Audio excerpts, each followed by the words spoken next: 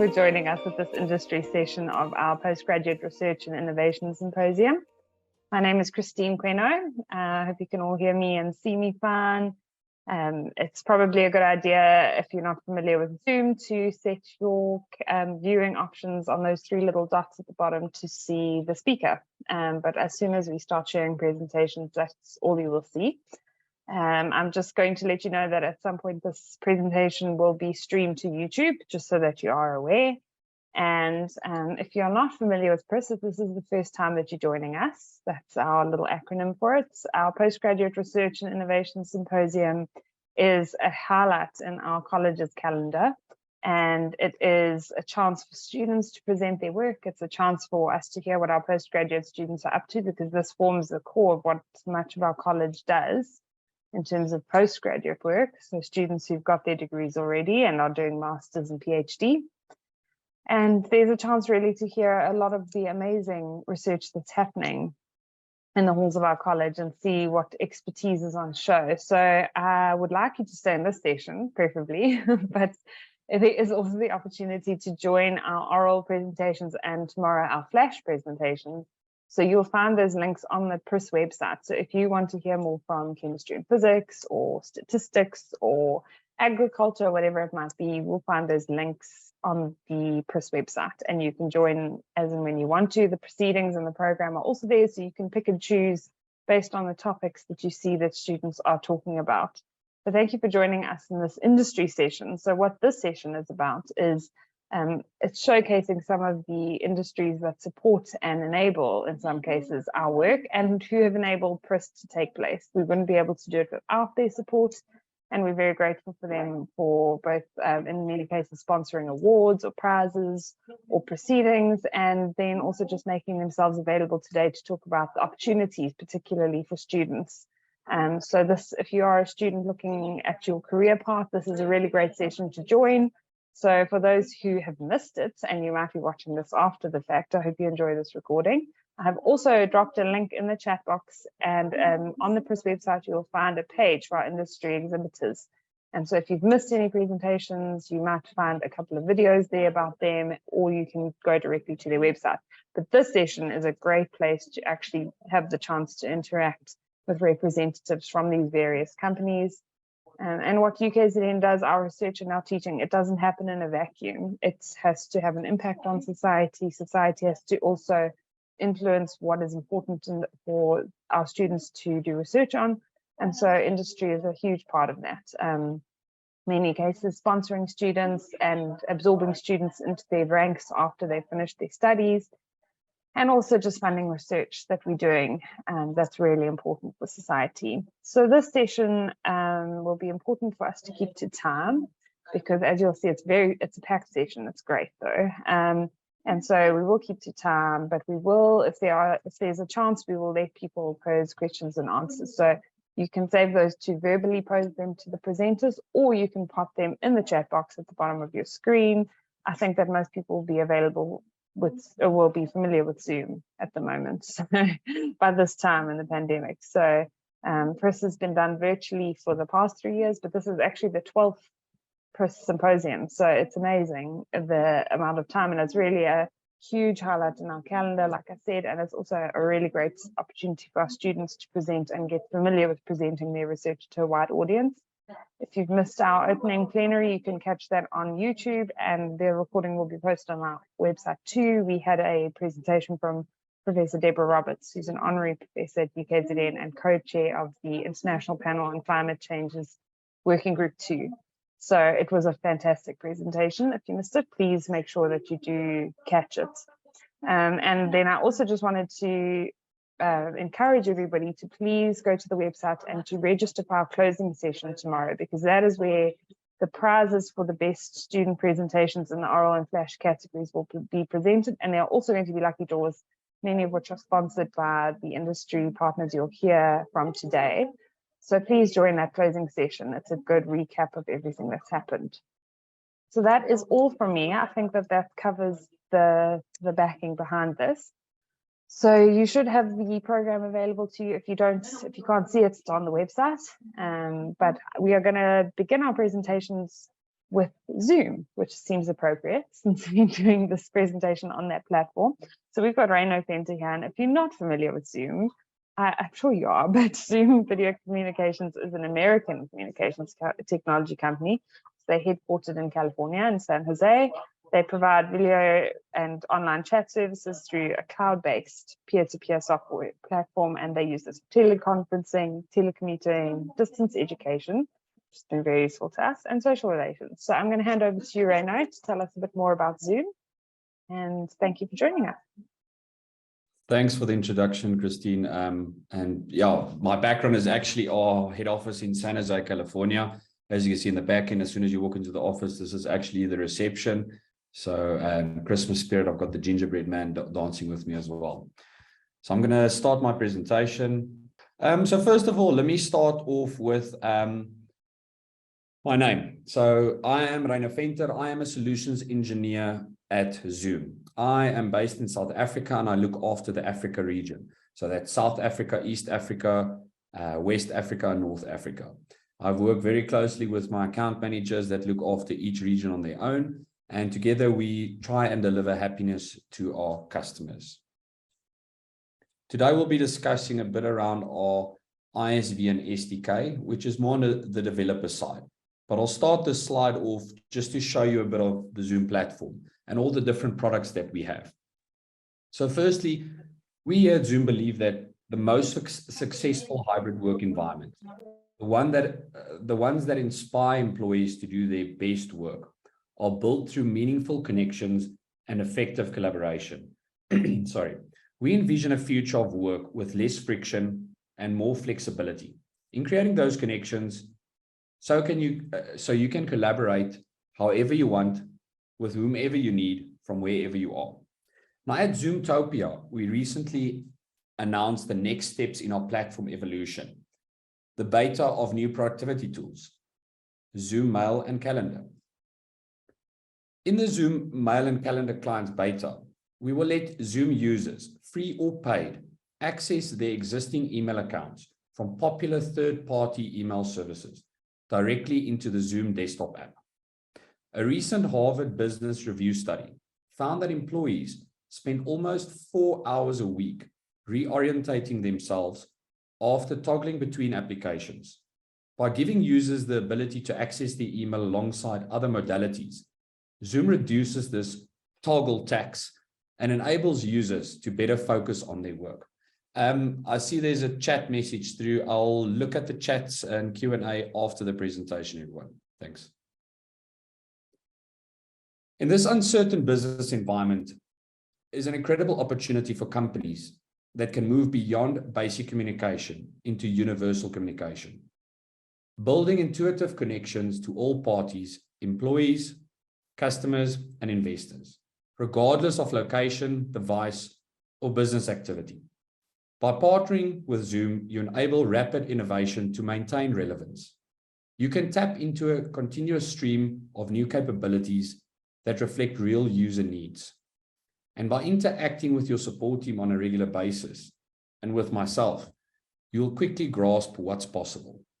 Finally, with our SDK, which stands for Software Development Kit, you can build Zoom into new products and services, creating additional revenue streams for your business. To take full advantage of available resources and reach more customers, organizations are redesigning processes to enable remote participation. The pandemic has only accelerated this trend.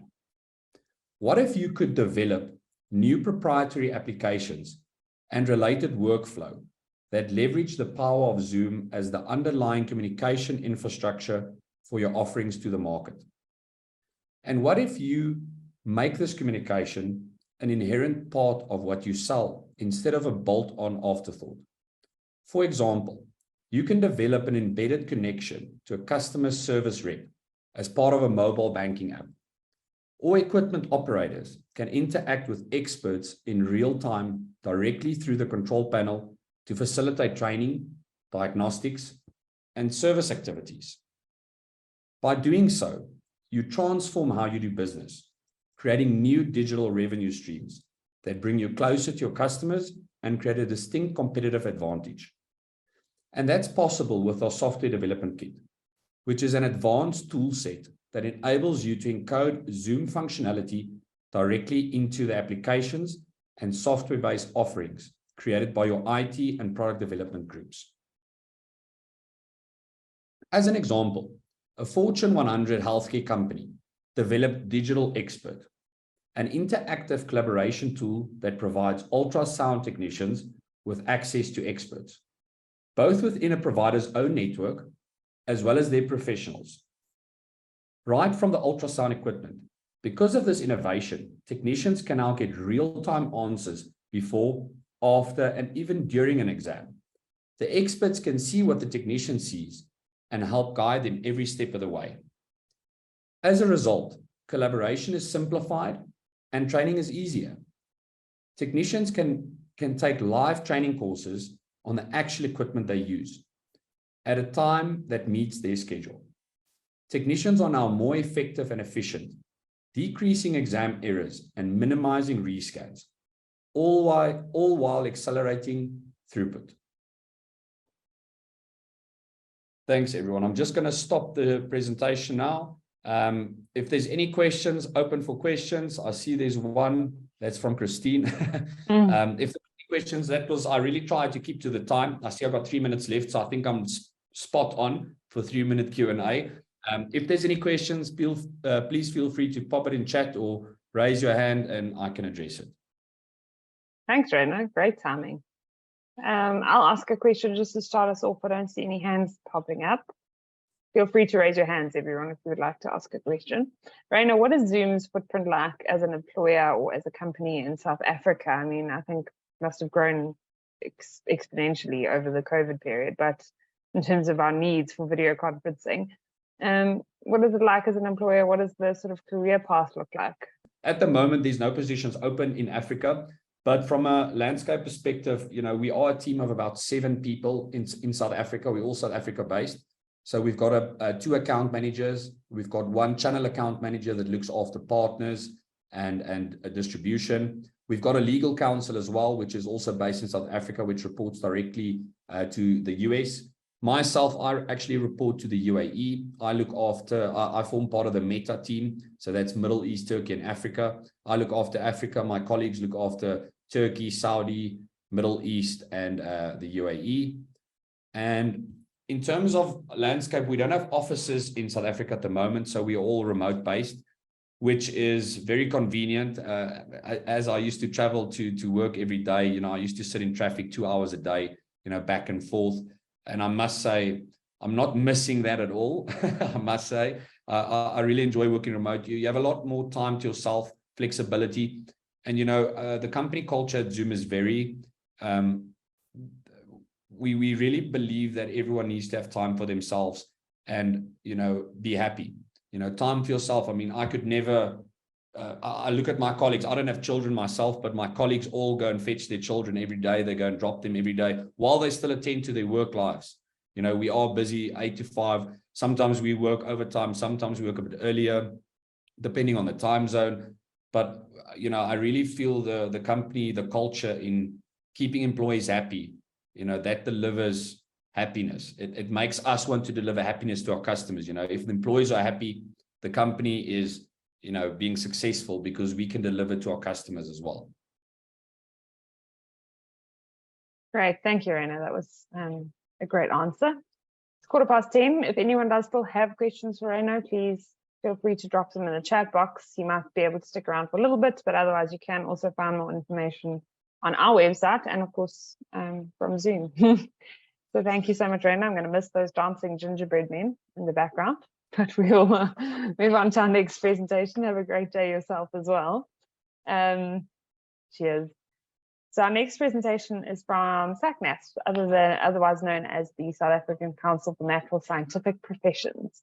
This is an important group for the university because they register and regulate natural science professionals in South Africa. So they have many registration days on campus for our natural scientists. And if you're interested in their background, they are established under the Natural Scientific Professions Act, the NSP Act, and the council is the accounting authority that implement the provisions of that act. So under the oversight of the Minister of Higher Education, Science and Innovation, so that's where they put in. And they cover 26 fields of practice, and they're represented by a diverse network of 47 accredited voluntary associations. So the council represents over 16,000 registered natural scientists. It's massive. So thank you. I'm looking forward to hearing more from you. We've got Sarah van Aert with us today, who'll tell us about SACNASP. So take it away, Sarah. Thanks for joining us. Thank you very much. I'm sorry there's no dancing gingerbread men. Thank you very much, everyone. I will also try and keep to the time. So I'll start. You already know who we are. We are the South African Council for Natural Scientific Professions. And what we do, we kind of have 4 pillars. We register, registration of natural scientists. We enable. So to enable a natural scientist to continue their journey through their career, through lifelong learning. We regulate, so this is in order to protect the public, the profession and the environment. And a lot of people don't know this, but we also advise the government. But I'll go into that a little bit in a bit more detail. So our vision is to leading the development and advancement of the natural science professions in South Africa, and to provide an efficient statutory council for the recruitment, regulation, and advancements of natural science. And we have many values, so we are driven by these values, and we constructively contribute to a robust and productive science knowledge economy. So our strategic vision is to proactively advise government to enforce a high professional and ethical standards for the natural scientific workforce, to promote the natural science professions and science engagement, and to promote professional development and transformation of the sector in South Africa, and to foster a culture of good corporate governance. As was mentioned earlier, these are the fields of practice. We have 25 now. I think we're moving on to 26. And you can register in the following categories, which is a professional natural scientist, certificated natural scientist, or candidate natural scientist. And these are just a few of the relevant voluntary associations. We have a very strong bond with our voluntary associations. We support them, we sponsor their events, and through them, we run the candidate mentor program. So a lot of people say, what is the value of being registered with any professional body? So obviously it's a legal compliance. You're recognized as a professional, and the public have confidence in you as a scientist. It does improve your marketability, and there's a code of conduct that you are bound to. We have input to government, and we have networking portals.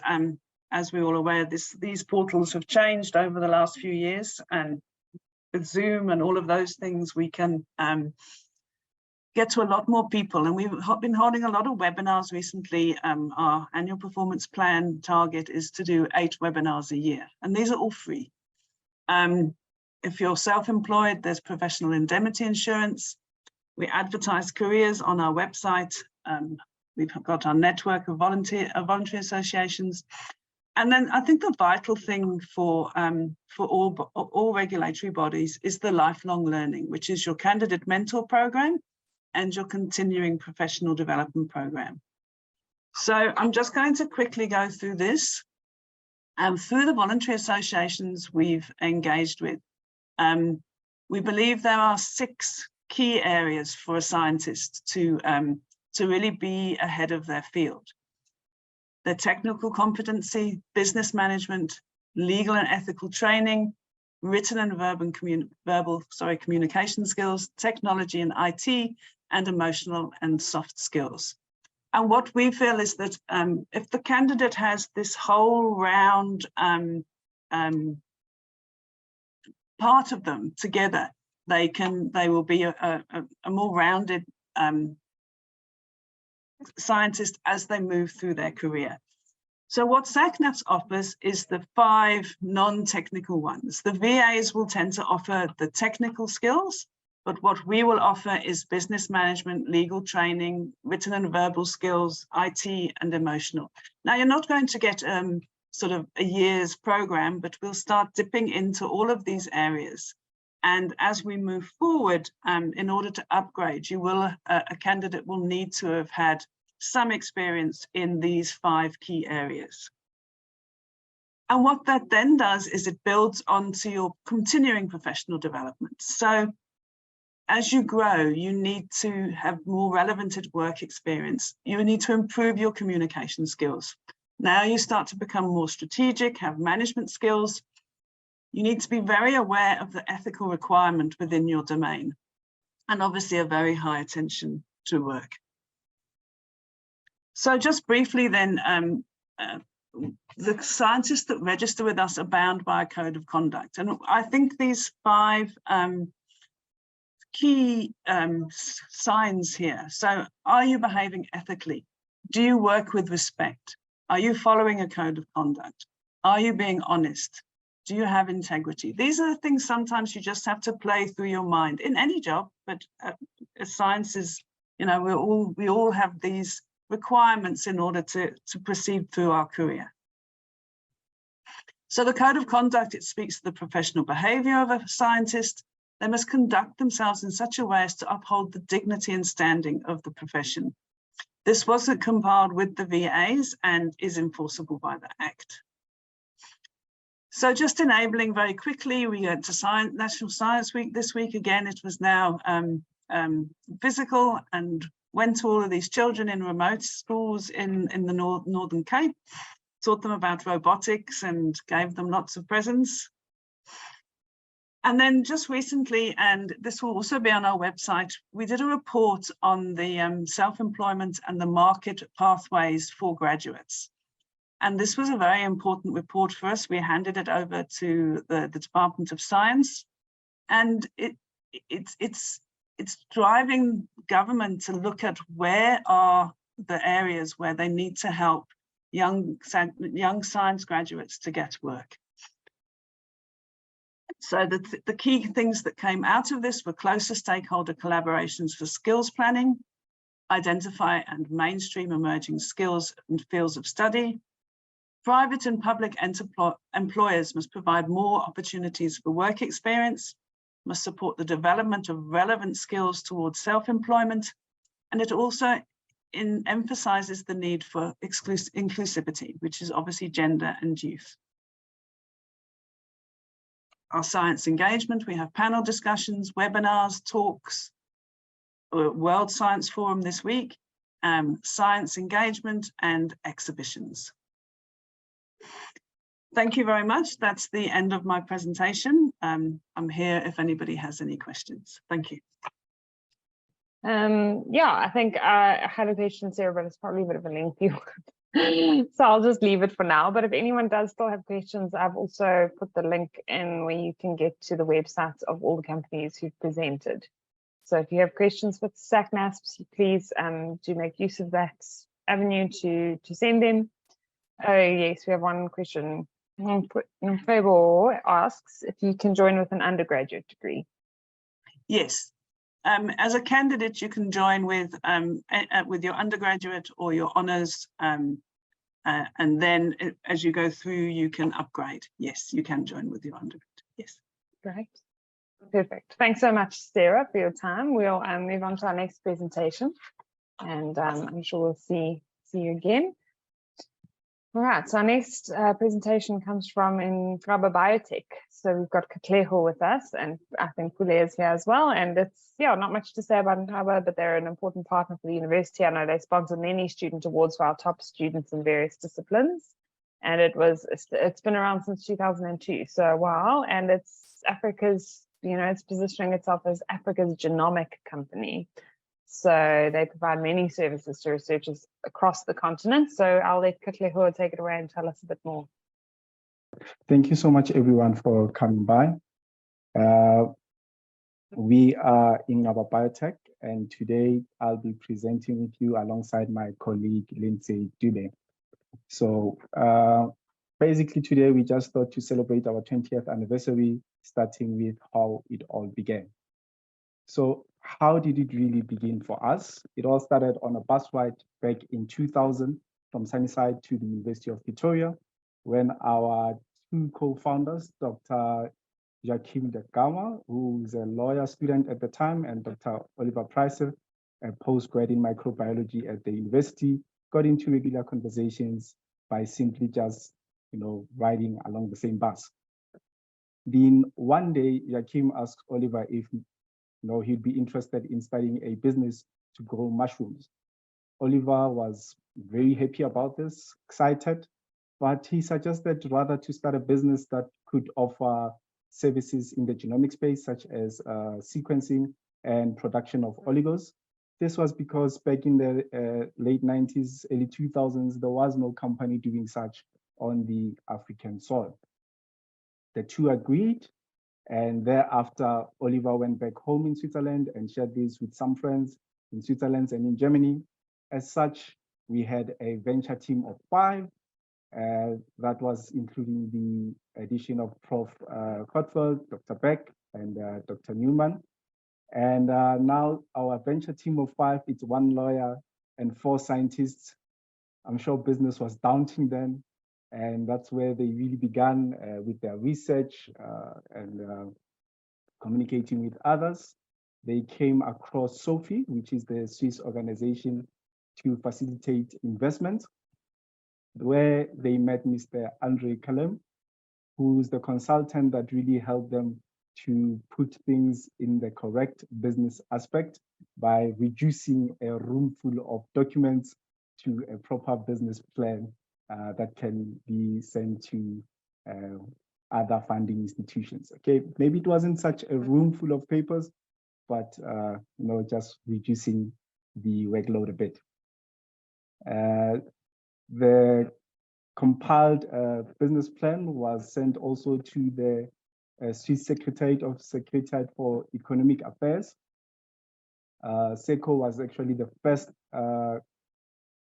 entity to fund Inqaba Biotec, and thereafter Standard Bank in South Africa joined to actually give them money for lab equipment. We all know that without any collateral, without any money or anything, any prior experience, there's no bank that will give you money.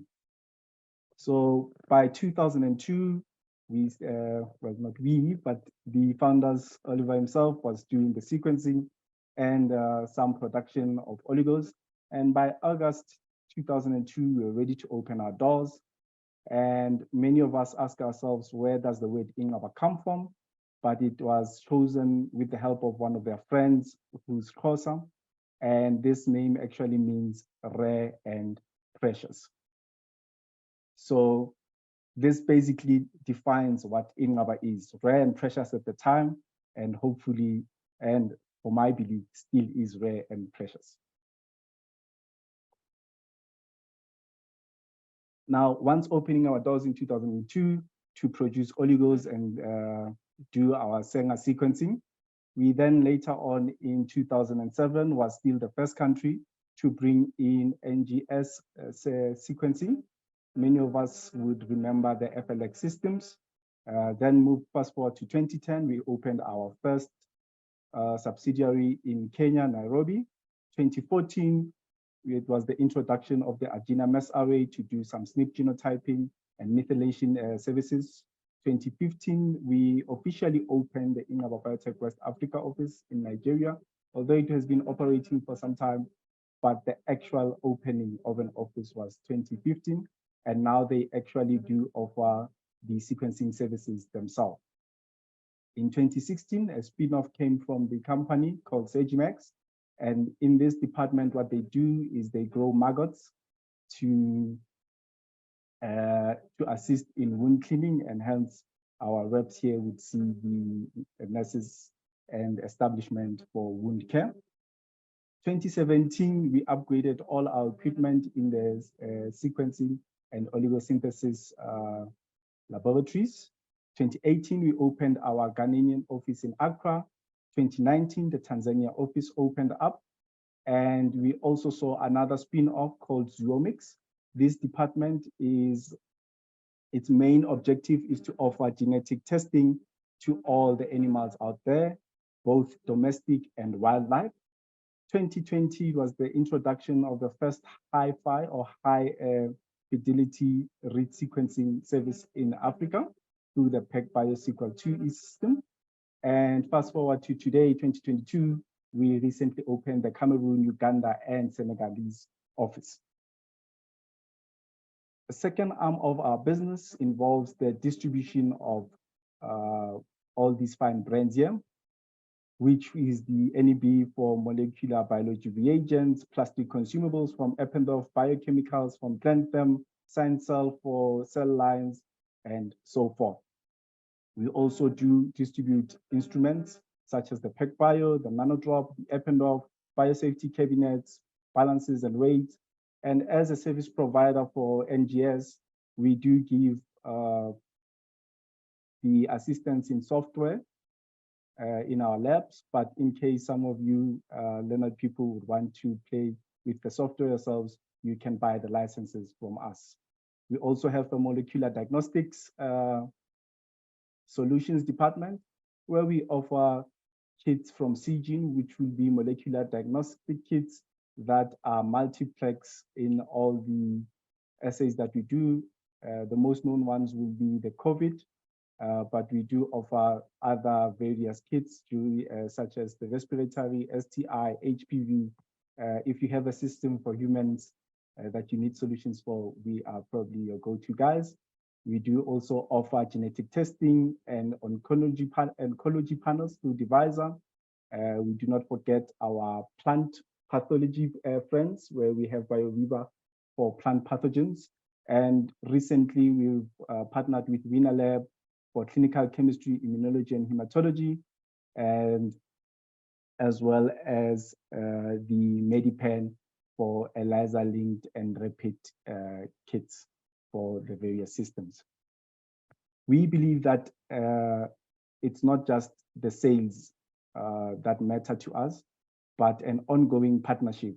As depicted there on the pictures, we offer training, and we believe that the after sales is, if not more important, just as much as important as the actual sale itself, as you can see by a failed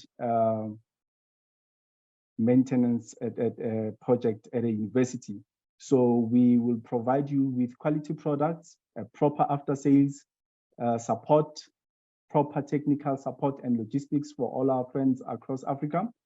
And our technical department also provides training in the various genomic disciplines that we can assist you on. With that as well, for every instrument that we sell, we have an engineering department that will assist with the maintenance and services of the instruments we sell.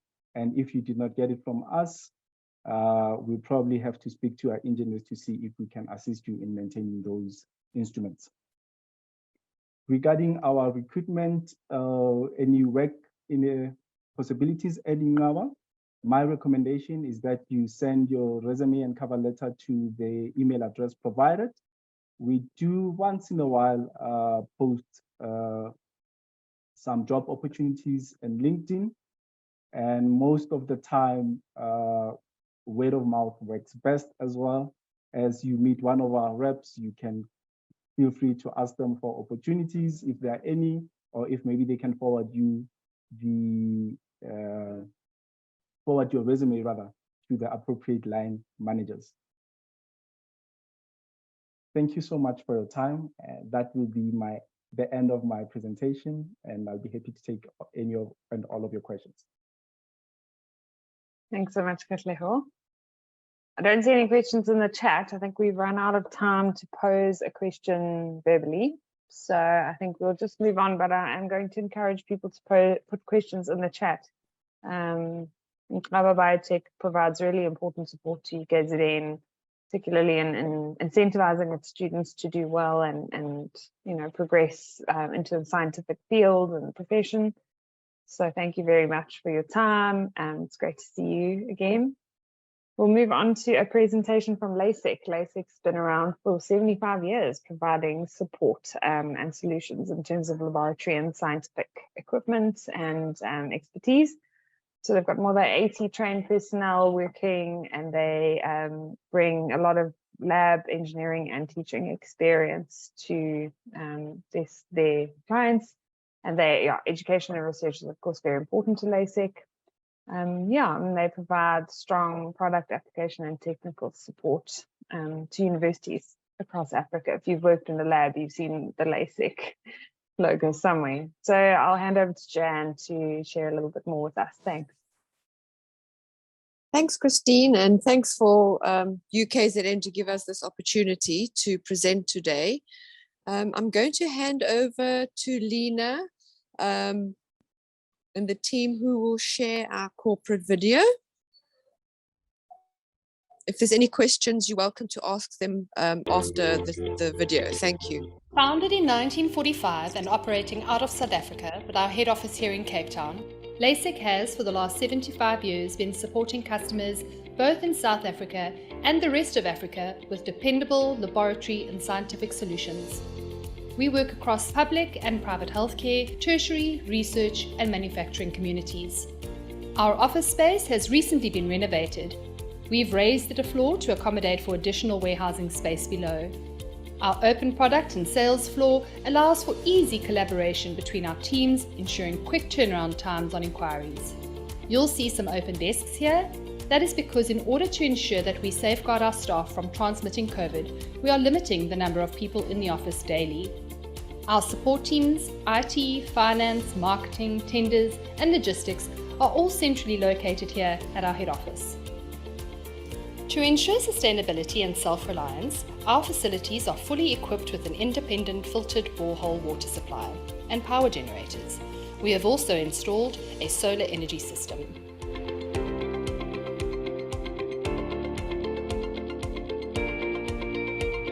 We have multiple collaborative spaces available. These examples are pre-COVID and explain the lack of face masks. Our auditorium is the perfect space for on-site workshops and seminars with our customers and suppliers. Our meeting areas are equipped with state-of-the-art video conferencing technology, which allows us to easily connect to all over the world. Our demonstration rooms, both in Cape Town and Johannesburg, are fully equipped to host customers for a hands-on experience with our products. Whether you are troubleshooting and need our expertise, or if there's a new instrument you are keen to try out, we have the facilities to accommodate this. With just under 8,000 square meters of warehousing space, we work closely with our partners to ensure stock availability. Our supply chain is optimized to land stock at the best possible price, but is agile to allow for expedited shipments. Our product teams monitor the market to anticipate demand trends, and we then forecast accordingly. Our cold storage facilities are monitored remotely 24 hours a day, which means that we're able to react immediately should a problem arise. Our 24 service engineers and technicians are well experienced and highly qualified. We have 3 NSF 49 accredited engineers trained at the highest level of biological safety. This equips our teams to validate, service and repair all major brands of safety cabinets to ensure the protection of users. We are ISO 17025 accredited for volume, temperature and mass metrology, allowing us to calibrate pipettes, balances, and temperature equipment ranging from ultra-low freezers to ovens and even furnaces.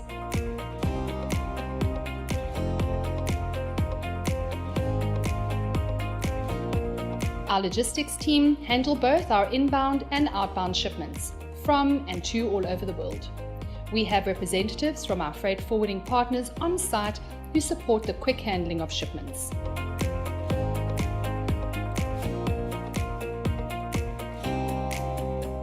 At Lasec, we facilitate higher learning, maximizing the potential of our employees. We have to date assisted 84 of our Lasec family to reach their dreams of a better education. Our intern program for aspiring young professionals with a passion for science has mentored 38 South Africans, of which Lasec has permanently employed 12. A quick overview of our core business units. Consumables. An extensive stock holding ensures the availability of essential everyday consumable products. We work closely with our customers on demand forecasting. Depending on your quality and price point pressures, we have multiple tiers of product available. Laboratory instruments. Our experience, buying power, and strong relationships with manufacturers brings world-class technology to end users cost-effectively. We offer a wide range of instruments applicable to a variety of laboratory environments. We also offer installation, setup, and end-user training, as well as preventative maintenance and servicing. Biotechnology. Our range extensively covers RNA, DNA, and protein purification. Our PCR solutions include technology for endpoint, real-time, and droplet digital PCR. We offer a wide range of immunoassays for clinical and veterinary uses.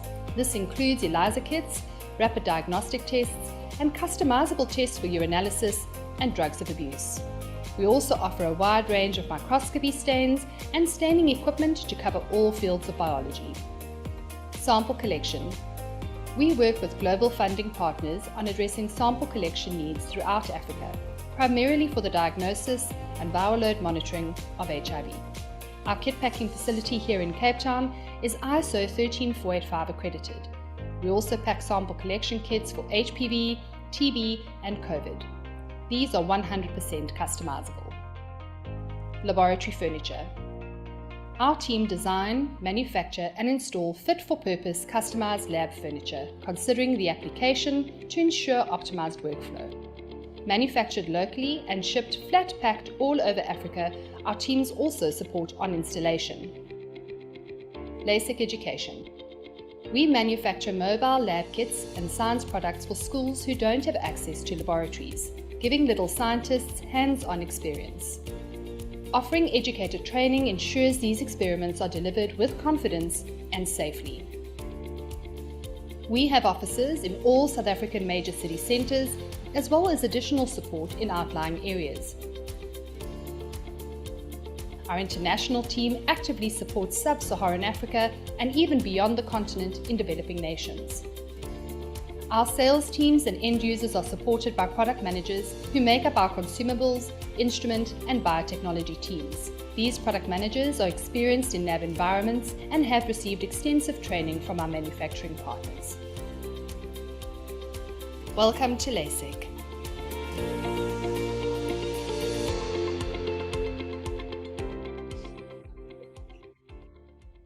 Joanne, I think there is a minute left in your presentation time if there's anything you want to add.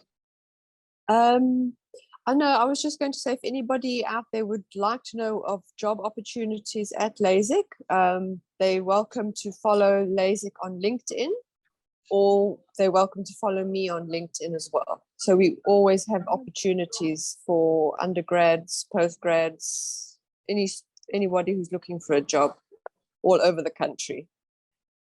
Great, that's fantastic to know, Joanne. I really appreciate that. I'll follow you myself as well, see what's happening, so that our students can be kept aware. I think if there are no questions, someone says thank you, Jeremiah. Thank you. Thanks so much, Jan. We'll move on to our next presentation from Metrohm. If you know them, they are one of the world's most trusted manufacturers of high precision instruments for chemical analysis. So founded in Switzerland by an engineer. They're a global market leader in analytical instruments for titration, not my favorite subject in chemistry. And instruments for ion chromatography, voltammetry, conductivity, stability measurements. So they have a huge portfolio for ion analysis. And they also do near-infrared and Raman spectroscopy. So it's a growing component of their portfolio. So it'd be good to hear more about how you make those things easier for people to achieve. Thank you to the UKZN PRIS team for the opportunity to present at the PRIS 2022 Symposium. Metrohm is a world leader in the manufacture of specialized laboratory equipment. Our portfolio, as mentioned in our company bio, includes a range of meters for pH, DO, conductivity, or ISE applications. We offer potentiometric and thermometric titration, as well as Carl-Fisher systems for moisture content in various products. Within our scope, we also provide solutions for oxidative stability and process analytics. Today, we will focus on a few of the key applications and equipment that are relevant to the theme of this year's topic, which is climate change. The following topics will be discussed briefly due to their importance in the research and industrial sectors. Nearly 97% of the water in the world is salty. It is undrinkable. Another 2% is locked in the ice caps on glaciers. That leaves us with only 1% for all humanities, agricultural, residential, manufacturing, community, and personal needs.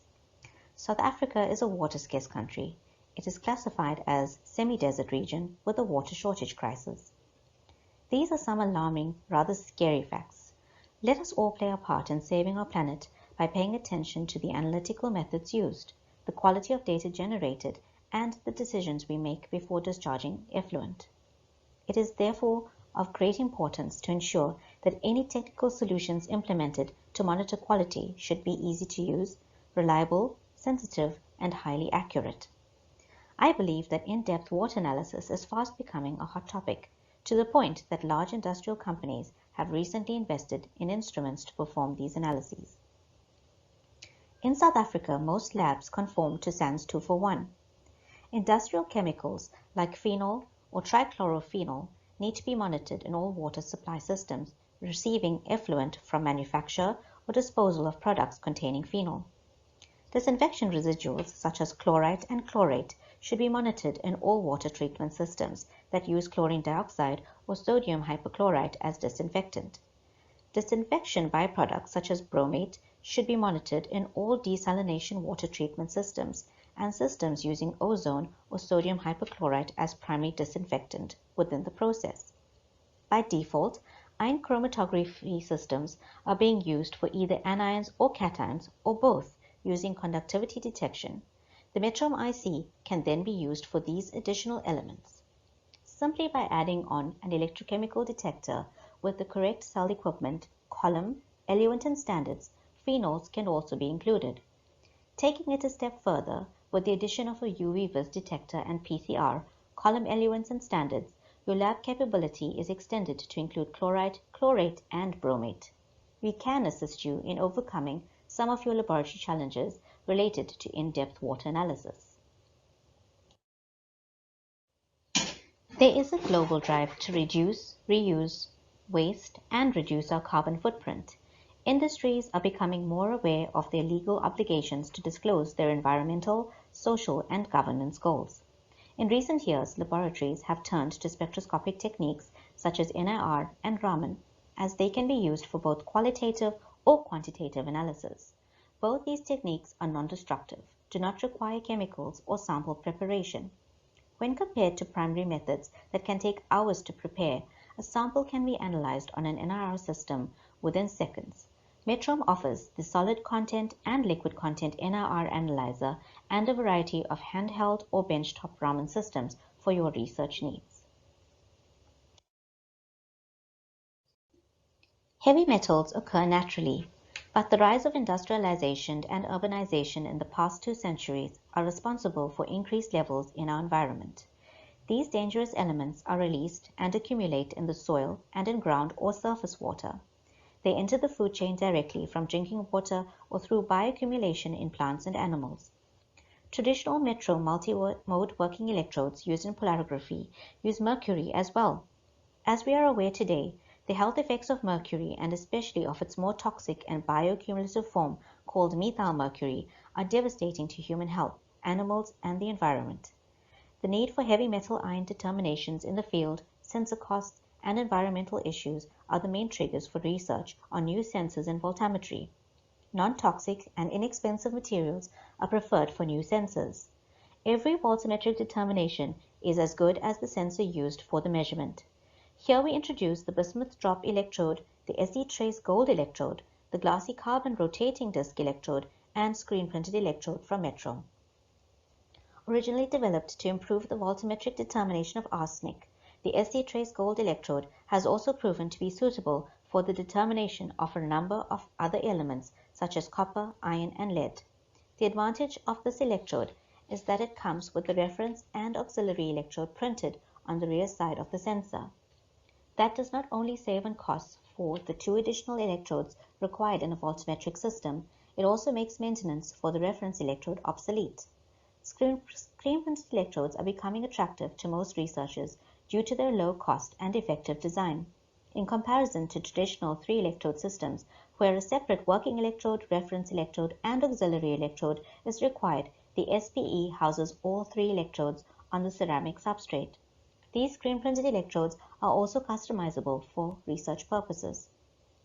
Rotating disc electrodes are solid-state electrodes that are an alternative option to mercury multimode electrodes. This setup requires the use of a separate reference electrode and auxiliary electrode. Bismuth-based electrodes prepared as in situ and ex situ films on solid-state electrodes such as carbon have been growing in popularity due to their broad electrochemical window and low toxicity of bismuth. Fuel cells, battery, supercapacitor, biosensor catalysis, and corrosion analysis is becoming pivotal in industrial research applications. Vionic, powered by Intello, is the new electrochemical instrument and software from Metrohm Autolab, which has been developed for researchers doing fundamental and applied electrochemical research in both academia and industry.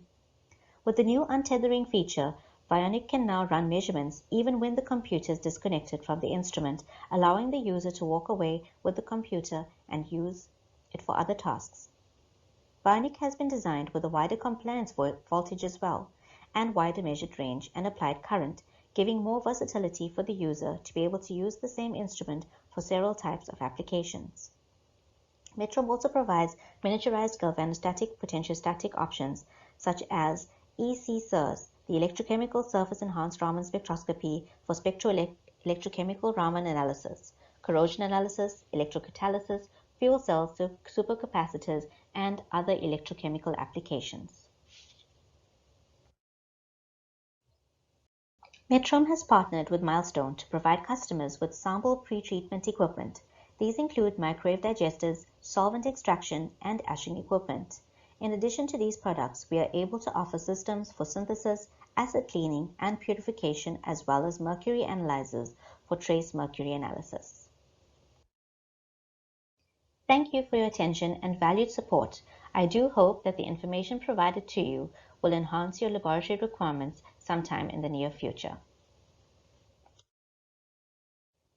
Should you have further questions or inquiries, please contact us on the below email addresses. Thank you once again. Great. Thank you, Becky, for sharing that presentation with us. I hope that you were able to note the contact details on that last slide there so that you can make contact with him. But as I said earlier, you can also go to the PRIS website where you'll be able to link to any of the other, any of these organizations' websites where you'll find contact details. Okay, so I think we'll go straight on to Whitehead Scientific. So for those who are not familiar with Whitehead Scientific, also they equip scientists and researchers with quality laboratory products and expertise and support. And they are a distributor of industry-leading international brands, which they've been doing for over 35 years. So they set you apart with solutions for things like molecular biology and diagnostics, cell biology, clinical and translational research. And they've got a huge range of laboratory wear, obviously. So yeah, we're very curious to hear more from you, Gia. So I just wanted to mention my colleague Kavita is also joining us. She is the representative for us in Durban region. So for today's presentation, I'll be briefly talking about the portfolio, the overview of our portfolios that we have, and just have selected few products that I would like to highlight that has some innovative technologies, and followed by a Q&A session. So for the overview part from Whitehead Scientific, we do support research labs with laboratory plastic waste, which includes your general consumables like your filter tips, non-filter tips, microcentrifuge tubes, and so on. We also provide support with regards to your basic laboratory equipments, like your benchtop equipments, microcentrifuge, vortexes, water bath, and so on. For the molecular biology research group, we actually have products ranging from your DNA extraction platforms, kits, primers, and probes. And for cell biology portfolio, we actually offer cell culture reagents, ELISA kits, your primary antibodies, secondary antibodies, multiplexing solutions. And lastly, from our clinical and translational research, these are more for your sequencing research and also for solutions for diagnostic workflows. Just to briefly mention, we do have a new web shop that has launched, and If you log into our webpage, www.whiteside.co.za, you will be able to see the different brands that we support and the different information, such as the stock level. You are able to get instant codes and place orders at your convenience.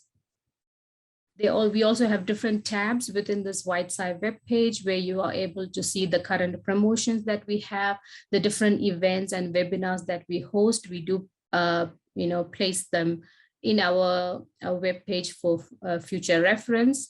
And just to talk about the different products that we have, I've just highlighted few products that we believe will bring a difference in your workflow. So to talk about the filter tips that we offer from our supplier called Updose, they are called the super filter tips. And what makes them stand apart from the generic filter tips is that their proprietary polyethylene technology prevents both liquid and aerosol from passing through the filter. So the generic ones, they are mostly aerosol, prevents aerosols from going through from your filter tip to the pipette. But with the Updose super filter tips, it prevents both your liquid and aerosols going past the filters. So this has two advantages. One is that you produce a cross-contamination between your samples and the pipette. And the second advantage is that you don't lose samples, your liquid samples, because the filter doesn't absorb it. You are not losing any liquids in case you over pipette your samples. And for molecular biology researchers, we do have extraction platforms, automated extraction platforms and kits from our supplier called Tanbead. There are many extraction platforms out there. So what makes Tanbead stands apart is their patented spin mix technology. Compared to the other automated extraction platform, they have an up and down mixing technology. And with the spin mix technology, the advantage that it brings is that it reduces cross-contamination between the wells. It also has the patented spin tips that they use for a high mixing efficiency. So you don't need to do the centrifugation steps in between your extraction workflow. Also, the kits that Tanbead offers, they are pre-filled reagent kits. All you have to do is add your samples and place your plates onto the extraction platform. The other advantage with the kits from Tanbead is that they have the flexibility of choosing a plate format or a cartridge format. So with the cartridge format, you are actually able to run as little as one sample at a time. So this is very beneficial for labs that has low to mid throughput samples. The other thing I also want to mention is that the extraction platform is an open system. So if you are currently using a kit, a magnetic bead-based kit, and you would like to use the Tanbead system for that, we can just import the protocol onto the system and you can continue using the kit that you currently have. For our primers and probes, we do supply these from our supplier called IDT, Integrated DNA Technologies. The one thing I want to highlight from the IDT is the availability of the double quenched probes. So what is the highlight or what is the benefit of these double quenched probes? This is a proprietary design from IDT. And these double quenched probes have two quenchers inside. And the internal quencher is placed 9 base pairs away from the fluorophore, which brings the background sensitivity low. So by using a double quenched probe, you're able to reduce your background, and which improves your sensitivity and precision. Regarding our master mixes for the PCR workflow, we offer master mixes from Quanta Bio. They have these tough mix buffer technology, which actually allows you to overcome many common PCR inhibitors that you would find in different sample materials, such as your plants, soil, skin, hair, and plant extracts. So if you're using the tough mix master mixes, you are able to get reliable results. And we have this tough mix technology available for you, endpoint PCR, real-time PCR, and reverse transcription real-time PCR. And for the cell biology researchers, if you are aware, before we used to supply the classical cell culture media from Lonza. They have stopped manufacturing these media. So now we provide these solutions from Capricorn Scientific. These are our German manufacturers from German. They offer both liquid and powder media, and the powder media was not something we were able to offer previously with Lonza. So this is a new addition from Capricorn Scientific. And the other thing that makes them stand apart is that compared to the traditional, steel tank use, Capricorn Scientific actually manufactures their cell culture media using the 1,000-liter single-use plasticware. So the advantage here is that it reduces contamination risk and it provides flexibility and speed in manufacturing. And lastly, just to talk about our automated NGS library preparation workflow instruments that we can offer from our supplier TCAN. We have the 3 different systems that is applicable to a low, medium, or high throughput lab.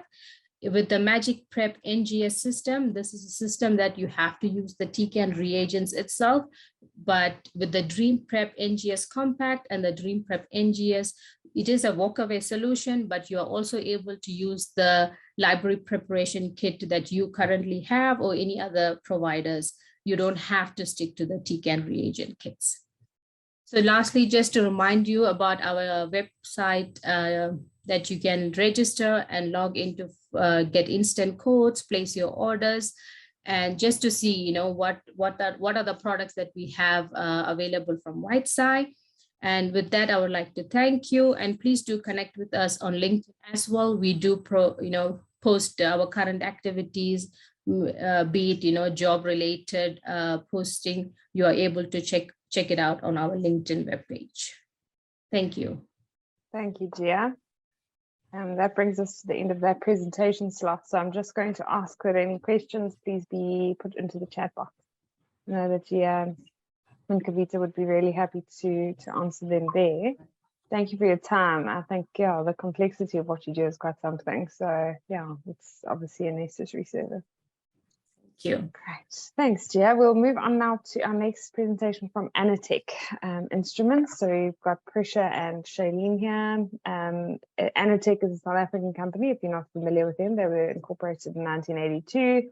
And they started out with a separation sciences focus, but they have grown, it's grown its range, and they have 8 sectors that they cover. So molecular biology, microbiology, chromatography, water and electrochemistry, element analysis, mass spectroscopy, and sample preparation. So I'll let the ladies tell us more about what they do. Thanks. Good day. I am Prisha Govinsamy, the molecular biology area sales manager for Anatech. Our new molecular supplier is Promega. The CDC has approved the Maxwell RSC 48 instrument, the viral total nucleic acid purification kit, and the master mix for COVID testing. COVID is also being tested and managed by wastewater testing, and Promega provides the tools for this surveillance. Promega has manual RNA and DNA extraction kits. The Maxwell RSC means Rapid Sample Concentrator is an automated system that extracts DNA and RNA from various sample types. These sample types, Promega plate readers, the GLOMAX systems, are user-friendly with integrated software for easy data analysis. Our cell-based assays for cell viability, cell proliferation, cell cytotoxicity, and reporter assay protocols are preloaded on the instruments. This is an open platform. Promega provides 3D cell-based assays.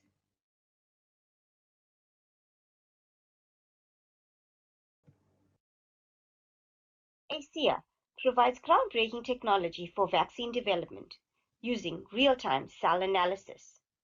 The traditional methods include labor-intensive endpoint assays, which provide limited data. The Exagilance instrument allows for label-free continuous tracking of CPE progression.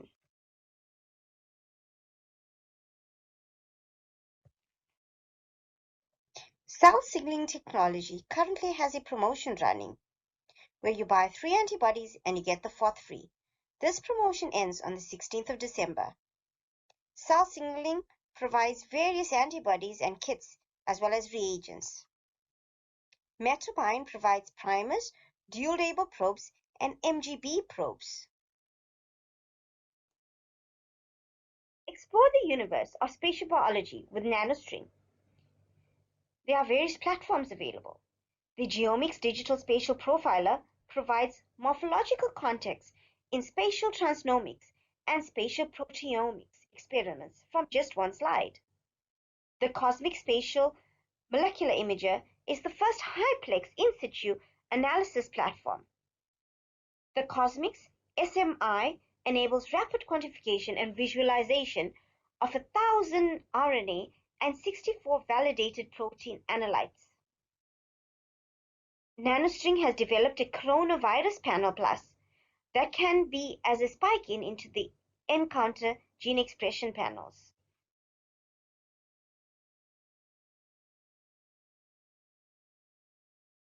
Analytic Gena provides PCR thermocyclers, QTAL3 real-time PCR instrumentation, as well as electrophoresis equipment such as gel tanks and power packs, as well as gel documentation systems. Our QTAL3 has a 10-year warranty on the optic fibers.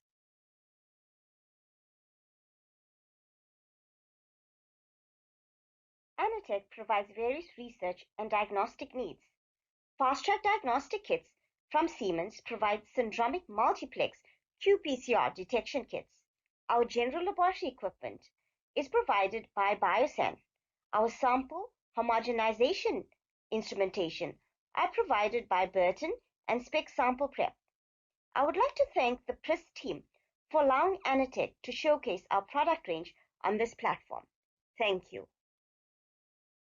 Greetings to the staff, students, and research associates of UKZN. This year, Anatech Instruments celebrated our 40th anniversary. Anatech is a South African-based company that was founded in 1982 and it has made its mark in the chromatography, microbiology, and life sciences sector. We are well known for our superior products, elite customer support, and knowledgeable application specialists. Anatech Instruments prides itself on a team dedicated to finding a solution to all your analytical needs. I am Shailene Bika, the local product manager for analytical sales in the KZN region. The analytical division consists of chromatography, elemental analysis, water, and microbiology. Anatech is the sole distributor within South Africa of the thermoscientific range of chromatography instruments. These include the gas chromatography systems. We recently launched the 1600 series. These modular systems are so adaptable, you are able to swap or add detectors by simply changing a module. This can even be done by the end user. Our superior LC and LC-MS systems by Thermoscientific provide solutions for any lab or application, from standard to rapid separation with higher pressure or to nanosystems for working with limited samples. We also supply the ion chromatography and HPIC systems, from entry-level anion or cation systems to more superior simultaneous ANCAT systems like the ICS 6000 that is currently being used by larger municipalities within South Africa. On the elemental side, we supply the Thermoscientific ICP OES inductively coupled plasma units. With the newly launched iCap Pro series, these instruments are so good looking, they belong in a home kitchen. From the basic iCap Pro to the fastest detection with the iCap Pro XPS, we are also able to supply ICP should you require lower detection limits. The next range is very popular within the universities due to its robust structure and long lifespan, minimal maintenance, ergonomic design. The Thermoscientific Genesis range of UV-Vis spectrophotometers are very popular. We have regular specials and academic offers on these instruments. They have local control, and the higher models like the 150 and 160 are capable of having 4 or 8 cell changers. Our microbiology and life sciences division is becoming a rapidly growing product range within Anatech itself, and we constantly have new products being launched to meet the needs of our growing demands. Anatech is able to provide detailed information on quality control and more advanced solutions in automation, with the sample preparation stages as well as identification.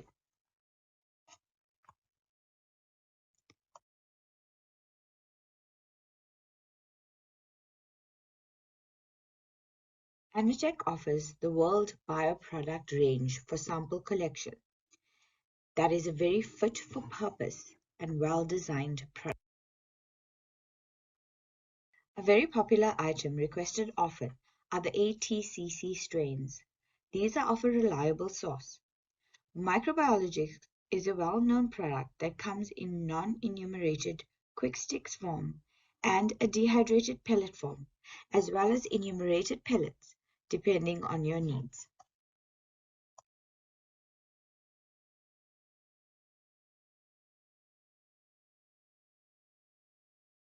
We also offer a range of culture media, both dehydrated, prepared, as well as the very nifty compact dry plates that can be stored up to 2 years, depending on expiry.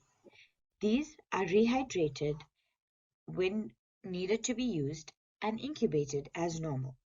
They are stackable and can be detected by any color. The InterScience range is also very popular, from our lab blenders, bags, and accessories to automated colony counters, streakers, and many more workflow solutions. Biolog is Anatech's offering on bacterial identification. It can do bacteria, fungi, yeasts, and molds, as well as metabolic work, and is quite advanced in its technology of phenotypic assays for cell studies. This is very useful in cancer research for antibiotic resistance or drug uptake. Thank you very much for your attention. Are there any questions? Any quick questions for Prisha and Shalene? We need to move on fairly quickly so that we can give people a chance to have a break. So I do, and we also have a lucky draw coming up. So there's a thank you from Musa saying. We'll move on now to ARS Components. So they are an omni-channel provider of product and service solutions for people who design, build, and maintain industrial equipment and operations. So they have more than 650,000 industrial and electronic products with over 2,500 suppliers. So yeah, a strong commitment to education too. So I'm excited to hear about that, Wesley. So I'll hand it to you. Perfect. Thanks so much, Christine. Appreciate UKZN having us here today. Looking forward to it. So let me just share my screen in the meantime. Okay, so thanks, Christine. I mean, you gave a good intro there for us as well. Our product range keeps on growing. So currently we add around 750,000 products, and that's including industrial and electronic products. Also about 2,500 leading brands. Just to name some of those brands would be something, like Schneider Electric. We've got Siemens, Raspberry Pi, Arduinos, and then our own in-house brand called RS Pro. And yeah, so wide range of products. I have just put a QR code there, so if you do have your phone available with you now, please go give it a scan. That'll lead you straight to the RS website, and you can browse all the brands and all the products that we do have there. And just to highlight, the amount of parcels that we ship daily, and that's around the globe, is around 60,000 parcels a day, and we operate in around 32 countries globally. So Just to kick off, I'm just going to basically shout out around the voucher that we're going to be giving away today. There's actually 2 of these vouchers that we want to do. So it's 2,500 Rand voucher that you can go and shop for products on our website. So all you really need to do is follow us on LinkedIn. That's RS South Africa. You can scan that QR code. It'll take you directly to our page. And then if you could just have a look out for the latest post, we've actually posted around UKZN's PRIS event today. So please just go like or comment on that so that we can see who those names are. And I've got my colleague on the call as well, who will then just pick 2 names randomly. And after the presentation, we'll obviously get in touch just to explain how you can redeem your RS vouchers. So hope that gives you enough time to scan that QR code, but let's move on to, and at the end of this, I'll obviously share who those winners are. Great. Then just around our quite new initiative and how we are supporting education globally. South Africa is quite new to it. It's something that we're trying to drive here.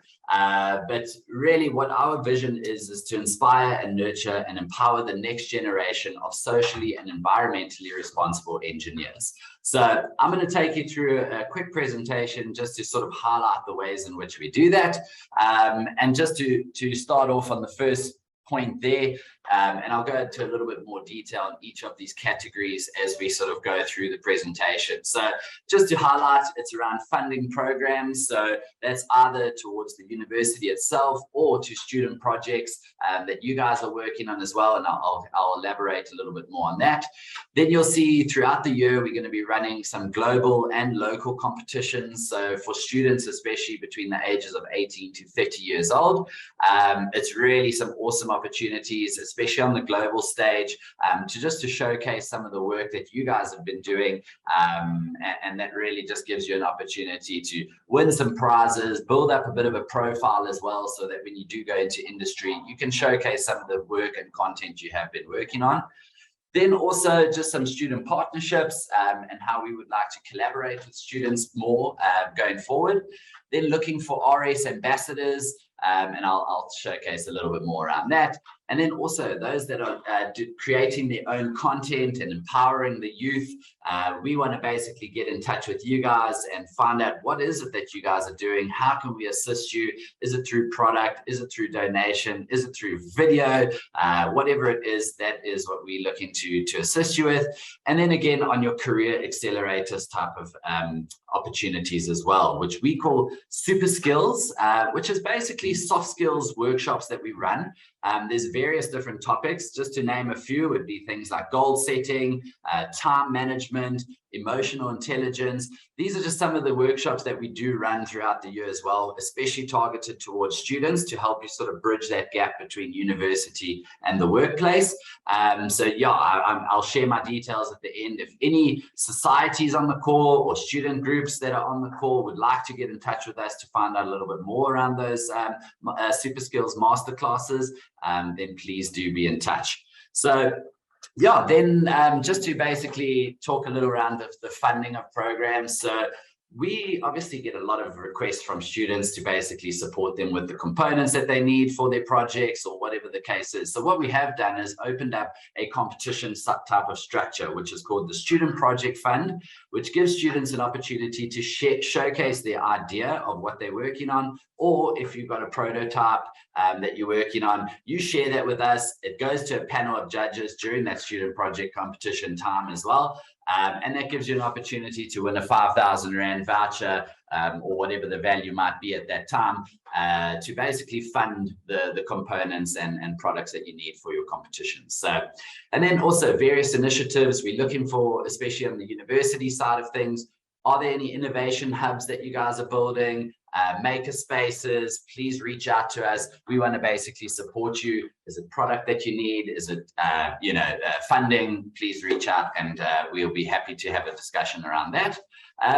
Then just on the competitions, Currently, and it actually just closed, and this was a bit of bad timing, but we had the RS Innovators Championship, which was a global competition for students to enter, and was really targeted towards building up a team, or it could be an individual student that comes up with solutions or designs a solution to solve our internal RS environmental and social and governance goals. So it's all linked to the Sustainable Development Goals, and it had a few categories there, which you could have then won £5,000 if you are a winner at the end of the day, which equates to about 100,000 Rand, but also opportunities to then fly to London, meet our executive team members, and also just meet some of the other students from around the world that are going to be showcasing their projects.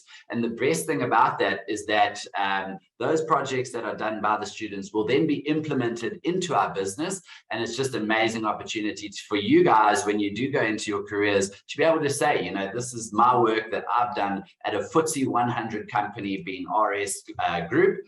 And yeah, it's just an amazing opportunity for students, and they'll also join master classes and so forth. So this will not be the only competition. I mean, it did end on the 30th of November. So if you did miss it, we'll definitely have more going forward for next year. So I'm going to encourage you guys to maybe just scan that QR code as well. It'll take you through to our Design Spark webpage, and that's got all the information around competitions, etc. And also you following us on LinkedIn, I hope, from the beginning to win your voucher, and there we'll keep you up to date with the competitions and things that are going on. Then around students, and I've just got to check time. Okay, I know we are pressed for time. So student partnerships, again, we're looking to support those societies and you know, STEM outreach programs that you guys are working on. So if there is anything you would like to share, please do reach out, and we'd love to hear from you guys. Then on the ambassadors side of things, so this is where we're trying to champion young engineers, right? So, and that is through super skills development, number one, building on your technical skills. Also, if you are working on projects for the community, can we assist? Can we help? And then a quick introduction on the Fresh Advisors Board, which is a board of 15 young, you know, talented minds from across the globe. We currently have one South African within that 15 that basically represents as a non-executive board at RS globally, and they basically come up with solutions. And their competition I actually mentioned to you earlier, the global one, was developed by our Fab 15. So please do look out for more opportunities on that as well. We'd love to see more South Africans being involved, and they've just flown to the UK themselves to meet one another, as well as in January they're actually flying out to Thailand again for another year-end function for them. Right, and then content creators, those of you guys that are empowering young creators, please reach out to us. We want to basically support you with whatever it is. If you're creating TikTok videos or YouTube videos around science or engineering or anything in that type of form to encourage the youth, especially in high schools and so forth, reach out to us. Let's see how we can work together to make that a reality. And then again, career accelerators. This is very much a big drive on the super skills side of things. But again, we also have youth podcasts, we have expert interviews, also engineering introductions, which is an amazing opportunity to meet other engineers and like-minded people like yourselves from across the globe as well. So fantastic opportunities. And that is that. I did rush through it. I know we are pressed for time, but those are my details there. I've got my direct contact number as well as my email address if you would like to reach out. And just to announce the winners quickly, we have Samantha Ludick. We will reach out to you on LinkedIn. So well done, Samantha. And Inyameka Diko, well done to you as well. So I'll be definitely getting in touch to give you guys RS vouchers. Thank you very much. That's fantastic. Thank you, Wesley. It was a very dynamic presentation. I'm sure that you'll have lots more interaction on your other channels from people who've attended this presentation. So great. Yeah, if anyone has questions for Wesley, you do have his details, and the chat box is still open. So if you do want to post questions, please make use of that. We do need to, I know that our program indicates a break now, but for those, we are going to just push through and continue. I see there's a question in the chat there for you, Wesley. Maybe you just want to answer it there. Will do. Great, thank you. We're going to carry on to our next session because we have Allan Gray ready here to present. So we're going to show a video. We've got Priya and Philippa, but yeah, Allan Gray is a name I think many will be familiar with. They're an asset management company, but also leading technologists. So they see, you know, the capabilities of tech as very important for the organization. So they have a leading tech stack, innovative and nurturing environment, and an opportunity to work and learn from the best in the industry. And so they build solutions to serve their clients.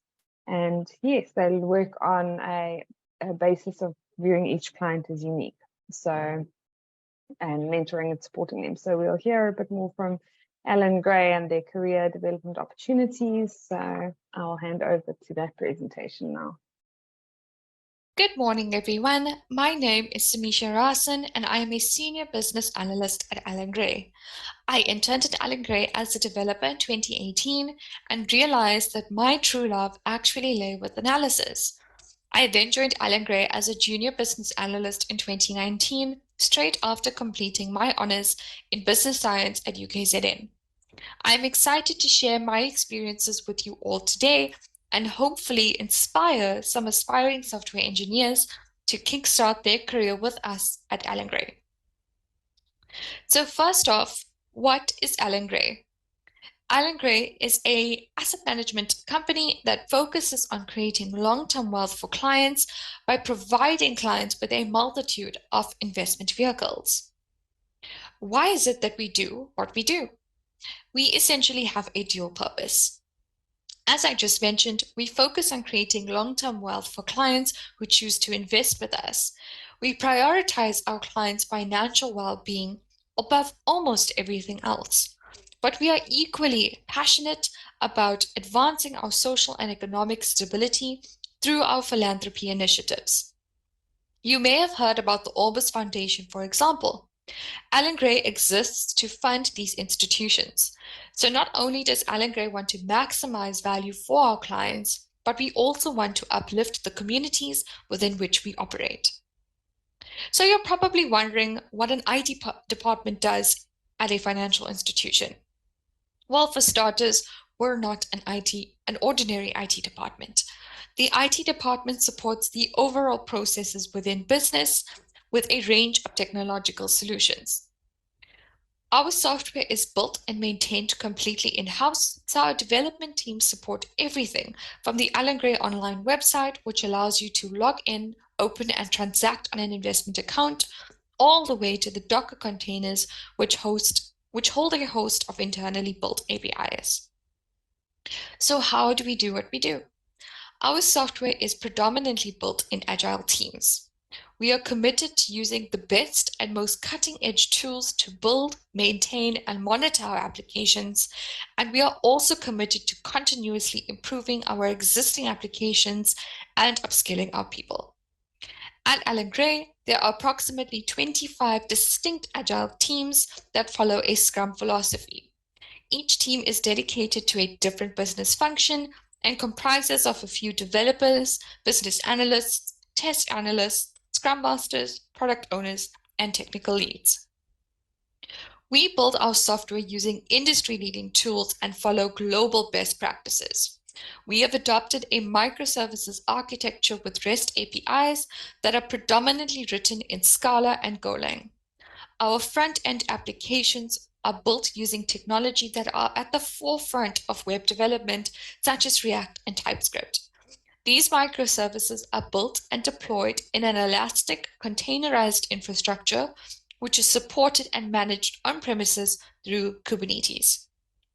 So we are not just developing solutions that meet a business need, but we are also able to explore all parts of application development, solution design, scaling, and automated testing. Now, as you know, technology is ever-changing. In order to ensure that we continuously keep up with the latest technological trends, we have to ensure that our developers have the skill set to match. As such, Allan Gray is committed to supporting developers on their educational journeys. You could get funding to further your tertiary education, access to company subscriptions for online training platforms such as Udemy, Coursera, and Pluralsight, and you could also get funding to present at conferences. Now, the transition from industry or into industry from university is quite difficult. There's a significant gap between the theoretical knowledge that you've gained at university versus the technical skills and knowledge that you would need to be effective in the workplace. Given this, Allan Gray offers a graduate software development bootcamp that lasts approximately 3 months. The bootcamp is essentially an incubation period where newcomers will have the opportunity to focus on upskilling on their business and technical knowledge before joining a team on the floor. Now, although the bootcamp is an intense learning period, graduates will have the opportunity to gain insights from some of the very best while working on some real technical problems that exist within the space. They would be fully supported with mentors and functional coaches during this time. Our bootcamp has been highly effective and allows for smooth transitioning into the team. One of the key values of Allan Gray's philosophy is being performance-driven. We strive to be the very best at what we do, and as such, staff are rewarded to continuously encourage that excellence. Our bonus structure is directly related to your performance throughout the year, and there's also an opportunity to participate in the employee share scheme. So you've heard a lot about what Allan Gray is and what we do within retail IT, but I'm sure you're also wondering what it's like to work at Allan Gray. One of the best things about working at AG is the free lunch. This is provided to all staff every day, and you have the option to either eat at the canteen within the building or use Zappa vouchers that the company has provided at a number of different restaurants in and around the V&A waterfront. We also have an in-house barista that serves a range of local brews at a ridiculously subsidized rate. This is in addition to all of the coffee machines that we have located on each floor within the building. Allan Gray also has its own gym for employees, and there are multiple free classes that you can attend, which are hosted by our in-house trainers. Our head office is a beautiful glass building at the V&A waterfront in Cape Town, and boasts stunning views, both within the building and on the roof. It's not every day that someone can come into the office and see dolphins and whales during their lunchtime. The office space itself is quite open plan and helps facilitate that dynamic and borderless interaction between all employees within the company. When you think of working for a corporate company, it's often associated with working longer hours and having no fun whatsoever. But that is not the case at Allan Gray. We strongly believe in creating a great work-life balance for our employees. We have year-end company parties that are often themed. We have team builds both every quarter and annually, and we even have nap pods within the building. We do ascribe to a flexible working guideline, and we currently make use of a hybrid working model, which means we work both in office and at home. There are also around-the-clock support from ICAS and in-house psychologists that employees can reach out to. Being an Allan Gray employee can even grant you discounts at various establishments in the waterfronts, like massage parlors or salons. So the perks of working at Allan Gray are pretty awesome. If you are interested in pursuing a career with Allan Gray, you can visit our website as listed on the screen to view all of the current vacancies. You can also keep track of our internship or graduate program using the same link provided. The internship program will allow you to get a real sense of what it is like to work at Allan Gray, and as an ex-intern of the program, I can vouch that the experience was indeed eye-opening. The interns also work on real-life complex problems within our department and are also provided that same support in the form of mentors and coaches. So that is it from me. Thank you so much for today. Please feel free to engage with us within the chat. We're happy to answer any questions that you may have and to hear your thoughts. Great. Thank you so much, Priya. That was a great presentation.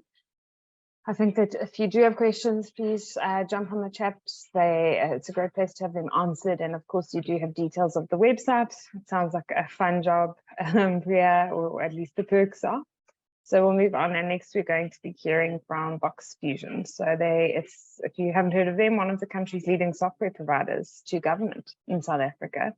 And their core focus is to digitally transform the public sector by automating its daily back office functions with innovative, cutting edge and local solutions. So yes, we'll hear more about Boxfusion now from Civis Insit. Thank you for the introduction. And thank you, UKZN, for having us today, and to all the grads who are online, thank you for taking the time to join us.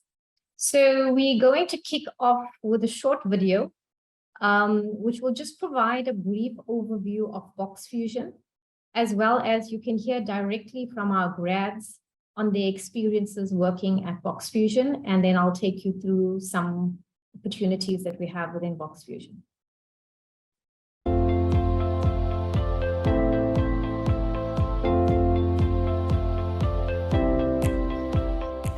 My name is Ian Huve, and I am one of the co-founders and directors of Boxfusion. And my role is to look after new product creation and innovation and the delivery of bespoke projects. So Boxfusion is a software development company that's been primarily focused on the public sector and creating amazing software to make the lives of citizens better. We've been operating for about 14 years now. So the purpose statement for Boxfusion is to create amazing software that enhances the lives of citizens. So it's very much focused around the public sector, even though we're branching out a bit beyond that, and really using the latest technology to create the most innovative solutions to empower government to make citizens' lives better. I am Sakile Nkosi. I studied BIS Information Science with the University of Pretoria. I am currently working on SmartGov projects, and I'm a business analyst. Well, my journey with Boxfusion from the time I joined, I believe it has been exciting. I joined Boxfusion fresh from varsity, so what I love most about the company is that over 90% of this company's personnel is young adults. So that made it a lot more easier for me to transition from university to the workplace, because I could relate a lot more with the staff members at Boxfusion. Well, my journey with Boxfusion has molded me in becoming better in my job, because I didn't have any limitations. I was not only limited to doing specific tasks that only a graduate business analyst can do. However, I found myself doing a lot more tasks that were slightly above a graduate business analyst. So I like that I was given room to go above and beyond. The GDP program has helped me as a graduate, because I believe when we first get into the workplace, we all come from different universities and we all have different backgrounds. What I like most about the graduate program is that it equipped us with values, skills, as well as information that helped to facilitate a healthy working environment. So I believe that having the same set of skills and values instilled on us made the working environment a lot more better and a lot more pleasant to work in.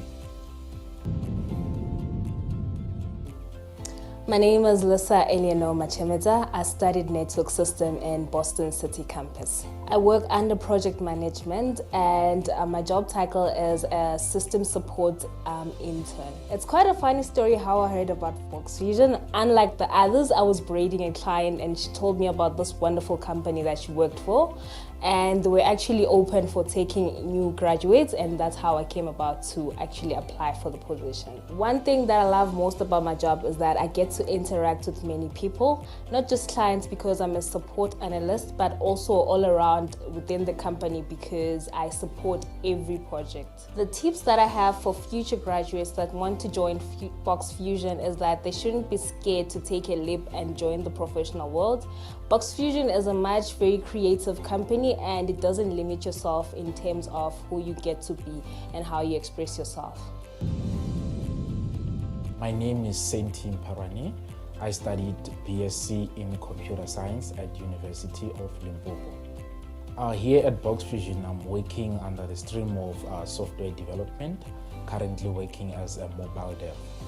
The reason I joined Boxfusion is that back then when I was at varsity, I always had a wish to be part of those teams that provide solutions to other people and also be in a fast-growing company. The most interesting part about Boxfusion is the colleagues here, they are very awesome, and then we help each other with everything, whether it's work related or non-work related. And also, when you're here at Boxfusion, you can learn a lot of stuff, including back-end, front-end, and also mobile dev. Being part of our graduate program was a very awesome journey for me. We managed to do front-end development. We had some senior guys who were assisting us with the development process. Then we moved to back-end development. That was the interesting part of my graduate program. Then from there, like, we ended up doing mobile devs. Then a few weeks later, we went to the big projects where we can just get to know people and work with them. That was all in graduate program. A developer is someone who provides a software solution to the country. Like, let me just explain what we do actually. Like, on my end, we figure out the problem, then from there we do a technology-based solution in terms of mobile apps, or maybe the websites, any other, maybe like we have the backend system which can provide solution to people. My name is Sivis Pillay. I am the HR manager at Boxfusion. I take care of talent management, training and development, employee wellness, and other areas of HR. So we recruit graduates across various universities in South Africa. We also affiliate ourselves with previously disadvantaged universities, so we're quite proud of that. Shortlisted candidates are put through a rigorous online behavioral and technical assessment. They are then shortlisted, interviewed, recruited on a 12-month fixed-term contract. At Boxfusion, we are passionate about learning, training and development, and continuous learning. And this is cemented by Knowledge Fridays that we have, whereby staff who are subject matter experts basically facilitate training on these topics to the rest of the Boxfusioners. So it's an environment of fun, friendliness, lots of young staff, very vibey, informal, and very hardworking though. So we look for people who are creative, energized, passionate about learning and training, and just have a high value of work ethic. You can check out our website, www.boxfusion.coza, or drop us a mail if you are interested in joining to careers@boxfusion.co.za.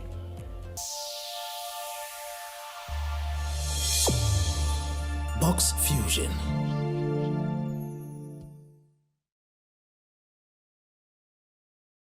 Thank you so much. So in terms of our graduate opportunities for 2023 focus, we are looking at recruiting in the dev space as well as business analysts. We do offer internships and have a structured technical rotational program. There are allocated mentors as well, as we have a soft skills graduate development program as well. In terms of our soft skills program, we basically look at things like assertiveness, communication skills, emotional intelligence, etc. And this generally helps to bridge the gap and help the transition of graduates from university life into the work life space. So you can check out our website, www.boxfusion.coza, for a company background. And for graduate opportunities, please do, when you're on our website, just check out how to become a Boxfusioner, and you can apply online for graduate employment opportunities. Boxfusion also holds an annual graduate competition. Unfortunately, it just closed this year at the end of October, where you can win your share of 40,000 Rand cash. So it's basically any project, it could be a final year project as well, that will have social impact to the community. Okay, and if you have any questions, you're welcome to post them in the chat. Thank you. Thanks so much, Sivis. I hope that you get some good entries for that competition from UKZN next year. Thanks, Christine. We're going to move right along to Entelect now. I see that Bianca is with us, so I'm going to let Bianca introduce the organization and tell you a little bit more. Thank you so much, Christine, and welcome to all of the graduates joining us online today. I'm actually presenting to all of you out of Mauritius. So if there is any hiccup in the line, my apologies up front. I will share this presentation with the university. But if you have any questions, please post them in the chat. So just in terms of Entelect and who we are, if you don't know who we are, we're basically a company that started about 21 years ago, and we decided that it would be great to prove that software development is not synonymous with non-delivery, which we've been extremely successful in, and hence our growth has been proven in that. But what we wanted to do more importantly was make sure that our culture and being able to do good for people remain at the fore. We believe this so much that we've actually adopted this model across all of the industries, as well as all of the continents we now are privy to working in. One of them obviously being where I am, but don't worry, that's not because we have offices here, it's because we do believe in a work-life balance. And I'm actually working from the island at the moment while enjoying some time with my family. Just a little bit about the nuts and the bolts. As I said, we are 21 years old. We're over 1,350 intellectuals globally, and 95% of us are engineers and analysts. What that means is that we've got about 5% of us, including myself, that are literally around the kind of the admin side. If there are any questions in the chat, please just unmute yourselves and ask. Do not mind being interrupted, especially if it does have to do with the sound. What is important to us is our people, our customers, quality and innovation, and a big portion of that is our community. We also live by our code. That means is that we will not sacrifice on high performance. Relationships, which is actually one of our values, is key to us.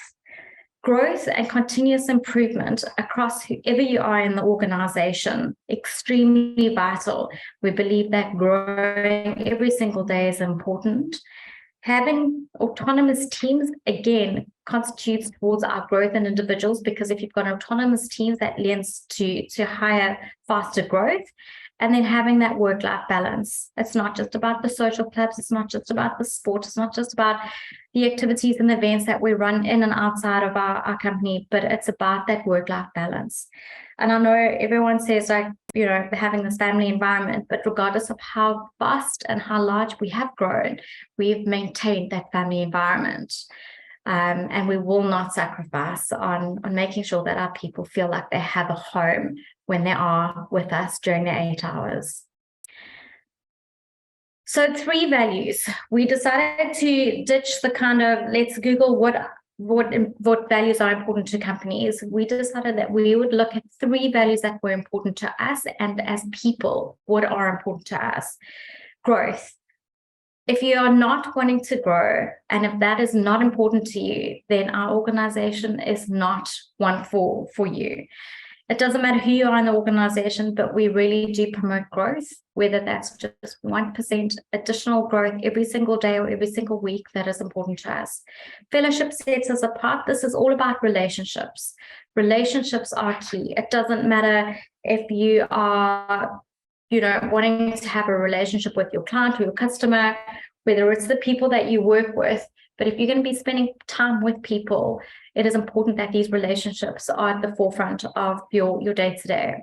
And then as software engineers, getting things done, equally important. You want to see and bear the fruits of your labor and see what impression and how you've made a difference out there to people's lives.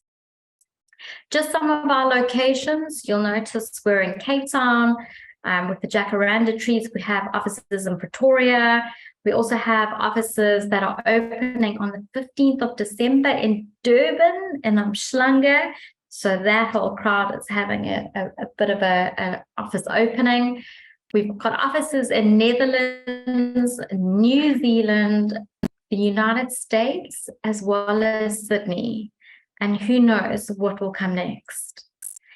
In terms of a career at Entelect, what you can expect is working with the best in class, continuous learning, that is everyday learning. If you look at our calendar that opens up on your employee portal every day, there is something for everyone in terms of learning. Direction, career development, and recognition. We've got awards programs. We have biannual reviews, as well as mentors and your account managers looking after the direction that your career is taking. We've had a lot of people in our organization that were software engineers that found a passion for UX, and we've transitioned them, as well as UX engineers or business analysts, into software engineers. So the sky's the limit. It's dependent on what you want to do as an individual, and we will make that happen. Those are just some of our clients. I think maybe some of you have heard about them today, but this is by far not an exhaustive list. It's just merely a quick overview to show you what type of industries we work on and in. In terms of our tech, we are tech agnostic. That means that we don't choose the tech that we want to work on. We look at the problem we're trying to solve, and then we look at the tech that is best going to solve that problem, and not the other way around.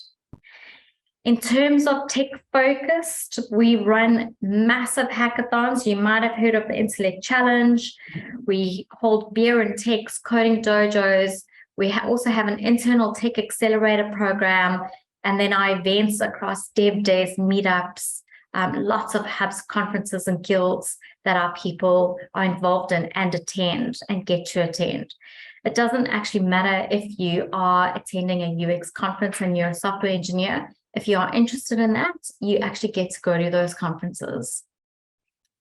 The different career paths at Entelect, I did hear somebody else previously just talking about the career paths, but we have software engineers, business analysts, UX engineers, quality assurance engineers, data solution engineers, tech leads, team leads, solution architects, delivery managers, software development managers. The list is literally endless. In terms of work-life balance, outside of the office, we have many clubs, hobbies, and kind of like those geek outs that you can join, from makers clubs to LANs. In fact, we're also running a FIFA LAN during World Cup at the moment. So if there's any FIFA fans out there, you would have been able to join in the FIFA LAN or Super Brew, as well as watch parties every day.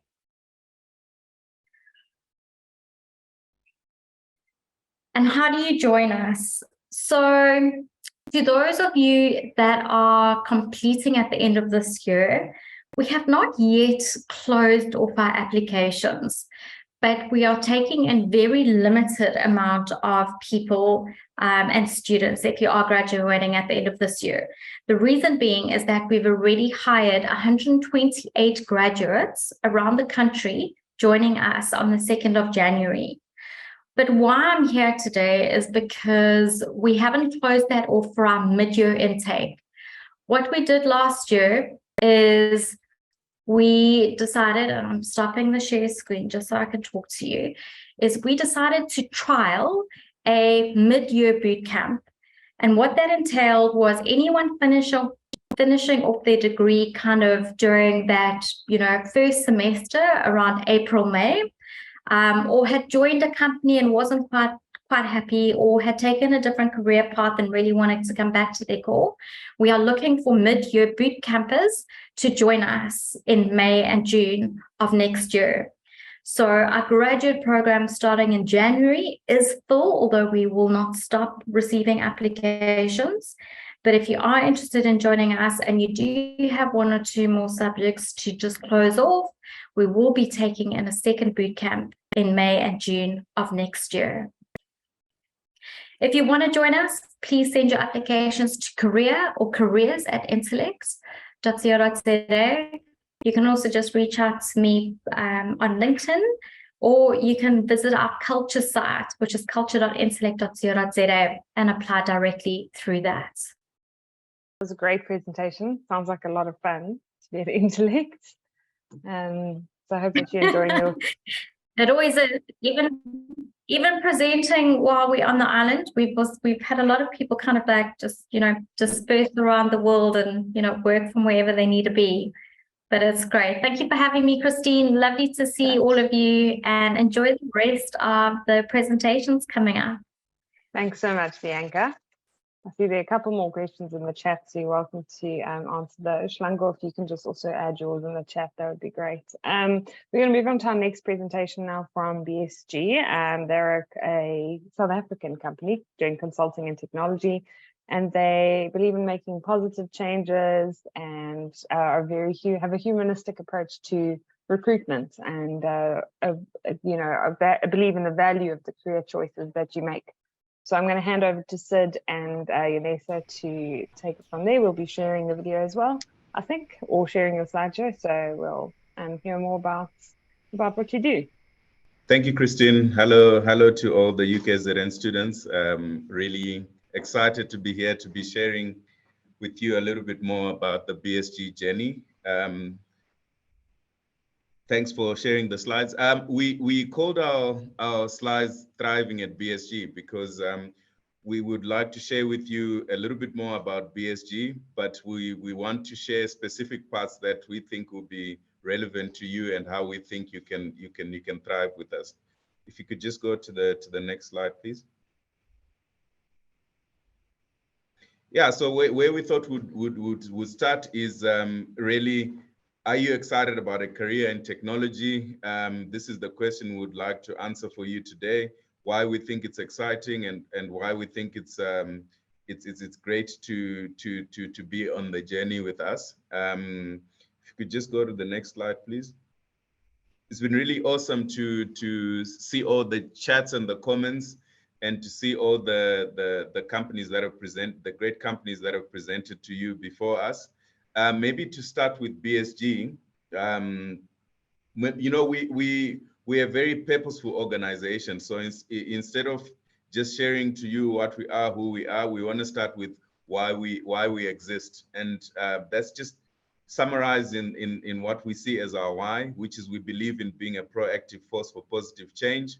This is positive change in the clients that we work in, positive change in the communities in which you operate, and positive change in the country we're passionate about in South Africa. So really, if you see anyone at BSG and all of us, we're always trying to make a positive difference in each and every space that we're working in. If we could just move to the next slide, please. How we deliver this positive change is obviously most importantly through helping our clients solve problems using insights. And technology is a very important part in doing this. But even more important, we believe that our people are the most critical ingredient in helping us do this. We believe that the only way we can deliver this positive change is by unlocking potential in people, in our clients, and accelerating their performance. The type of work that we're directly involved in the center there is, you see, we've got all the way through the business value chain. So we get involved in business strategy, finalization and execution, analysis and design, all the way into software development, technology strategy, execution of those softwares and technology strategies, data science, and then delivery management underpins all of it. Today, we're going to be focusing a little bit more on our technology and technology consulting side, as I believe a lot of you on the line would be interested in that. If you could go to the next slide, please. We've got at BSG what we call our people value proposition, and this is really just what kind of environment we create for our people to keep them engaged and highly motivated to be with us. And I thought it would be important just for us to go through those 4 pillars and zone in on one particular pillar that I think will be important for us here today. So the first one is empowered leadership. We don't believe in management or supervision or a kind of a culture where the bosses sit in different offices. We believe everyone at BSG is a leader, whether it's they're leading themselves or leading teams. So we really put a lot of emphasis in making sure that we are growing leaders from the day you get to BSG. The second part is a culture of excellence. We've got a very high commitment to excellence in everything we do, whether it be a piece of code or a piece of strategy or machine learning models for our clients. We always look to look at that from a lens of like, how could we make this really awesome? How could we make this the best that they could be for our clients? A challenging work environment. We strongly believe in that. It's important for people to feel challenged in all the pieces of work that they do with us. We take quite a lot of time in deciding and selecting what projects we get involved in, what projects don't we get involved in, to make sure that they're exciting and they're the right type of work aligned to the growth paths that our consultants would like to work in. Then continuous learning, I'd like to zone in a little bit on that because I think it's very relevant to this discussion. You know, we all know at BSG that it's important for us to keep learning and keep growing in everything we do. So we take quite a lot of time in not only kind of the books and MOOCs side of learning, but a holistic learning, which we see as 70-20-10 highlighted in that bar. That means that we believe that 70% of the learning you're going to do with us is going to be through the work that you're actually doing, whether it be on projects or on some of our projects that are more internally focused within BSG. And what that means then is from the day you get to BSG, we focus your learning as much on doing and actually building things as much as possible versus kind of books and MOOCs and all those kind of things. They're important, but we try to make sure that the more focus is on you actually practically working with teams and working with people around you. In this way, we make sure that the learning and growth path for graduates and other experienced hires joining us has got a strong focus on coaching and mentoring. You're allocated someone who we call your mentor, your buddy at BSG, who's probably been through the same journeys that you've been in. We try to match universities and environments and that kind of thing. And this person's role is just to help you assimilate to work life, coach you through the different skills that you need to gain. And then if you just go to the next slide, please. It all really comes together, this learning through a boot camp that we specifically focus on our graduates that join us. And this is a period of focused training, building cool things with teams that are already building quite a lot of these technologies in our client environments. And this time is just focused on you learning through doing and building real world applications, kind of engaging with some of our senior consultants and senior developers in understanding how that transition from a school environment into a work environment works. We ensure that this is through the full life cycle of the technologies that we work in. We don't typically focus people on one specific technology, but we try to make sure you've got exposure to different technologies that we use. And at the end of this 4 to 6 months, we expect that people will be at a level where they are very proficient in the technologies that we use, kind of our development approaches and particular requirements that we have for our clients. Could go to the next slide, please. Yeah, so just to maybe share a little bit of some of the technologies that we work with. This is not a full list, but just some technologies that we thought would highlight for you guys, just in terms of where you'd be spending some of your time on the technology side of the business. Also to keep in mind here that while this is very focused on software development, there's a few technologies and areas as well that are related to data science and artificial intelligence, as well as technical consulting, which is more focused on advisory and working with our clients to help them solve their technical problems. We go to the next slide as well. Yeah, so I mean, really, I'm going to look at the chat shortly if there are any questions, but we really look forward to you engaging us through our different channels, social media channels, particularly LinkedIn, Instagram, wherever you are, to understand a little bit more about BSG. You can also visit our site. Would really encourage that you sign up for our graduate development program on our website. We've got instructions here on how you could do it. You can also scan in the bottom right there, just to take you straight to our website. But yeah, would be very interested in chatting a little bit further and sharing a little bit more about BSG. Maybe just in closing, we really are at an exciting point in BSG's growth. We just turned 25 this year, and we've had really interesting changes in terms of our leadership team and kind of prominent leader within South Africa in Mteto Nyati, who's joined us, and we've got really exciting things that we want to be doing in future. And I'd encourage you guys to visit our LinkedIn page, have a look at some of how that's shaping up.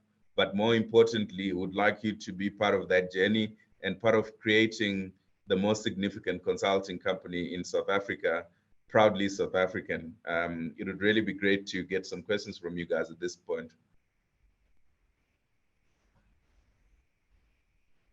Right, thank you, Sid. Very comprehensive presentation. I hope that there are some questions.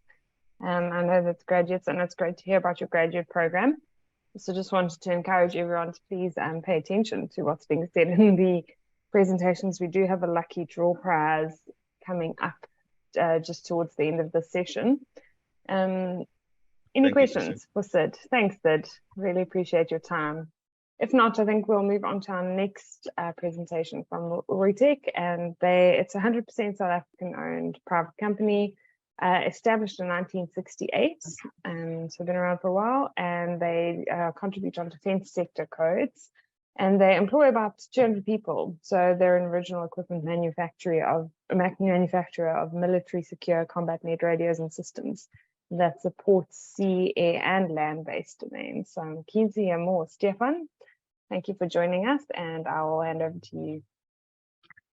Thank you very much. We are located just outside of Durban, not far from UKZN in New Germany. And as you've heard, the company has been around for quite some time. And also important is that we are 100% South African owned. So it's a private company, and we are heavily involved in development as an OEM. So for us, OEM means that it is hardcore engineering. So whether it's hardware or software, we have mechanical engineers doing some of our mechanics. We have electronic engineers developing PCBs. We have software developments for embedded code and also for application software. So we really do it down to the lowest bit and to the littlest component on our boards.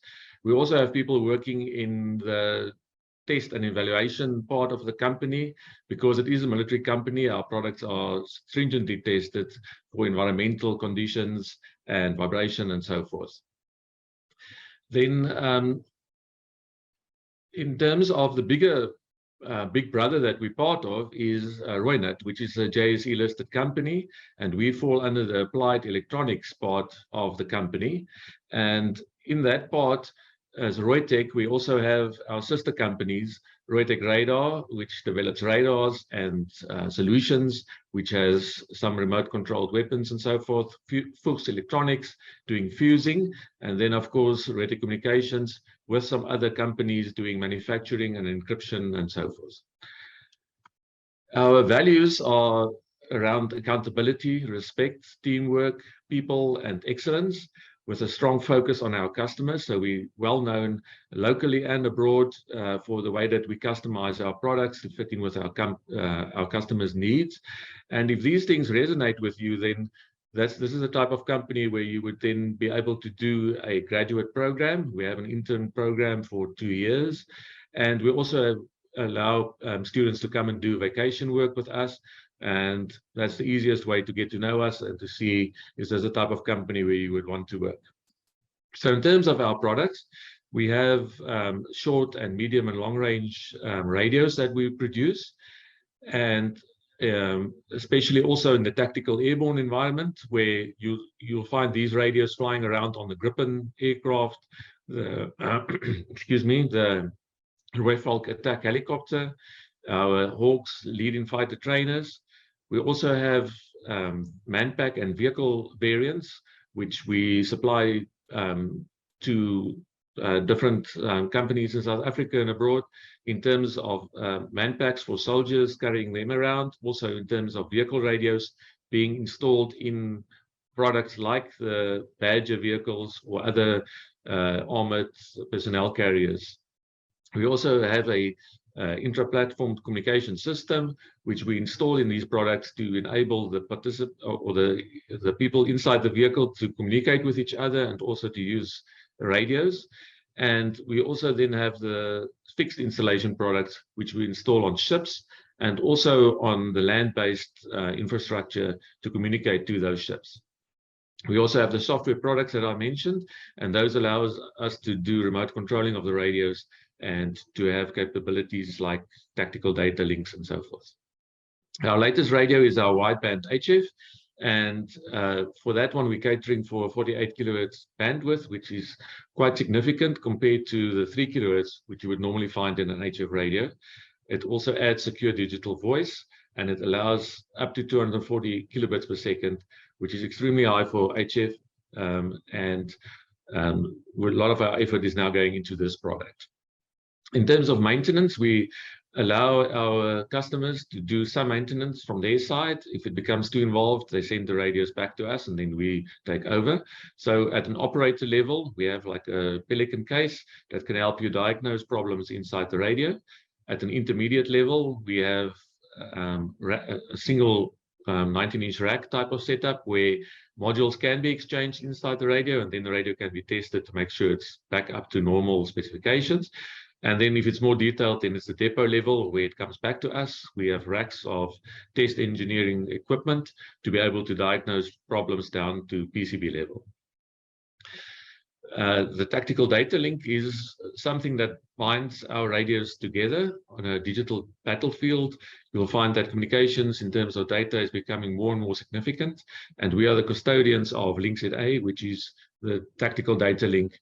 It connects our airborne, vehicle and ship communication systems together so that they can exchange data, and is a big enabler in a warfare situation.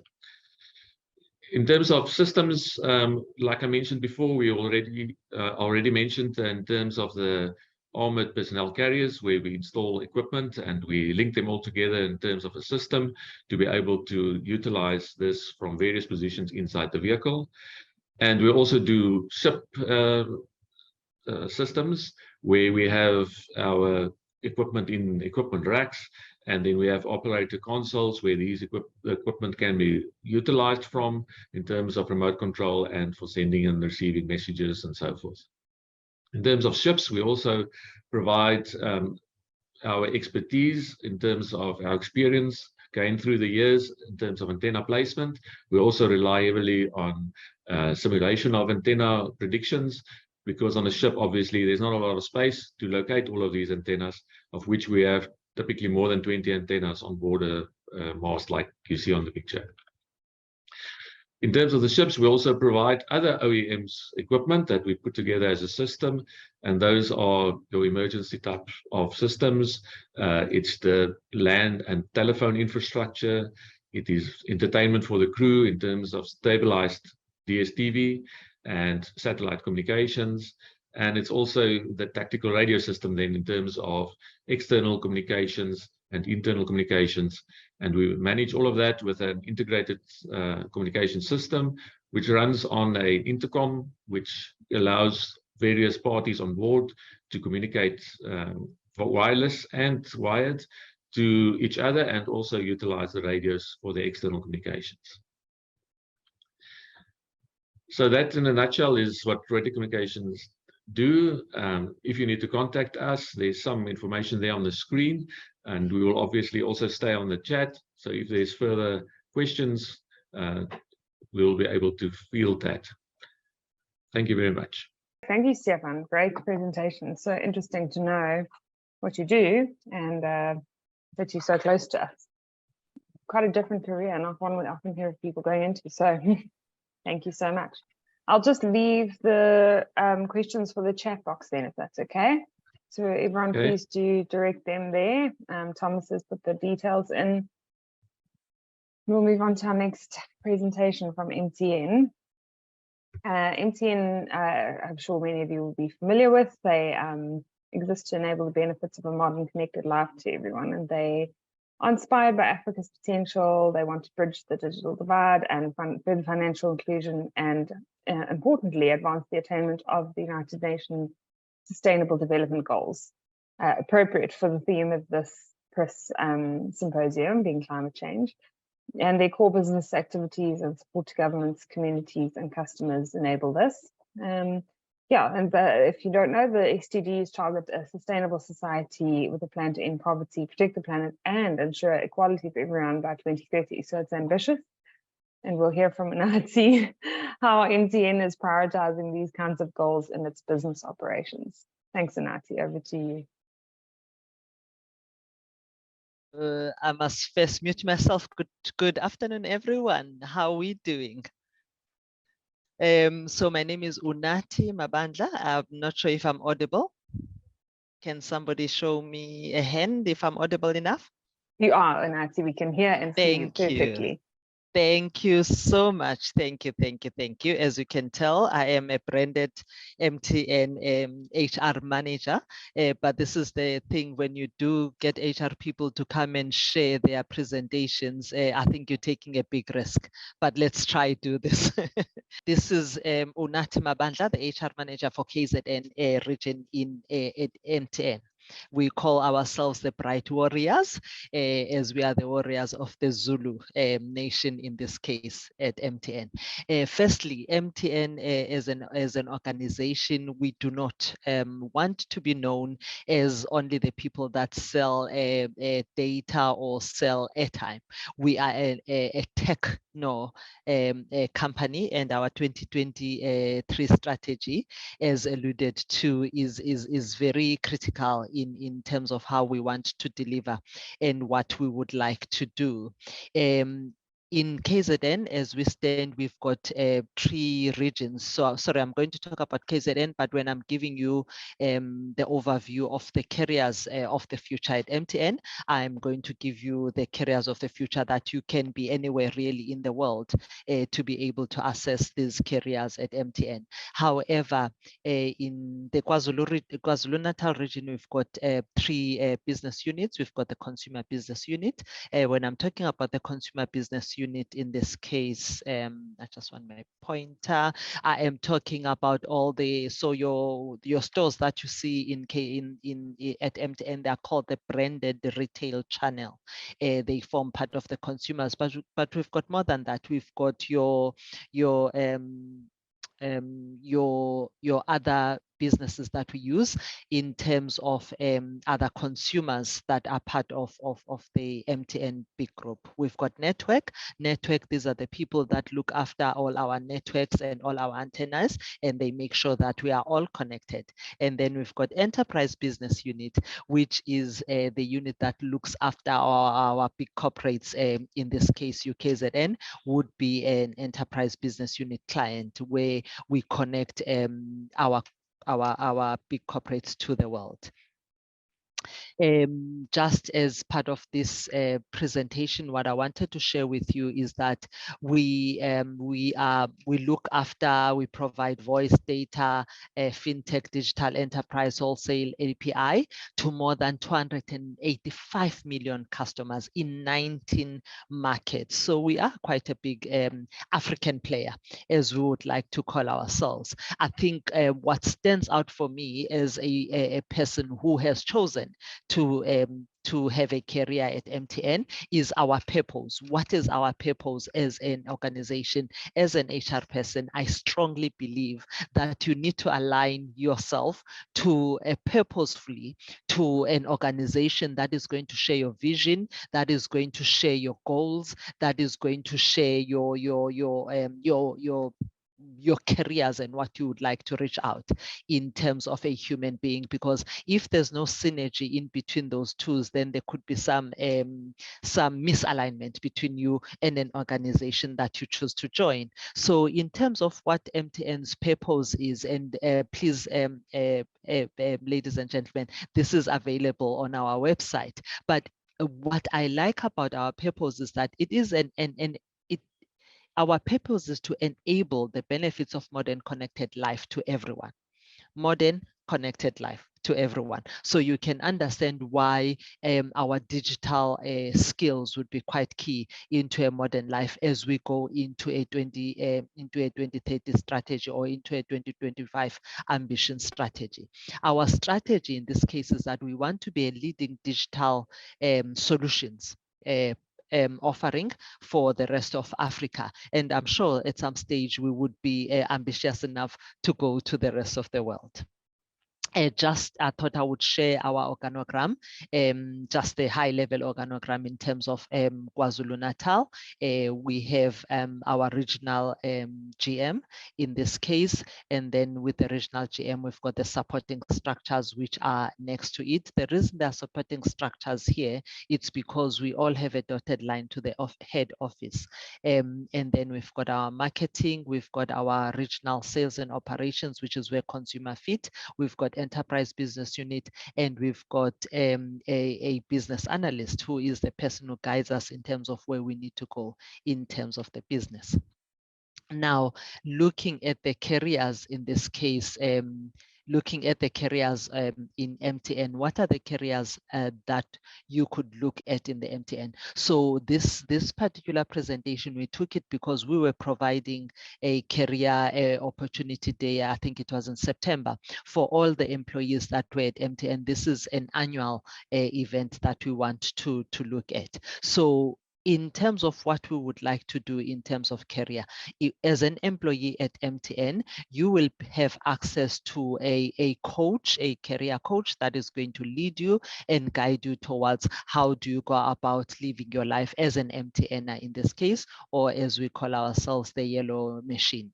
You've got access to world-class learning. Our world-class learning is on our website, where we've got everything. I mean, the library and the bouquet of the learning capability is enormous, and you are able to pick up any learning that you would like to do in terms of your career at MTN. And of course, we guarantee that we offer our employees a world of opportunities. As you have seen, if we are in 19 countries, the world is your oyster in terms of the opportunities that you can take. And then how do we then make sure that we enable your career?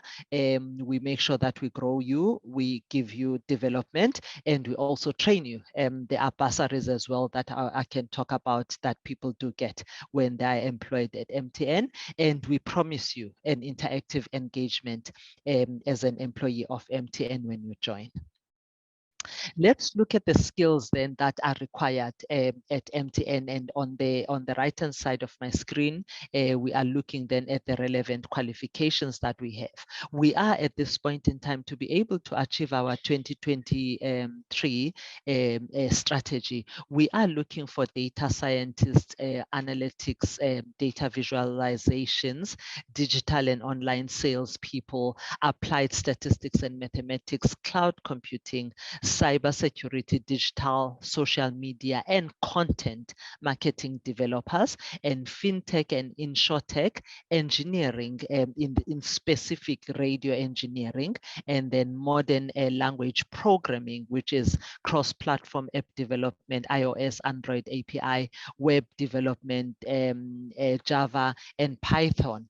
When we're looking at the relevant qualifications, which would give you a good start as an MTN employee or to get an opportunity to be employed at MTN, we are looking at information technology, computer science, engineering, radio and software development, data science, actuarial science, computational and applied mathematics, digital marketing, social media, information security, and corporate finance. So what we are trying to do is that for us to be able to talk to our strategy, which is how do we make sure that we provide a connected world into the future. These particular careers are quite critical. So for example, we would not really put money into like an HR person. Let me use me as an example, an HR person in this case, because there is a lot of HR people in the world and in South Africa. However, if we are looking to develop a digital, a specific or digital strong organization, we need to look at these particular careers. So if you look at the critical capabilities and must wins that MTN is looking at, we need to win the digital capabilities. Our cloud solutions are quite important. Our customer management is important. Artificial intelligence, machine learning, software engineering, and data engineering. So if you are really keen and you would like to join MTN, please do make sure that you look at these specific wins or the areas that we think would make us win in the digital world as shown in this particular screen. So that's what I thought I could share with you guys, and I'm sure all of you are already interested in these particular careers, but those would be the careers. If you are interested in this case to be joining MTN in particular, please go into our career and do careers at MTN. So it's mtn.com, and then you just go into careers at MTN, and everything that is career related at MTN is on our website. But if you do not, I'm sure UKZN would have my numbers, and I will be able to guide you towards what is the best way to go about finding a space at MTN. Thank you so much. That was all I wanted to share from the HR side from the MTN space in KZN. Lovely. Thank you so much, Nati. Great presentation. Just a reminder to the students who are attending, please put your questions in the chat box. And also just remember to pay attention to the presentations because it might hold you in good stead when we come to drawing prizes. Nati, thank you for your time. If you're happy to post your contact details, you're welcome to, or a link in the chat where people can go. And if I will do that. Yes. Thank you. I'll paste my email there. Lovely, thank you. And if anyone has more questions for Nati, please just direct them. And when you put them in the chat, just make it clear who you're directing your question to. We are now going to move on to hear from the Agricultural Research Council. That's a premier science institution conducting research with various partners in developing human capital and fostering innovation to support and develop the agricultural sector and more. And they nurture and stimulate agricultural research skills for future scientists and researchers. And those are the people who will fill the scarce and critical skills sector, the gaps that exist within that sector. So we're going to hear from Mary Jane, who's all ready to go. And we'll take some questions after that. So thanks, Mary Jane, for your time. Thank you very much, Christine. Good afternoon, everybody. Thank you very much to University of KZN for inviting ARC. Before I start, I just want to tell you that ARC is a very big company. And I'm going to we have 13 institutions, so that are in anything related with science and with agriculture, but I'm going to only talk about one animal production. And in that animal production, I'm gonna concentrate on a unit, which is an aquaculture, which I think is very interesting. But remember, I'm representing the whole ARC. And okay, my name, as I said, is Mary Jane Tyler Chimuta. I'm with Dr. Songwani. And I just want to talk to you about the ARC Aquaculture Leapfrog Technology Research Opportunities. Next slide, please. Am I supposed to do it myself? Yeah, okay. The background is that we are all aware that South Africa has high population poverty, food insecurity, and unemployment. And in the National Development Plan, aquaculture was identified as the tool that can assist alleviate poverty and contribute to GDP, creating jobs and improving rural livelihood. But despite this effort, South Africa aquaculture is being in an infant state for many years. Next slide, please. And we also know, we have been aware that South Africa is very dry, and there's drought, low rainfall, high evaporation rates. So if I can explain to you what aquaculture is farming in controlled water environment. So now if it's identified as, according to Operation Phakisa, that it will alleviate poverty, but we have got droughts and all these different problems, this might seem like a really bad idea. So in this context, aquaponics may be a more suitable alternative challenges presenting this above, while it can also satisfy the objective of Operation Phakisa. I think we all know about what our former president launched Operation Phakisa. Phakisa is from Sutu, meaning hurry. So it was projects that needed to hurry the development and GDP and employment of South Africa. Thank you. Next slide, please. So let's talk about aquaponics a little bit. I won't go deep. I will just give you appetite so you can come back to us. So aquaponics is aqua, where is aquaculture, raising fish in controlled environment. As I said, ponics is from Latin, to work in soilless media.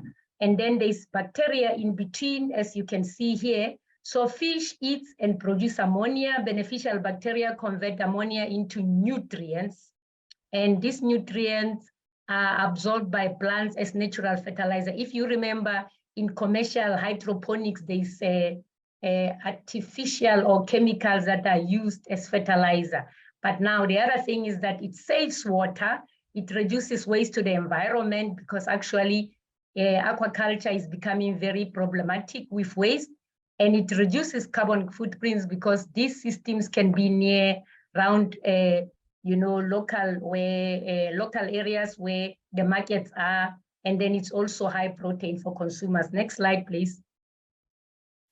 But now I told you about leapfrog technology. While we believe that aquaponics can also be a leapfrog technology, there's also a species that a freshwater species mobile app that we are developing, or we have actually developed. We are just finishing it. Next slide, please. Let me explain to you what is leapfrog technology. It's when a technology that maximizes production and sustain, so you have communities, but now how they do is that they leap from one area. You can see here in my pictures. So there are steps that they were supposed to take, but then they leap. So what we are thinking is that to maximize these leapfrog technologies in aquaculture, we developed this app, and that many farmers or any people, they have app, they have telephones, but they have cell phones, but MTN has been here, told us, we know all. So why can't we use these technologies now to reach to the people, so, and to reach the farmers so that they can have they can be helped to have this leapfrog technology. The next slide, please. So this app that we developed, this is how it looks, is freshwater, as you can see. Why I'm speaking to you students is for you to start to pick up something that you can find interesting, and you will see that aquaculture unit of ours, it integrates a lot of disciplines. So it's not only aquaculture, but in the next slide I will show you. So there's freshwater, and in this app, okay, you are already in the next one, but there's no problem. So there is, in every acronym, we have put some information. It's fine, we can go to the next slide.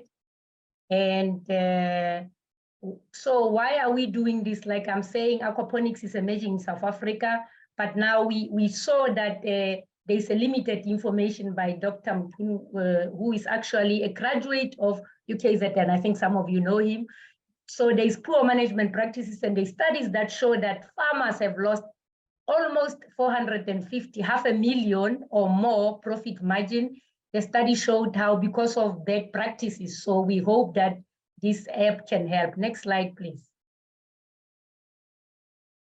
So we initiated this app and we want to make interventions to improve businesses and make a continuous improvement for the farmers, use this as a tool for their income so that they can increase their cost and in farm businesses. Next slide, please.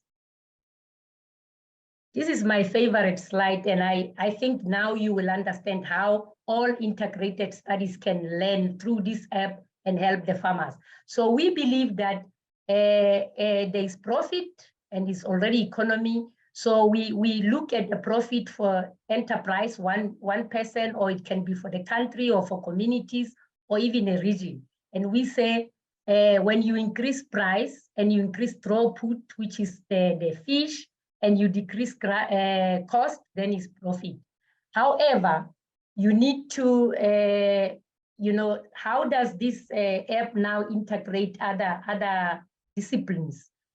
For you to have a good throughput, you need a market. For you to have a good profit, you need genetics, you need nutrition, health, and you need management, which will act on the fertility and diseases. So this is where now all these other disciplines are coming, where we are opening up to different scientists. I have a student that was studying at UKZN, and literally we didn't find, because the study was so integrated, which division would you study. We just take one of the divisions, but now it's integrated. So this is where we are opening up, where in this app, we are trying to help make intervention, and we produce high value fish farmers. But now students can choose any topic, whether it's nutrition. And if I can finish up in a story, for example, the farmer will come and say, yeah, I have got I'll give a chicken example. I'm producing, I have got 7,000 chickens layers, and I collect 2,000 eggs, and then everybody think that is a beautiful enterprise, but really, is it a beautiful? So we want the students to think about it and come up with, what was the problem there? If he can collect 2,000 eggs while he has 7,000 layers, it means there's a problem with nutrition. It could be someone will have a genetics, so there's a focus where a farmer focus on what they need, and then there's research, and then there's students, and there's stakeholders that work in this app, and then we do continuous improvement where we produce high performing farmers. Next slide, please. But again, like I say, so aquaculture or this aquaponics, there's a different subjects that can be looked at. There's mathematics, because fish, amount of feed that is given to fish the nutrients need to be calculated, and there's a ratio, plants and animals. There's biology, nitrogen cycle, symbiosis, interaction of fish and bacteria. There's chemistry, water quality, toxicity, economics that I just showed you, where there's a profit, but there's also marketing. Thank you very much. Next slide. So now let me sell my company, otherwise I'll be fired. Okay. So ARC, what do we do to you as students? There's a professional development program. You can go into our website, and as you can see here, we advertise bursaries, but let me be clear here. You don't apply for bursary and you are doing what you want. You are connected to the scientists that I told you in these 13 institutions. So the best is if you already know a scientist there, then there's an address. You can also go to our website and you contact the PDP program, and then they will place you. But if you already know a scientist, you can come through the scientist and you will be placed. So you can only be funded if you are connected to projects that are ongoing. I sometimes get a lot of students, they have their own projects. So then you have to use the projects that are existing. But yeah, thank you very much. There's Dr. Tongwane on the other side, who is also taking questions if you have any other questions. Thank you very much, Christine. Thank you. That was great, Mary Jane. Very enthusiastic, and we do have many, many students who've been through the ARC PDP program, program. So thank you so much. I don't think we have time for any live questions, but the chat facility is there. We're going to move on to our next presentation. We were due to hear from the KwaZulu-Natal Department of Agriculture and Rural Development. We're just going to switch their program with the CSIR and hear from them a bit later. So we'll hear from Katleho Ramonia now. And the CSIR, Council for Scientific and Industrial Research, in case you didn't know, is an African research and development organization. So it was established through an act of parliament in 1945. And it does different multidisciplinary directed research and technological innovation. So it contributes to the improved quality of life for all South Africans. And its major shareholders are South African Parliament and, of course, held in proxy by the Minister of Higher Education, Science and Innovation. So let's hear more. They've got plenty of opportunities for graduates and students. So take it away, Katleho. Good afternoon. Thank you, Christine. Good afternoon, everyone. My name is Katleho Ramonia. I'm from the CSIR in Pretoria, based in Pretoria, and also UKZN alumni. I used to study at Howard, so it's always nice being back at UKZN. So I'm just gonna give a brief overview of the CSIR. Christine has already done that, so I'll just be brief, and I'll also speak to some of the student opportunities that we have for students. Okay, so as the CSIR, we are mandated to do direct multidisciplinary research to better the lives of South Africans. And we are mandated with the Scientific Research Council Act, or Act 46 of 1998, which was amended in 2014, and it's now Act 27. Right, and we have our values, which we call our EPIC values. We strive for excellence, we are people-centered, we strive also for integrity, and we also appreciate some collaboration. These values, we as the employees at the CSIR and our students strive for these values and to always live by them every day. All right, and then I'm just going to speak to some of the CSIR inventions that we've done. So during COVID, there was a shortage of ventilators. CSIR came up with the non-invasive ventilators, which you do not need to be put to sleep for the ventilators to be put on you while you are struggling to breathe during COVID. We've also worked on the novel CSIR fingerprint system in forensic mortuaries. We're all aware of the backlog in our mortuaries in terms of DNA. So there is projects to assist with that. We've also done some work with the lithium-ion batteries. These would be the batteries in our phones. And in terms of wireless networks, there's a project to provide affordable broadband to SA townships and also rural areas. The biometric systems that we use, that was also research done at the CSIR. Now we don't have to stress about when we go to the bank. We've seen that they check with our biometrics if you are indeed the person who has that account. And we also do work with the election predictions, laser technologies. When we do have awards at the CSIR, the awards are actually produced from our laser technology team.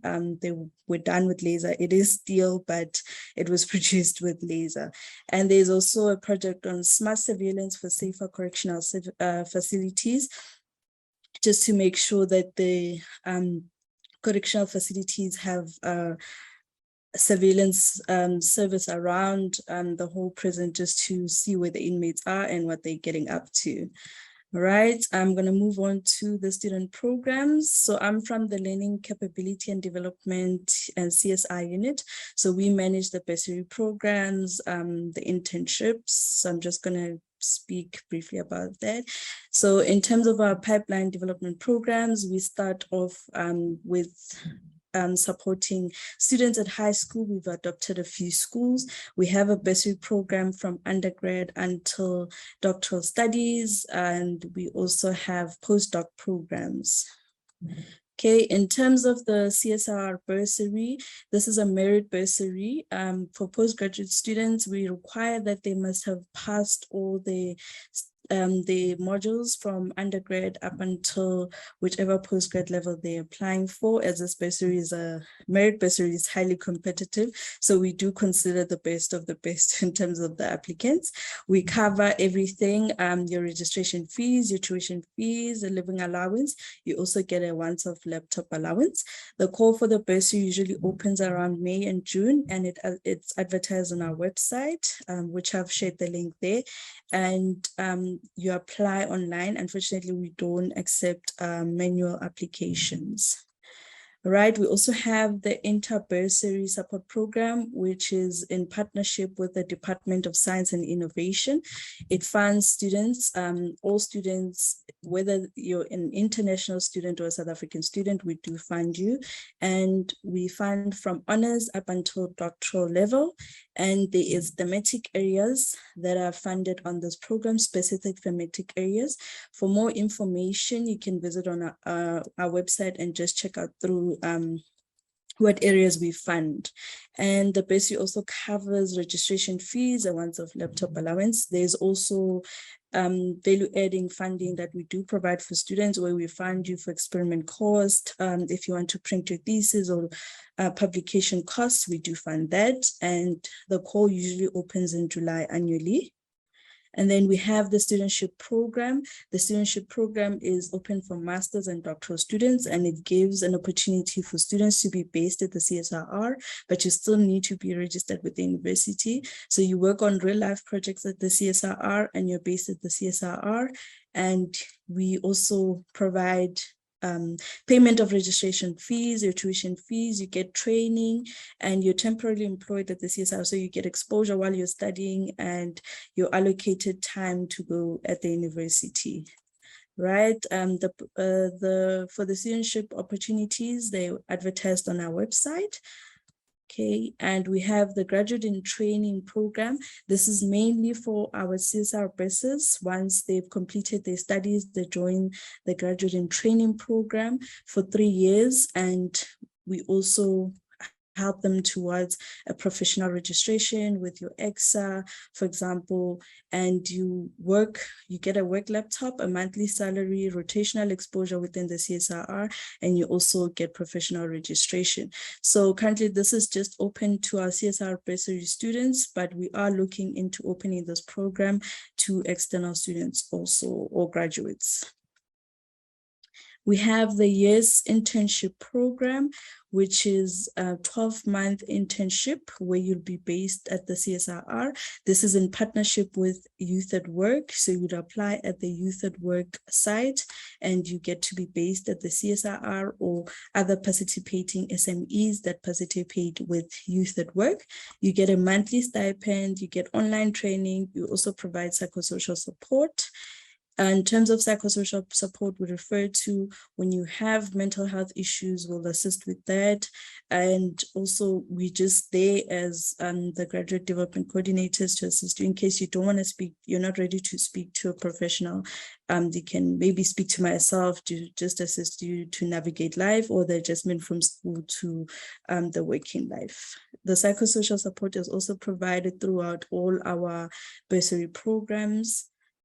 Okay, and then in terms of employment opportunities, we do have the CSR internship, which is also for 12 months. You are based at the CSIR, and for other employment opportunities that are not internship related, you apply on our CSR website, and they also advertised on our CSR website also. The criteria for each internship or employment opportunity will be listed on our website. All right, and I just have a screenshot of how to navigate through our website. So if you go to menu on our website, this will pop up. The screenshot that I've attached here will pop up. And if you're looking for student opportunities, there's a tab for students and graduates, and there's also a guide on how to choose a career that is relevant to you or what you'd like to become. And there's also the vacancies tab, which is where the internships, the studentship opportunities are advertised, but in terms of the bursary opportunities, they're always under students and graduates. And you can just browse through the website to get more information about the CSIR, just to find out what the CSIR does. And yeah. And here are my contact details. So I will also post them in the chat. And this is the end of the presentation. Thank you. Thanks, Katlego. Jeremiah commenting on some great inventions there from you. What we'll do now is just do our lucky draws. So we have 2 lucky draws sponsored by the university's Information and Communication Division or Services. And so we are going to ask some questions based on the presentation. So I'm going to hand over to Lena, who's got the questions at the ready. And then please raise your hand. And the first person who raises their hand to answer will be selected to answer. And if you get the question right, you will be in luck. So I'll hand over to Lena to, yeah. Thanks, Christine. Thank you so much. Okay, so we've got 2 laptops that you have to wait for the question to be asked and then raise your hands. Okay, so there's 2 laptops that we have, as Christine has mentioned, sponsored by the ICS department. And we've got 2 questions, well, actually a list of questions that we'd like to pose. So the first person to raise their hands will be given the opportunity to answer the question. So we're not looking at the chat box, so please don't post the questions in the chat box. We'd like you to raise your hands, and then Christine will indicate who's the first person to raise their hands. And we will take the answer, and then we'll verify if the answer is correct or not. Okay, Christine, on your side, are you ready? I'm watching all the participants, Lena. Okay, sorry you are unable to enter, but we'll try our best to reward you. Okay, so the first question we have is, where is Allan Gray's headquarters located? Akil was first, so Akil can have the chance to answer. Yeah, so Akil, we need you to tell us your name and which school and college you're from before answering the question. So Becky, you can allow Akil to unmute himself. Hello? Yes, we can hear you, Akil. I'm from the College of AES, and I'm part of the School of Maths, Stats, and Computer Science. Okay. And your answer is? Cape Town. Specifically where in Cape Town? Ooh. BNA Waterfront. Okay. I'm not sure if I'm saying that correctly. Okay, Christine, what do you think? Yes, that's right, Lena. Perfect. Okay. Okay, thank you so much, Akil. So you are our first winner for the laptop, the Dell laptop, and we will be in contact with you regarding the redemption of the prize. But also please post your details on the chat box so that we can actually get them. The second question, Becky, it has, okay, I see everyone has put their hands down. Second question. What would you call someone who provides a technologically based solution to the country? Can you hear me? Hello? Yes, Mohammed. Okay, so I'm from the College of Life Science, studying genetics and cell biology. And I think the answer is a software developer. Someone who deals with like front end and back end, coding and things. Okay, that is correct. Christine, can you verify? A developer. Yeah, he said software developer. Yeah. Yeah, perfect. Okay, so thank you so much, Mohammed and Akil. You are the 2 winners for the 2 laptops. Okay, 1 each though. Thank you, Christine. I will now hand over to you. Great, thanks everyone. I hope that those who needed or wanted to have been able to take a little break. We are going to need to go straight into our next section of presentations just to keep us on time. The next, we've got a video that we'll be sharing on behalf of Wiley. We praise the athletes who've trained to run fast and jump high. Their hard work admired. But what about the thinkers, the champions of knowledge who train their minds, the relentless learners, searching, failing, questioning, finding, getting 1% better every single day? To the unsung heroes of knowledge, we celebrate you. I didn't also give an introduction to Wiley, but I think people will probably become... I'll do it. Okay, yes. Great, thanks, Janice. All right, okay, well, thanks very much. I hope this goes a little bit better than the start. My name's Janice, I'm from Wiley Publishers, and I'm going to talk to you a little bit about publishing your research open access with Wiley. I hope you enjoyed that little video. It's a kind of acknowledgement of you guys, or students, researchers, academics who are doing research that helps the universe progress, and for us to get better at things. Yeah, I can see what's going to happen. Which screen are you seeing? The man with glasses? Yes, but it's not Okay. in presentation mode yet. So I think you'll just need to... Yeah, okay. There we go. All right. Okay, so I'm going to skip over you've seen that video. Just going to tell you a little bit about Wiley. I'm sure you've used our journals and our books without knowing about it. You've used them for your research. You might have read a For Dummies book just for fun, and that all comes from Wiley. We're a company that was established in 1807, so we're pretty old and pretty well established. So we produce many journals which the world trusts for their research, and we try and help you as researchers to share your work with the world, and we try and help librarians to make it available to their communities as well. But what I'm here to talk about really is the Wiley-SANLIC agreement that started this year. So first of all, what is SANLIC? Well, SANLIC is the South African National Library and Information Consortium, and they work together with academic libraries such as yours from UKZN to negotiate with publishers and do deals with us and get you the best information possible. You'll see on this screen that UKZN is at the top of the second block, so you're one of the participants in this agreement. SANLIC and various other consortia have been pushing for open access and for publishers to move all of our journals to open access. So what does this mean? This means that research that you do becomes available immediately to the rest of the world. There's no more paywall. What I mean by paywall is, in the old days, people had to subscribe to a journal before they could see the content. Now with open access, anybody can have a look at this without having to have a subscription. So last year, SANLIC negotiated what we call a transformational agreement with Wiley. So transformational agreements move away from paying for subscription to paying for publishing, and they allow you as researchers and authors to publish in our journals free of charge, which is a great step forward. So let's just have a look at this particular deal in more detail. It's a 4-year deal. It started this year and it runs until 2025.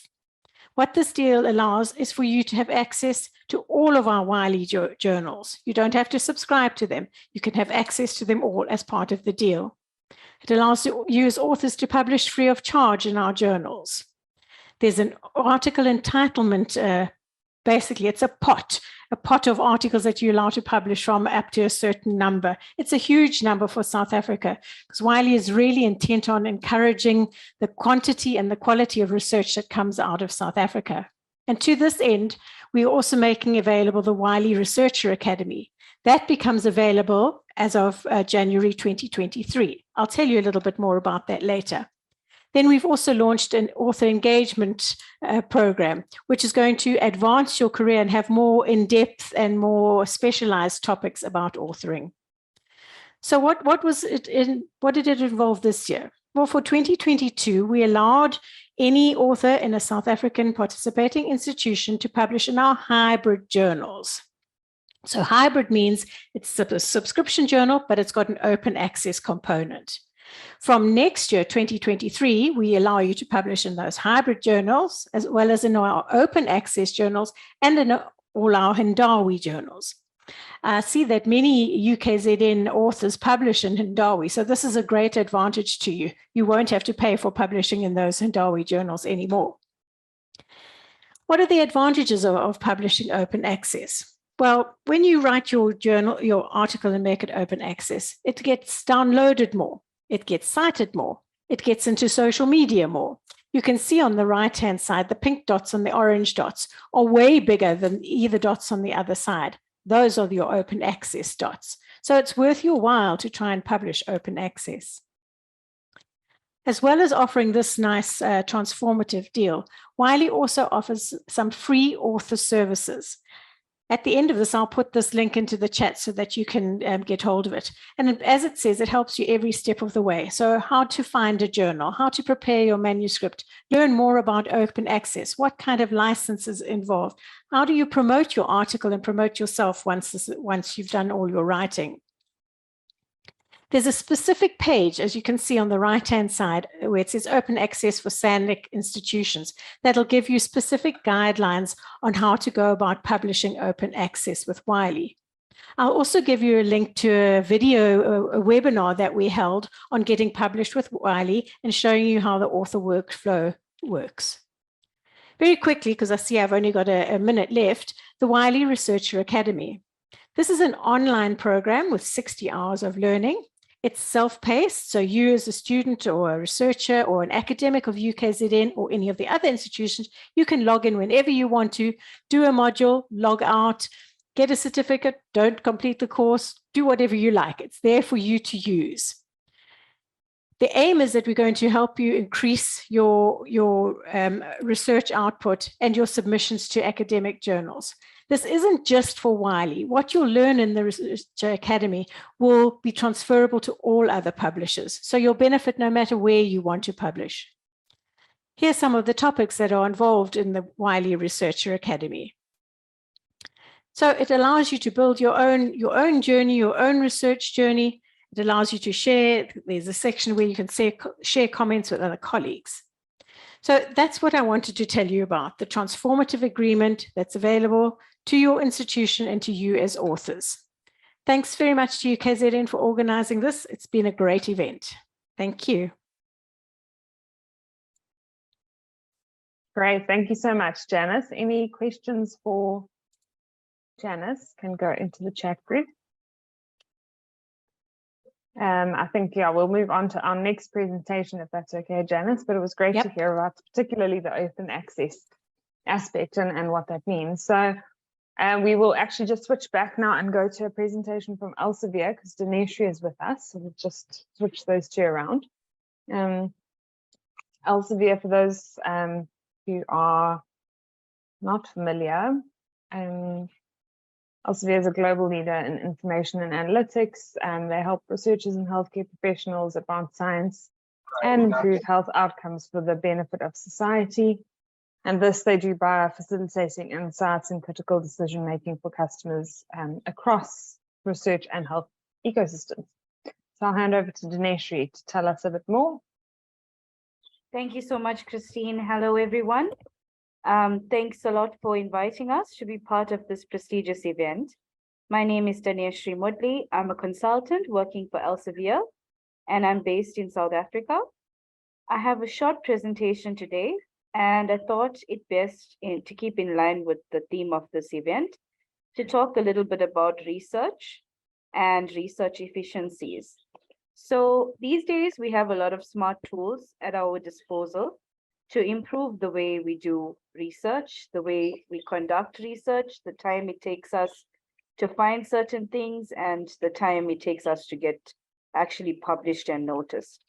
And fortunately for UKZN researchers, there are tools available to support every part of the research cycle. A lot of the Elsevier tools have been made available by the library. And the first one is Science Direct. So Science Direct hosts the full text journal articles and book content that have been published by Elsevier and its society partners. And the content available to you is high quality content with journals of a high field weighted citation impact to give you the latest insights in your research field. We've made some improvements on the platform. So on Science Direct itself, there were a lot of user requests to be able to find the author from an article. So if you're reading an article on Science Direct and you're interested in that article, it means it's likely that the authors published other documents that would be of relevance to you as well.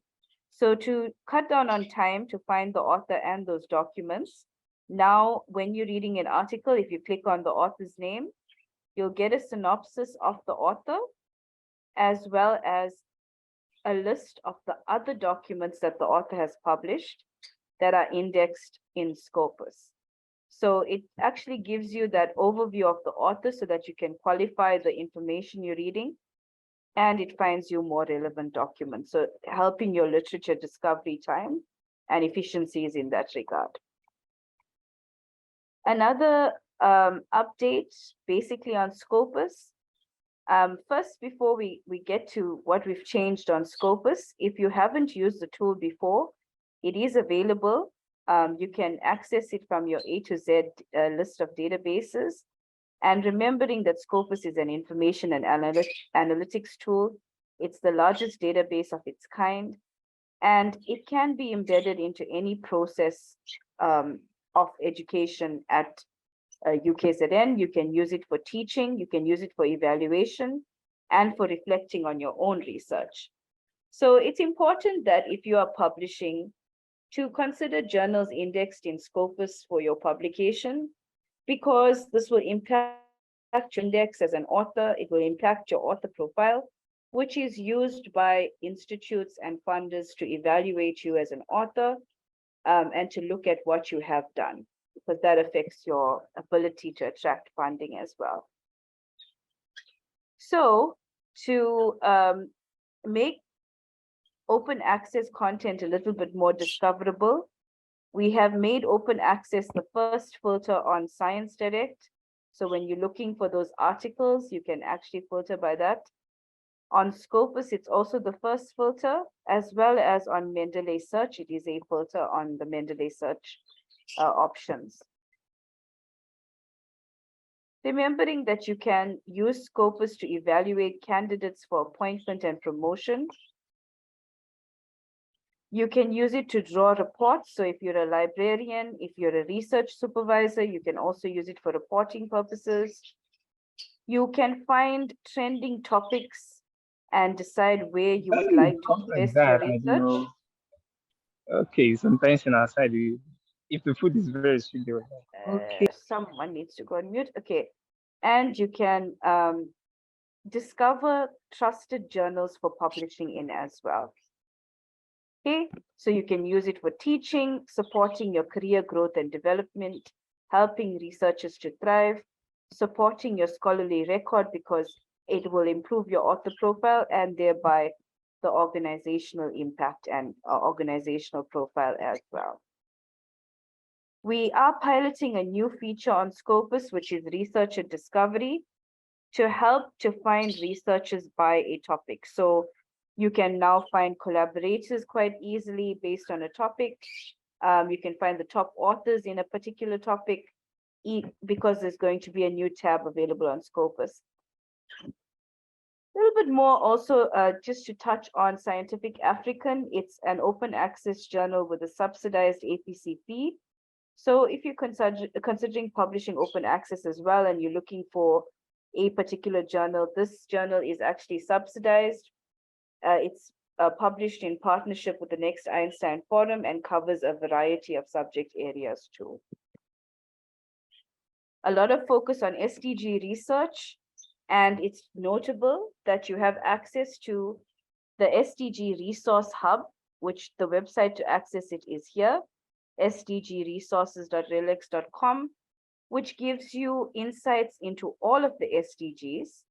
It tells you which are trending in the news. It gives you reports, links to podcasts, and also more in-depth research as well based on a particular SDG. You have full access to this.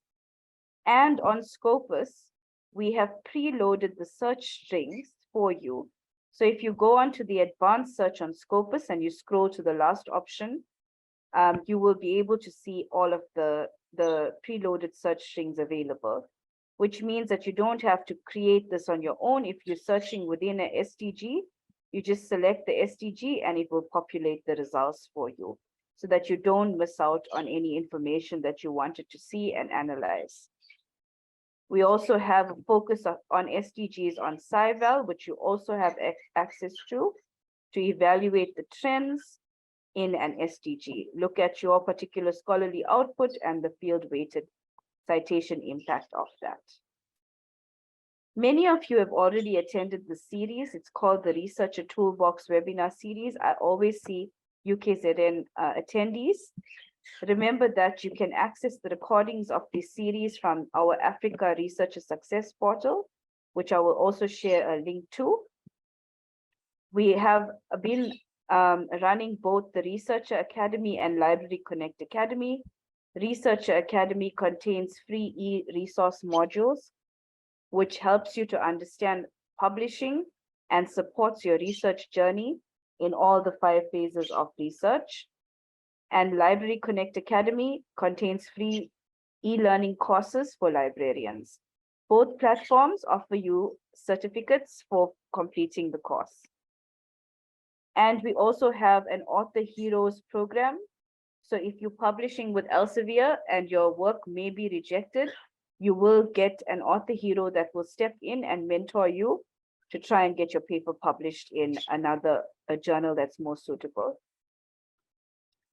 It's a little bit more about the Library Connect Academy courses. In the interest of time, I'm just going to skip through. And this is our Africa Researcher Success portal. So this contains all of the webinar recordings, the supporting material, the presentations that deal with important topics in publishing, from open access, predatory journals, journal selection, publishing, and more. Remember that you have access to Mendeley as well. It's a free reference manager, but you can also search on Mendeley.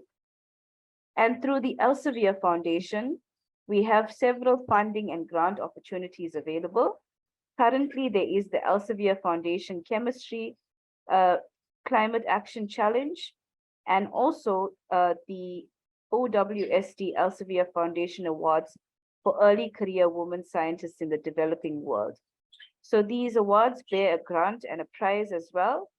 Feel free to register for it and submit your work for it as well. And with that, I just want to stop there. I don't want to take up too much more of your time, but feel free. I will put my contact details into the chat box. Feel free to reach out to me if you have any questions or you'd like to discuss any of these slides further. Thanks a lot, Christine. Thank you, Dineshri. Good to have you here. Yeah, any questions? If there is a really burning question after a presentation, please feel free to raise your hand so that we can direct those. Otherwise, Dineshri has just popped her email address in the chat box, and you can also pose your questions there. So we'll move straight on to our next presenters. That's Sasol. We've got Tanya here. And Sasol, as you will all, I'm sure, know, is a global chemicals and energy company. They are known for harnessing their knowledge and expertise to integrate sophisticated technologies and processes into world-scale operating facilities. Sasol safely and sustainably source, produce, and market a range of high-quality products in 22 countries, preserving and creating value for stakeholders. So let's hear more, Tanya, about your opportunities and careers for graduates as well. So I thought it relevant to just quickly give a quick background as to who we are and what we are currently doing. I think a lot of you, if you hear the word Sasol, you only see fuel and diesel and forget about all the other wonderful products we make. Or you only see coal and CO2 and also forget about all the wonderful products we make. So collectively we are, don't know why it's not moving. Is it moving on your side? No, not yet. Okay, there we go. There we go. So there's a little bit of a delay, but it's okay. So At a glance, as Christine has already mentioned, we are South Africa's leading energy and chemicals company with a quite wide global presence. In the last couple of years, we got a little bit of negative publicity around our CO2 emissions, but also we are envisioning a better environmental footprint, and we are changing the narrative slowly but surely, going from a more coal-based to a green hydrogen feedstock, but I'll speak about that a little bit more. I'm not going to go in too much detail, but the 3 pillars we work from is people, planet, and profit. You cannot have a successful company without looking at the people and the communities, the fence line communities around you. And you cannot also impact those fence line communities if you do not make a profit and if you do not make money. And also you need to look at it in a sustainable way. Otherwise, you are not looking into the future, being sustainable, and also being sustainable towards the people and the planet that you are actually providing for. This is a rough slide of just showing our world footprint, showing that we are not just based in South Africa, but we are actually based in over 22 countries with we deliver about 54.2 million barrels of liquid fuels, and we also are the largest producer of grey hydrogen. You'll hear the buzzword green hydrogen, and we are moving slowly but surely moving into that space. We are also a very, very large employer and also contribute one of the biggest contributors to the South African GDP. So yes, we have to move away from our coal-based industry and coal-based feedstock, looking at the 5 sustainability focus areas of the United Nations, so safe and enduring operations, industries, innovation and infrastructure, minimizing our environmental footprint, resilience in a lower carbon future, and also then growing our shared value. So these are all things that I have now listening to a lot of the agricultural presentations, but also knowing from the other presentations that this is where you as a science community and you as UKZN and all the other universities in South Africa are in fact assisting us already and helping us to move from our very high CO2 footprint to a lower carbon footprint. So again, this is just an overview. Due to time, I'm just going to go through this very quickly, an overview of our operations and also the products we make and where those products fit into in the different regions of the world, and also where our different feedstocks and different products go to. So as you can see from a chemical side, we produce a lot of solvents as well as some wax and aluminium. And from the energy business, it is mainly our fuels and our diesel portfolio. So our product stream, again, Sasol, if you see our stations or our garages, if we call it in South Africa, you focus on a fuel-based company, but we do have quite a big footprint in the chemical space, especially in our European and American companies, where we produce a lot of alcohols, surfactants that we use in washing powders and soaps, and ethylene oxide, and especially on our solvents and our co-monomer side as well. So these slides will be available to you, I think, so you are welcome to go through them in a little bit more detail and ask any questions if you do have them. So what is our ambition? Our ambition is to move away from a coal-based, grey hydrogen-based company into a more sustainable, environmentally sustainable company, but also sustainable in our socio-economic environments. Looking at the South African context, we cannot just move away from our coal mines completely, because that would leave a lot of people without a job or without a future. So we need to do it in a systematic way, looking after not just the planet, but also the people and our fence line communities, and do it in a systematic approach. So we are committed to a net zero ambition by 2050. And again, this is where all of our very, very intelligent scientists and engineers come in. And with the help of a lot of partnerships and collaborations that we have now gone into, some of you would know, and some of you have applied for our NRF Sasol postdoctorate fellowships, as well as the chairs that we have introduced and asked applications for, to commit to this net zero ambition, and also to move away from a carbonized to a decarbonized future. And to put another word to it, someone has mentioned, to move away from a fossil fuel-based company, but to defossilize, if you want to put a new buzzword in the air. So again, clear choices to make to deliver a future Sasol to become sustainable in Southern Africa, but also in the rest of the world. Invest in sustainable, circular and specialty chemicals.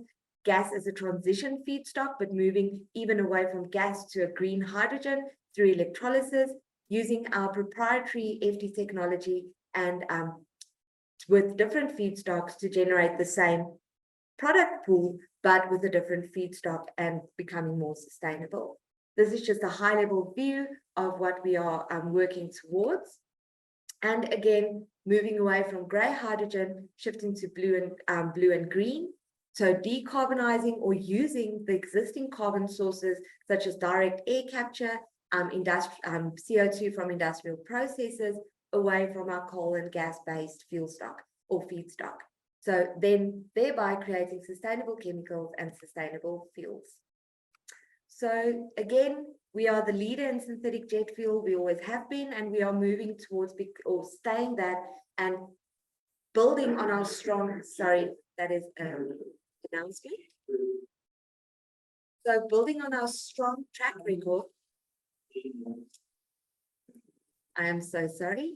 So building on our strong track record in synthetic jet fuel, but producing it in a sustainable way, and also moving towards sustainable jet fuel, sustainable aviation fuel, with various projects that you might have heard from on LinkedIn or other social media platforms such as Kerosene, etc.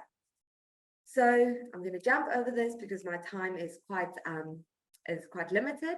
So from an R&T perspective, so I am based in the research and technology portfolio. We focus on incorporating our research and technology, so getting new technologies, licensing in technologies, or developing new technologies into the whole Sasol framework. That is again where our engineers and scientists fit into, becoming part of our research and technology fraternity. And we have research and technology centers in Secunda, Sasolburg, as well as in the Netherlands, and our other O&E-based R&D activities, such as in our SA Energy portfolio, our base chemicals. We've got a polymer lab in Modderfontein, and then also our performance chemicals labs in South Africa, Germany, USA, Italy, and China.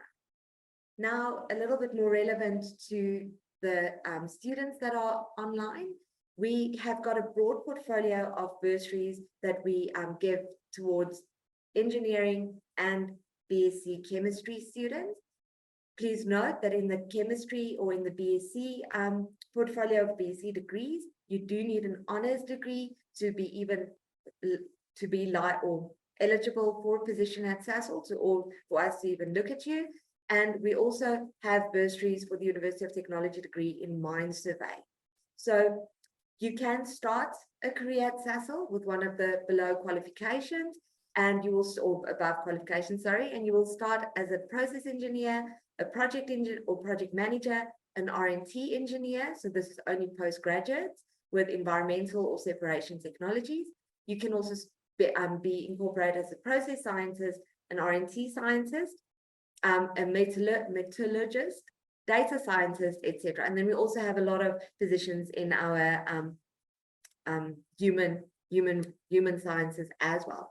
All related bursary information is on the below website. I'll also put that in the chat. And yes, please keep your eyes open for the calls and for the dates for submissions. Our bursaries are quite extensive. It covers most of what you would need for your studies. And we also have an extensive vacation work portfolio, as well as a very broad graduate development program where we expose our engineers and scientists to everything that you will need to not just gain experience for a Sasol career, but for an engineering or sciences career globally. So I think that is my time.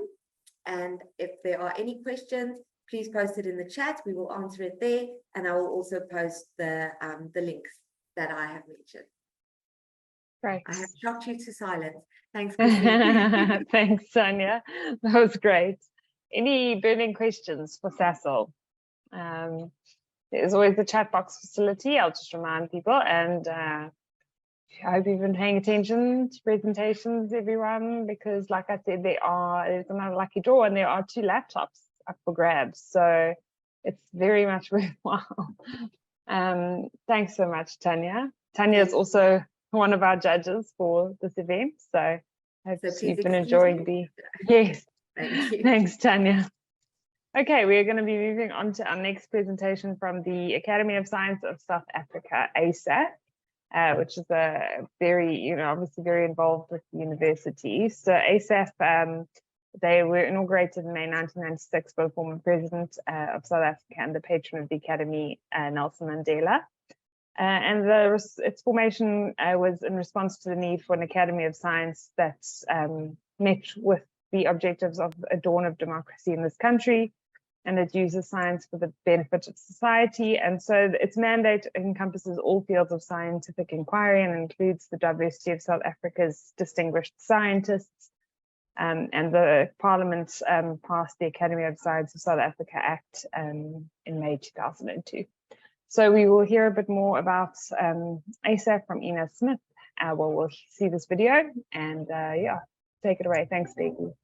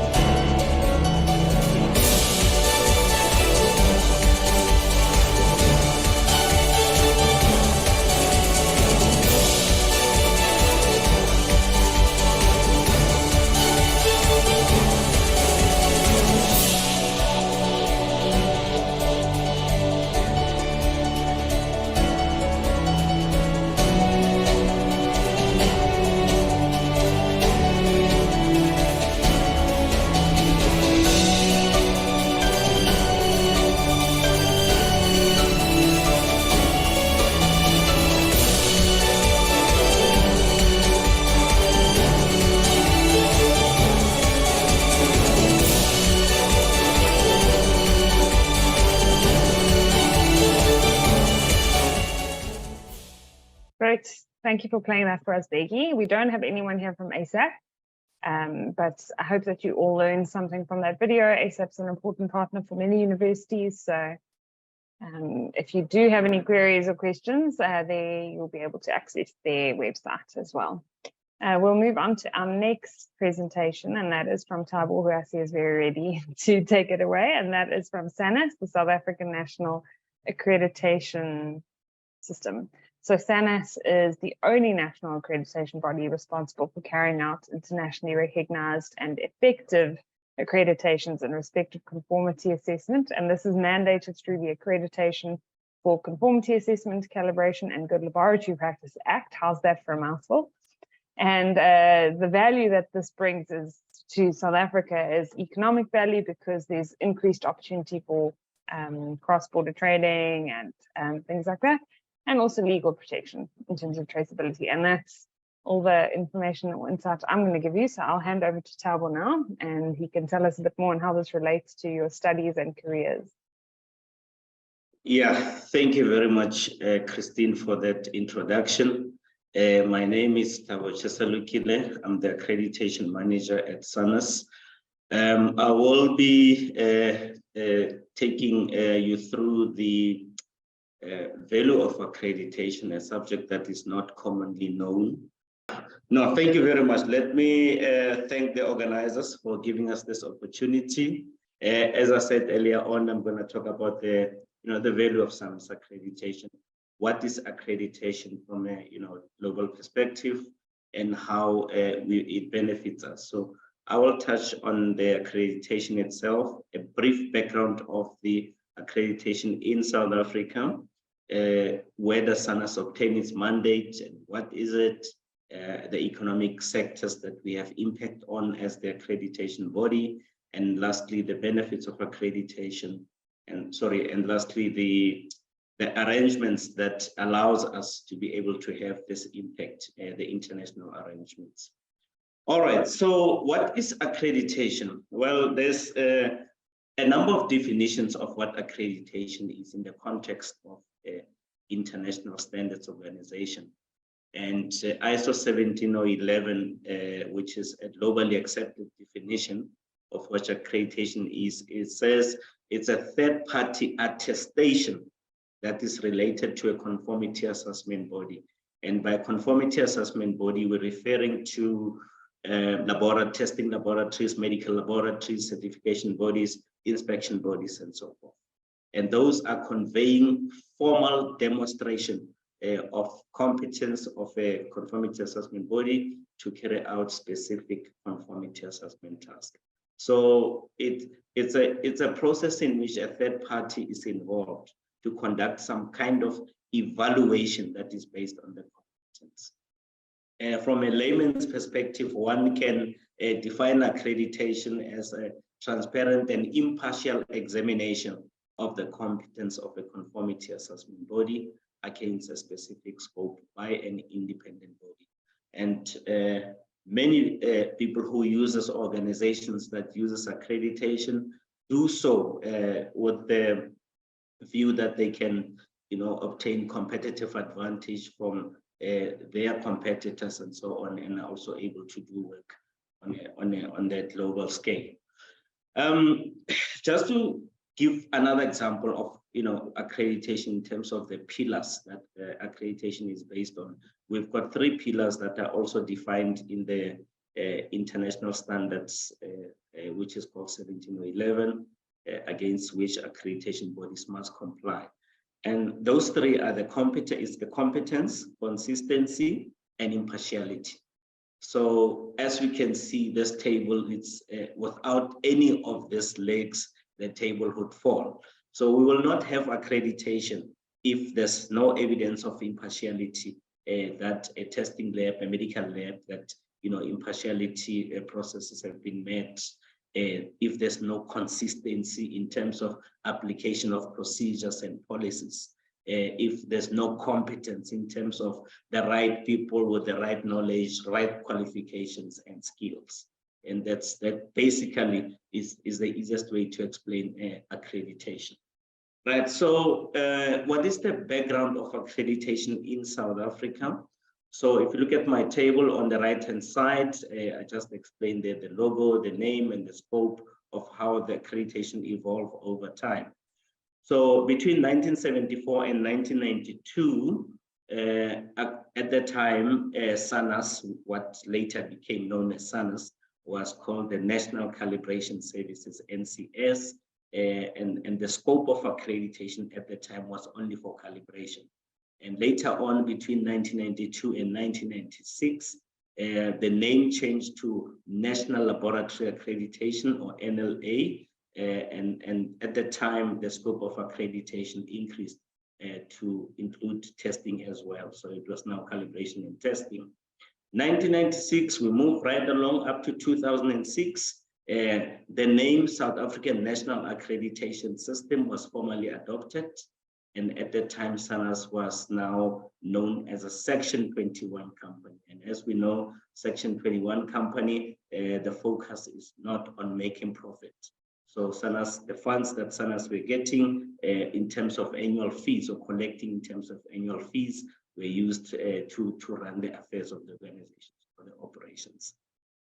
At that time, there was also an increase in the scope as well during that period. We had calibration, testing, medical, inspection, and certification. And this was a time as well when SANRAL was making inroads into the international stage.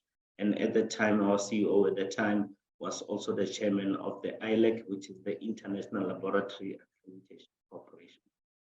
Right, from 2006 to current, we still have the name SANRAL as it is currently known now. And there has been a development in that since then, SANRAL was became a Schedule 3A public entity, and at the time as well, an act was promulgated, that long act that teachers gave us. We simply call it the Accreditation Act.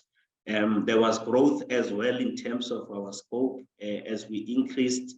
We included now the OECD GLP and the BEE programs. So that's just a brief, in a nutshell, the history of SANRAL. But where does SANRAL obtain its mandate? What is our reason for existence? So the organization was established under the accreditation for conformity assessment, calibration, and good laboratory practice.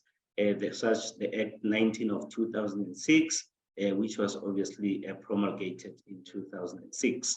And there are two main priorities that we seek to realize. And one of them is policy priority number 2, which is the economic transformation and job creation. And as we know, this is taken from the IPEP, which is a government policy that we need to comply against. And one of the ways how SANRAL realizes this priority, one, it is through the participation of we call them previously disadvantaged individuals. So those are individuals that did not have the opportunities to participate into the mainstream economy. So there are various ways in which we do this.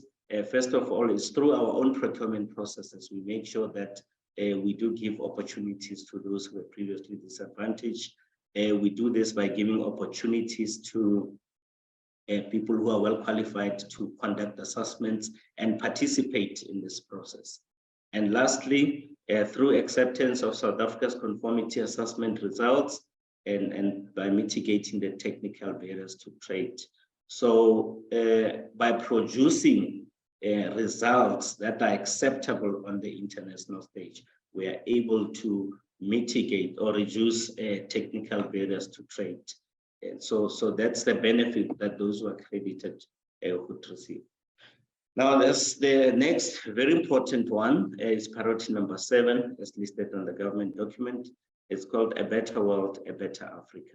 As SANRAL, how do we then make sure that this is realized? It's through deepening South Africa's cooperation and integration at national, regional, international level in matters affecting accreditation. So we are heavily involved in terms of international technical committees, at national, regional level, international level. For example, at ILAC level, which is the, as I said earlier on, is the International Laboratory Accreditation Corporation, which is a corporation that basically includes all members globally that belongs to the accreditation community. So we are there through our influence into those communities. We are able to also have an influence in terms of shaping the world and shaping Africa. And secondly, through maintaining, okay, I've already stated that, and also through that, we're able to contribute towards the economic development. And how do we do this?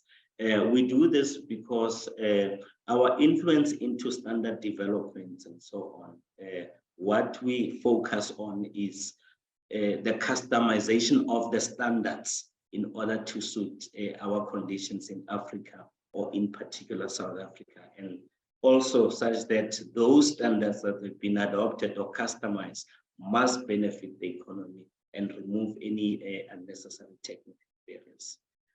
Now, we are involved in various economic sectors, and I just want to mention a few. For example, one of them is the mining sector. We've heard a lot about bad coal and so on, that's SCOM experiences. So that coal is tested by SANRAL accredited labs, and they have been involved in terms of producing results and assisting SCOM in that regard. So that's one sector that we're heavily involved in, the agricultural sector in terms of food safety. About a year or so, 2 years or so, there was an outbreak in the country of listerine. So SANRAL was also involved there, or SANRAL labs, in terms of testing and so on. Manufacturing as well, products such as fenestrations, we're heavily involved in that as SANRAL. So just in a nutshell, I will not go through all of them. I just wanted to give a brief on how, you know, the work that we do as the accreditation body, how does it impact the economy. Lastly, I'm going to my slide regarding the benefits of accreditation. Accreditation allows us to have an impartial feedback by independent experts. That's very important. Any feedback that's independent helps us to grow and so on. Secondly, it allows us to compare our technical ability against similar facilities, whether it's nationally, internationally. SANRAL's accreditation allows us to have an international recognition of competence. So the labs that are accredited by SANRAL are able to, you know, import, export, and import products. There's one phrase that is coined by international laboratory communities, that once a product is tested, it must be accepted everywhere. So as a member of the ILEC, once our labs have tested the product, it is expected that that product can be sold anywhere and it can be exported anywhere, and it must be accepted. Accreditation provides us with a critical judgment in terms of the safety and performance of products. You know, for example, when you look at things like adapters at home, cables that we use, extension cords and all that, the focus is always on safety and performance. So lastly, how is this possible? How is it possible that the products that are produced in the country can be exported or we can import? It's through international arrangements that are put in place. And one of them is called the International Laboratory Accreditation Mutual Recognition Arrangement, or MRA. The purpose of the MRA is to create an international framework to support the international trade through the removal of technical barriers. So this has a huge impact as well. If we were to lose this, this would have a negative impact on the manufacturers in the country. Lastly, the International Accreditation Forum, the multilateral recognition arrangement. The focus in this instance is on certification bodies. So by joining the IFMLA conformity assessment certificates within the scope of the IFMLA, conformity assessment bodies are recognized in the worldwide program. So basically, that is my presentation in a nutshell.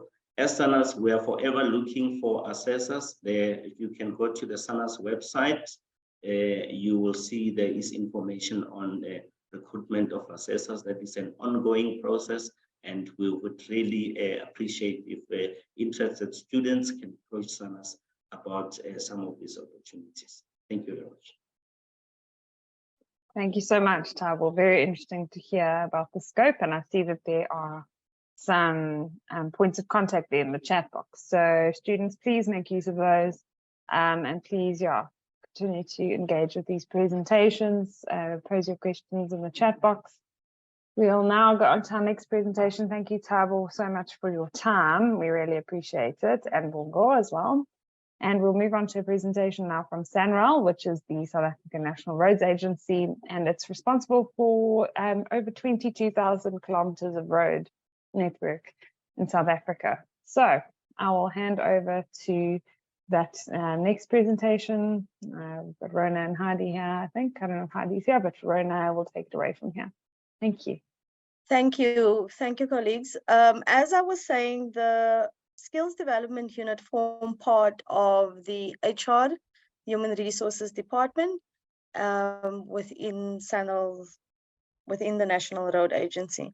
And just to give you a bit of background on SANRAL, okay, the South African National Road Agency is responsible for developing, improving, maintaining, and managing the national road network, which at the 31st of March comprised out of 22,207 kilometers.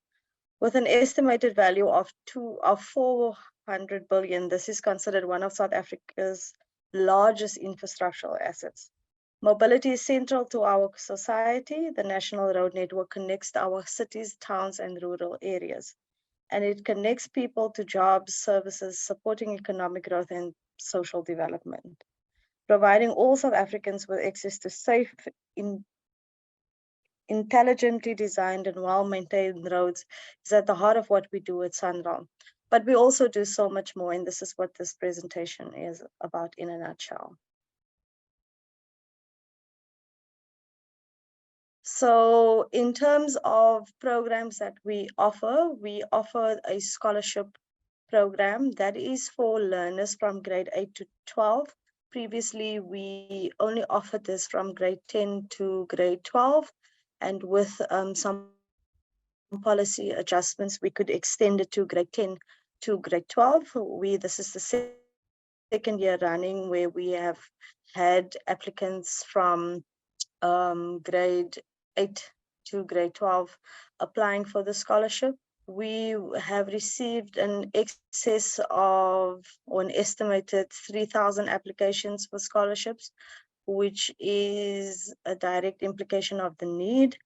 And we are hoping to recruit as many students as we possibly can. The criteria there is that a learner has to have a 60% average to be able to apply. Previously, this was only available to learners who were doing maths and physics and science. This is now opened up to all learners from grade 8 to grade 12. Next slide, please. So the minimum requirements, and this is subject to change, but it will be advertised on our social media platforms, our websites, just before the application opens, which will be next year in June. We are closed for the next academic year, so applicants applied from the 1st of June until the 30th of September. What does the scholarship cover?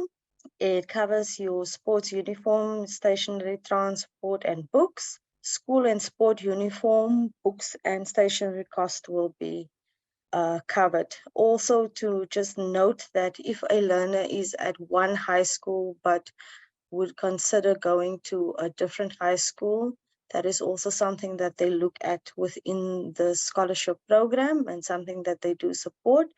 So if a learner is maybe at one school but has aspirations of going to a different school for various reasons, I would encourage you to apply for the scholarship then.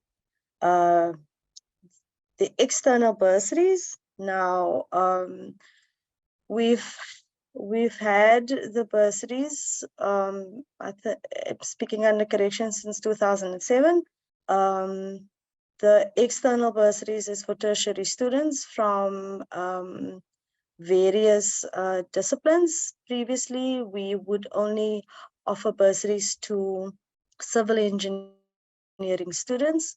With policy changes, we could extend the bursary beyond just civil engineering to be more inclusive, to reach more students. And SANRAL aims to support deserving qualifying students in the fields of transportation infrastructure, engineering and its related professions in the built environment, smart technologies, public sector infrastructure development and administration, and other professions related to the core business of SANRAL. Students from universities, universities of technology, and technical and vocational education and training institutions can now apply for the bursary. Previously, the students from TVETs would not have been able to apply, but with our policy adjustments, we are now able to include those students also.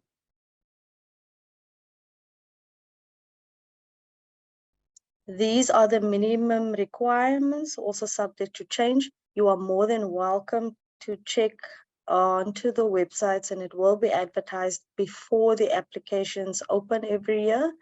And like I said, it will open from the 1st of June into the 30th of September. If those dates are subject to change, that will also be communicated on our social media platforms. The bursaries are for undergraduate students and postgraduate students. The bursary is, can we go to the next slide, please?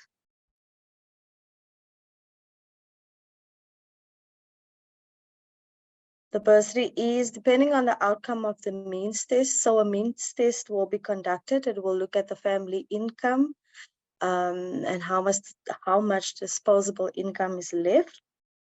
If it is a full bursary, the bursary will pay for registration and tuition, accommodation, your study material and equipment, and a food and living allowance. If it's a partial bursary, the registration and tuition and accommodation will be covered. For both students, you would have access to the bursary access to the wellness program that is run at SANRAL. You would also have access to tutoring and access to making use of tutoring and mentors within SANRAL. So like I said, our applications open on the 1st of June and it closes on the 30th of September annually. So for this year, it is already closed. We are currently within our recruitment process. Candidates or applicants who have applied would know by the end of December whether or not they were provisionally accepted. And we will communicate with those applicants. So please look out for our applications that usually will usually open in June and run up until the end of September.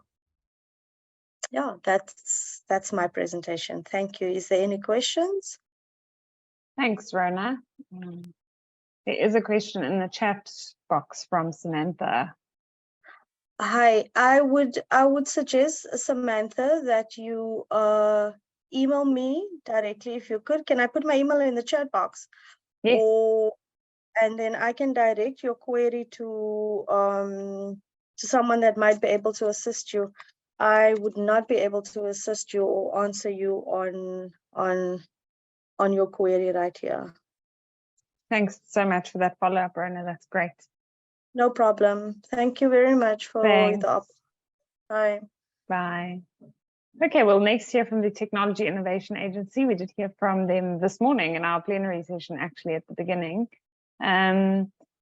The Technology Innovation Agency is an entity of the Department of Science and Innovation, if you didn't know, that serves as the key institutional intervention to bridge the innovation chasm between research and development from higher institutions, science councils, public entities, and the private sector, and commercialization of those concepts. The main thrust of the TIA's mandate is to fund and support innovative technologies that have the potential to be commercialized.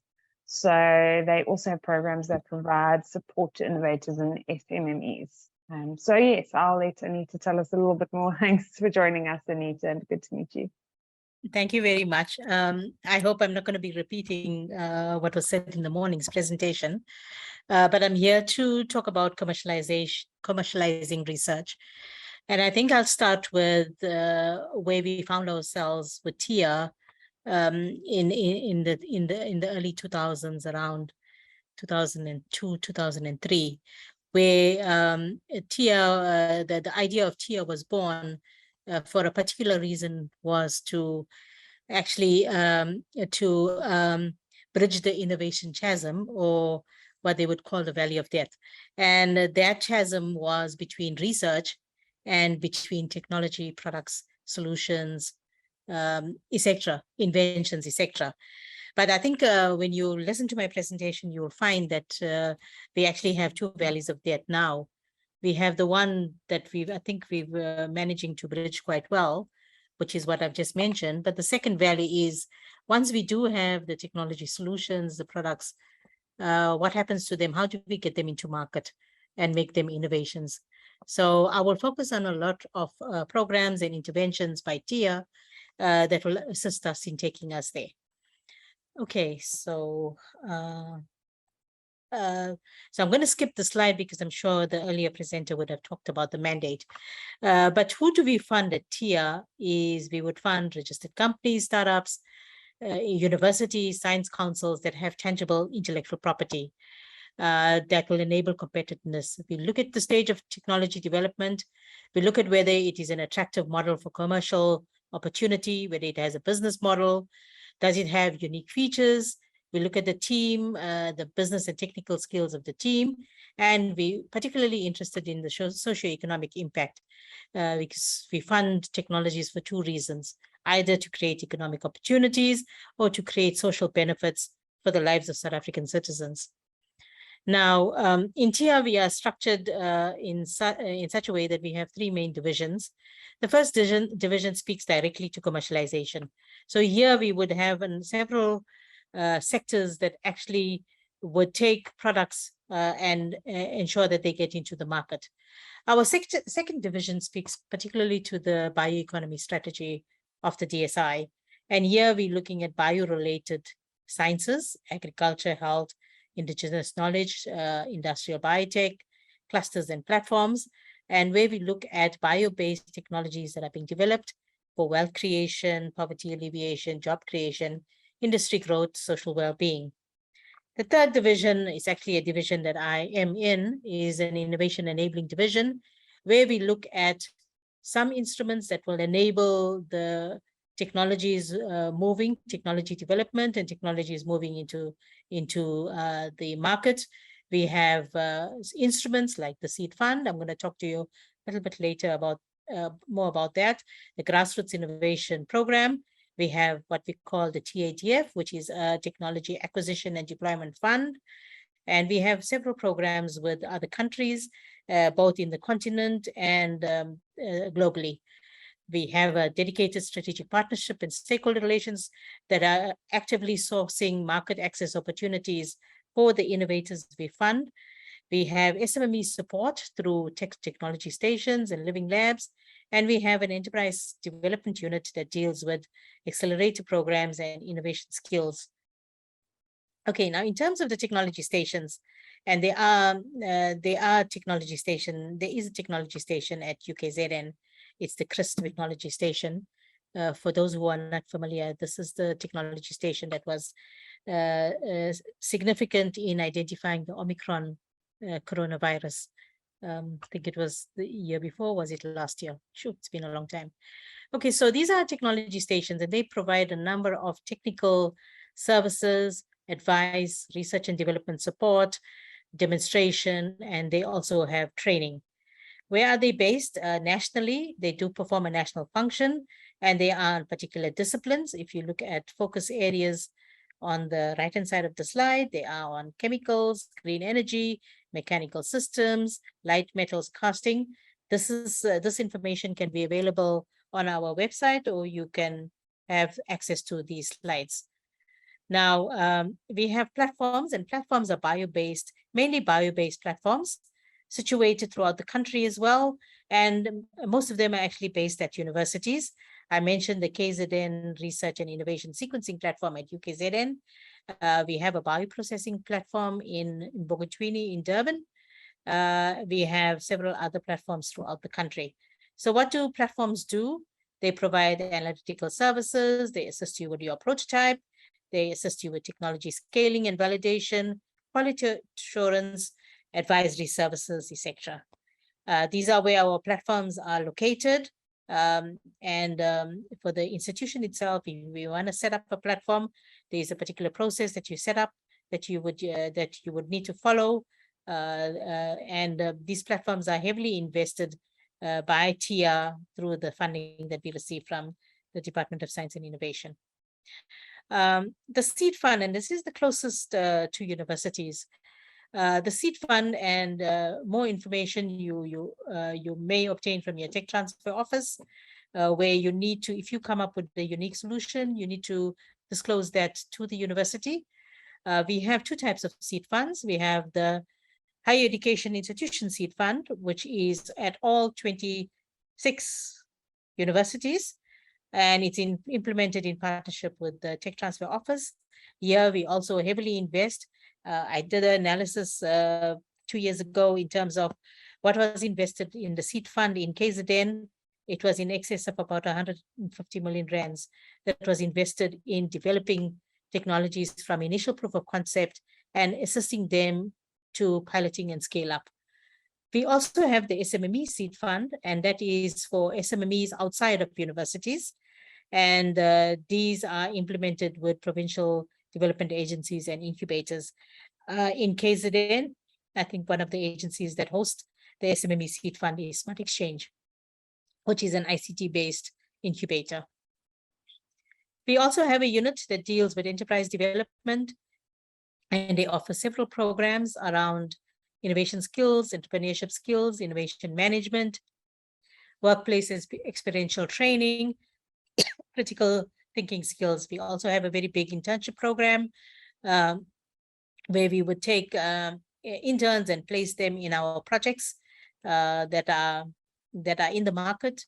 We have a number of programs with international partners as well. To name a few is the Swiss Venture Leaders Program, excuse me, the Royal Academy of Engineering, together with Innovate UK. This is the area of work that I particularly focus on. It's an area of work dealing with inclusive innovation, and this is to support innovative solutions that solve social challenges, particularly facing indigent communities in rural and township environments. I deliver this through a number of programs. The Grassroots Innovation Program, we have the Innovation for Service Delivery Program, excuse me, Innovation for Local Economic Development Program. A little bit more about the Grassroots Innovation Program. Sorry, Program Director, could you just excuse me for 2 seconds? Of course, go for it, Anita, that's fine.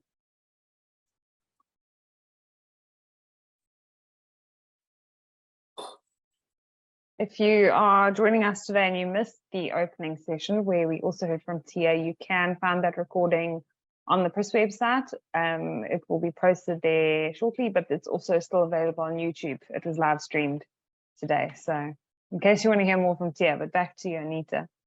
Thank you very much. Okay, so I think an interesting program for the students is the Grassroots Innovation Program. And this is where we look at South African citizens outside of formal innovation systems and networks. So if you are part of a research group by the Dean of Science, unfortunately, you will not be eligible to this program. But if you are a student that has a brilliant idea or a solution that can solve a community challenge, you are not working in a particular research group, you are eligible to apply to this program. So you may have noticed I've highlighted exclude students or researchers at formal institutions working in a research group. But if you are not working in a research group, as I mentioned, you are allowed to apply to this program. And of course, we have certain areas that we restrict funding. For an example, we will not take an application for the promotion of recreational drugs, liquor trading, gambling, or the sex trade. that is typical of all tier funding. Okay, so I just want to highlight one innovator that we've actually funded in KZN. I looked at who could be profiled in this. This is Peace Njwaka, and his project is an intelligent hand sanitizer station that is actually assisting with it's a preventative intervention in hospitals, because one of the conditions in hospitals is before you move from one area to another, you need to sanitize. And this is not effectively monitored at a hospital. So this solution will actually help with the monitoring and to indicate which of these health personnel at a hospital is actually sanitizing before they move from one station to another. The next program that I thought would be interesting to the students is the Technology Acquisition and Deployment Fund. So what this fund typically does is it says, let government be the first buyer of your technology. So we provide you with funding to say, we will buy 20 units, 30 units of your technology. Take your technology and go and deploy that in communities. Learn your lessons, get your feedback, and then you try to find your markets. So this program is the technology must be locally developed. We don't accept inbound technologies from other countries. But if the technology, if you are receiving a technology from another country and you've made significant adaptations to the technology where you've created new intellectual property, it could qualify to be in this program. We look at how ready the technology is for commercialization. So it must be at a level that is ready for deployment. Must be at a level that it can be tested in the market, validated and demonstrated. We also look at the use of the technology. We are particularly focusing on the water and sanitation sector, connectivity, human settlements, energy, safety, waste, ICT, education, and sanitation, and not health. So for those of you students who are in the health field, the reason for this is that a similar program is being funded by the Medical Research Council, so the health students can access funding through the program. We also look at the target market. So your target market needs to be a government department, because a government department, this is intended for government department to start procuring technologies that are developed by innovators. And we also look at your route to market and your sales plan. And who can apply? Again, it's South African SMMEs, startup, but they must be registered with CIPC. They must have a technology or solution that is developed locally. They must demonstrate their product can assist to solve a challenge, a service delivery challenge, or a socioeconomic challenge. The technology has the potential to be sourced or deployed by government departments and municipalities. So the reason for this is that a lot of government departments and municipalities have been sourcing technologies outside of South Africa, and but have not engineered or the procurement system to actually assist with locally developed technology. So this particular program is actually from a cabinet resolution that was passed several years ago to encourage local government and municipalities to actually partake in the purchase of locally developed technologies. If you are successful, you can reach funding of up to 1 million rands for the deployment of your technology. And we normally would provide you with between a year to a 2-year contract. And we support you through specialists for verification, validation, and quality assurance. One example that I'd like to speak about is this innovator from KZN. He's developed what we call a smart water tank. So typically you would find in communities, in townships, in rural areas, what we call the Jojo tank. But this tank has been designed for areas where a Jojo tank may not be suitable. For an example, a block of flats, or a police station, or a community center. So he has created a modular shaped rectangular tank, and it allows the tank to be installed in numerous layouts as well as positioned on any of its 3 sides. And in addition, the tank doesn't require any pump or to move the water. The pressure within the system actually allows the water to flow. And he's currently deploying this particular tank at 20 of these at a local police station in Verulam and 10 to a community hall in the same area. Okay, so these are some of the initiatives for commercializing innovation, but there is another initiative. I have not put this here because we are wanting to relaunch that initiative, and this speaks directly to the students in this room, and that is the Youth Technology Innovation Program. So we are structuring a program particularly for university students, youth innovators, to assist them with the technology development, to assist them with their commercialization so that these solutions come into the market. So you can receive more information about that closer to next year. Thank you very much, Program Director.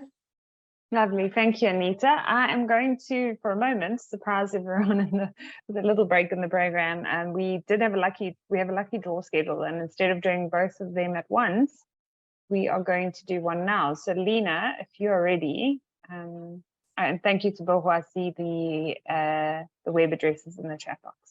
So if you have more questions, direct them to the chat box, please. But for now, I'm going to hand over to Lena for a lucky draw. Yeah, thank you so much, Christine. I'm actually making it very interesting. It was actually very good to have Tia. I must admit, we haven't had them on our platform for this last year. So it was very good to see all the programs that have been actually showcased, particularly for our postgrad and also our undergrad students.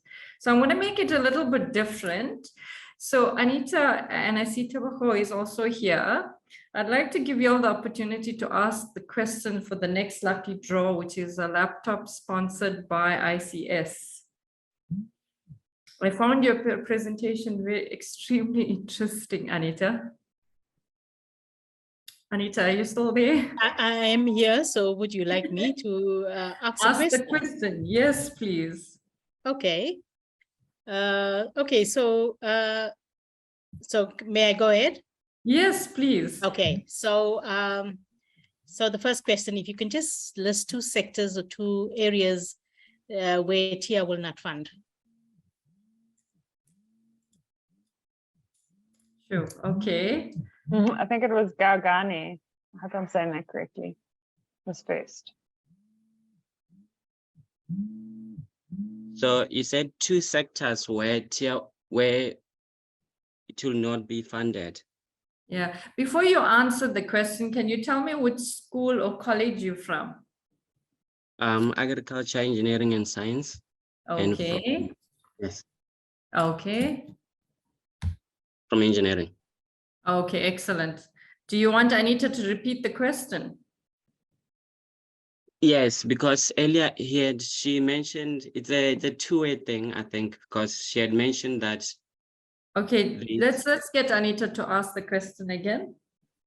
Okay, so it's 2 areas that TIA will not fund. So go ahead. Areas.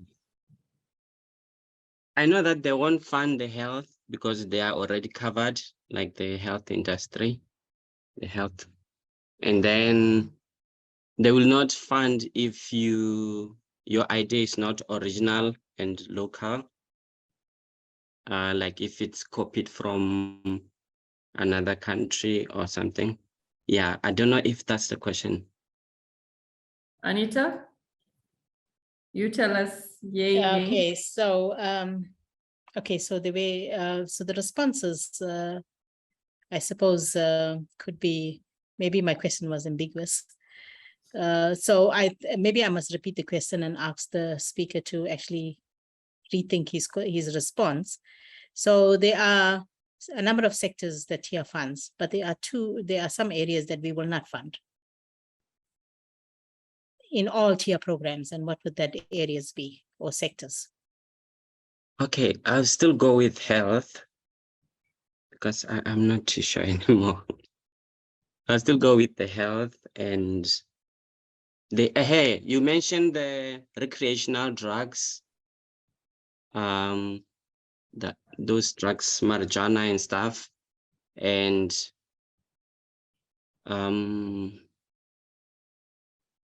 yeah, recreational drugs. I can remember recreational drugs, and then the other thing is just the health. I don't know, it's still there in my head because it's already funded. So, Okay, Anita? yeah, no, let's accept it, Lena. It is recreational drugs, and then the others were gambling, sex trade. But the health was specifically to a program. But I think we can accept it. Thanks. Okay, thank you so much, Anita. Thank you, Teboko. I'll hand over now to you, Christine. Great, well done, Gagane. He's one of our student presenters as well. So we'll be hearing about your research, Chris. Thank you. Okay, so we're going to move on now. Thank you so much to Tia for that presentation. We'll be hearing next from Umgeni Water, which is an important support of the university. They have a research chair actually at UKZN, and they're a state-owned entity. They've been around since 1974, and they provide water services, which include supply and sanitation to other water services institutions in its area. So I'll hand over to you. Umgeni, we've got, I think, a few ways here. Okay, thank you so much for this opportunity to talk to all the distinguished guests, ladies and gentlemen. The venue that I'm using, it has a centralized music, so please bear with me. But I'm going to take you through the graduate development program that Umgeni Water is implementing, and and how to apply and who are eligible for those programs. Okay. This is the overview of my presentation. I'll take you through the background of Umgeni, bursary policy, learnership of apprenticeship programs, graduate programs, and in-service training. Okay, firstly, about Umgeni, it is a water board that was established in 1974. It is a state-owned company, and we have different sites or different waterworks and wastewater works across the province. We recently merged with Mhlathuze Water. So the primary objective or primary function of Umgeni is to treat water and distribute bulk water to different municipalities. We have 7 divisions which are listed here. We supply bulk water to a municipality. Okay, this is the summary of my presentation, where I'm going to be taking you through all the skills development programs. But we have bursary program, in-service training program, which is a program, graduate programs, which is a 3-year program, internship program, which is a 2-year program. But I'm going to expand a bit on these programs. I'll first start with bursary management program. It is a financial assistance that is given to students who are studying at universities who have completed their first year. So we only fund from second year. We fund engineering studies, science studies, of which they are listed there. And during vacation, we also provide vacation work, which is about 4 weeks to 12 weeks per annum. What do we cover? We cover tuition fee, accommodation, meals, prescribed books, and the vocational work or vocational experience, it is paid. And then on completion of the qualification, bursary students are also placed as graduate engineers or graduate scientists for a period of 3 years. Okay, I'll move on to graduate development program. We provide experiential learning to chemical engineering students, chemistry, civil, electrical, microbiology, hydrobiology, instrumentation, mechanical engineering, as well as environmental studies. Recently awarded graduate trainees in that field as well. And we also assist trainees to be professionally qualified and be registered with EFSA and all the relevant professional bodies. So they are assisted with professional proficiencies during this program. Moving along, we have in-service training program. This program is intended for students who are studying at universities of technology, the students who require P1 and P2, which is experiential training in chemical engineering, chemistry, biotechnology, microbiology, as well as analytical chemistry. We also have apprenticeship program. It might not be relevant for the students in the session, but it's something that they can note for their family members who require that training. So students who are studying at university of TVET colleges who have completed N3, they can be assisted to become certified artisan trainees, registered with NEM as well as EWCTA. And then on completion of the program, they are also given 2 years to serve back as artisan training. Okay, the apprenticeship program, it focuses on these fields: boiler making, electrical engineering, civil engineering, mechanical engineering, automotive motor mechanics, as well as instrumentation. Okay, how to apply? We have a database that we are maintaining where applicants can send their working application to this email address displayed. And you can also contact us. We are based at the head office, Pietermaritzburg, but we also have the regional office at New Germany, as well as at KCDM, which is at King Ejwayo District Municipality, as well as at Mkondeli. So should you like to reach us, you can contact us using these contact details. I think this would be the end of my presentation, but I would like to quote Nelson Mandela when he said, "Education is the most powerful weapon which you can use to change the world." Thank you, Program Director. I would like to check if we have any questions. Thank you, Nopiwe, for your time. Great to hear from you. We'll move on to our next presentation now from Innovate Durban. So we'll hear from Stabile, who I see is here, and Innovate Durban is an NPC, so a registered non-profit company. And it's a special purpose vehicle that supports innovators, innovation, and innovation ecosystem through programs, research, and capacity building and skills development.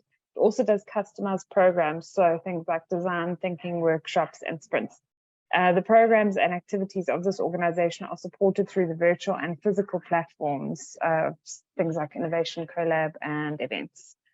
So I'm going to hand over to Stabile to present. I think we just need Nopiwe to stop with the screen share if you can, and then we'll hear from Innovate. I think Becky will share slides. Thanks. Okay, great. Thank you so much. Thank you, Christine, and thank you to the UKZN team. We are very, very honored to yet again participate on PRIS, and we just, we are a proudly KZN Durban organization that, that gives props to everything within the ecosystem, be it research, be it academic, anything within the innovation ecosystem that we can do to participate in, we are very, very thankful and grateful to do. So if I can just go straight through into my presentation, a little bit about Innovate Durban. Innovate Durban, as Christine mentioned, is a non-profit organization which was registered as a special purpose vehicle. And essentially, the idea began from a program within the eThekwini municipality, which was aimed rather at supporting innovators and innovation within the municipality. It was so the higher ups within the municipality sat down and said, how can we support innovators and people within our community that have innovative ideas and want to produce products that are maybe not readily available within the market, because the part of supporting innovators and supporting people with innovative ideas is something that that is very specific. It's not something that, you know, other organizations can plug and play and reproduce. So that is where sort of the consensus of Innovate Durban started in 2013. It was launched as an innovation program within the municipality, as mentioned. And then in 2014, the brand Innovate Durban was established, and in 2017, the NPO was then registered, and then we moved into our own offices. And coincidentally, we have just we just celebrated our 5-year anniversary last week with some of our partners and our stakeholders. On to the next slide, please. All right, great. So how we support innovators and how we support the innovation ecosystem within Durban and within KZN is that we do it through various programs and projects. And we have, in essence, 3 program areas that we have broken it down under to provide support for the innovator and the innovation ecosystem at large. First and foremost, we have our innovation support program area. Here we have a couple of programs that we run that aim to support the innovator through the either the conceptualization stage or through to the implementation or commercialization. So basically anybody that has either an idea that is innovative in its nature or already has a product that they want to take to market, or you know, they just want financial support. We have various programs under our innovation support program area. We have the Youth Innovation Challenge. We have the Startup Support Program, the Innovator Support Fund, and the Innovator Support Fund Pitching Den. And all of these are basically areas in which innovators can plug and play, can join within our programs, and then we can sort of assist them throughout their life cycle. And this is the program area within our organization, which is, I suppose, the highlight, the big one, because this is sort of the engine of what it is that we do. And just a bit about how anyone or innovators or students can sort of apply to be a part of any of these programs. There are calls that we put out throughout the year. All of these programs take place during different stages within the year. We try and space it out so that by the end of, we're not doing one program at the same time. By the end of one program, we then start another, and so forth and so forth. But if you do want to sort of apply, anyone is sort of welcome to, if you are qualifying. The calls do go out onto our social media pages, as well as all of our other sort of media platforms. The other program area that we have within Innovate Durban is called the Capacity Building and Skills Development, rather. And this is the part of what it is that we do that aims at developing skills, developing innovation skills within community members, within students, within our ecosystem. And here we offer digital literacy courses for community members that, you know, are not so familiar with digital literacy and want to, you know, increase their knowledge, be it of a computer, how a computer works, or, you know, a step above.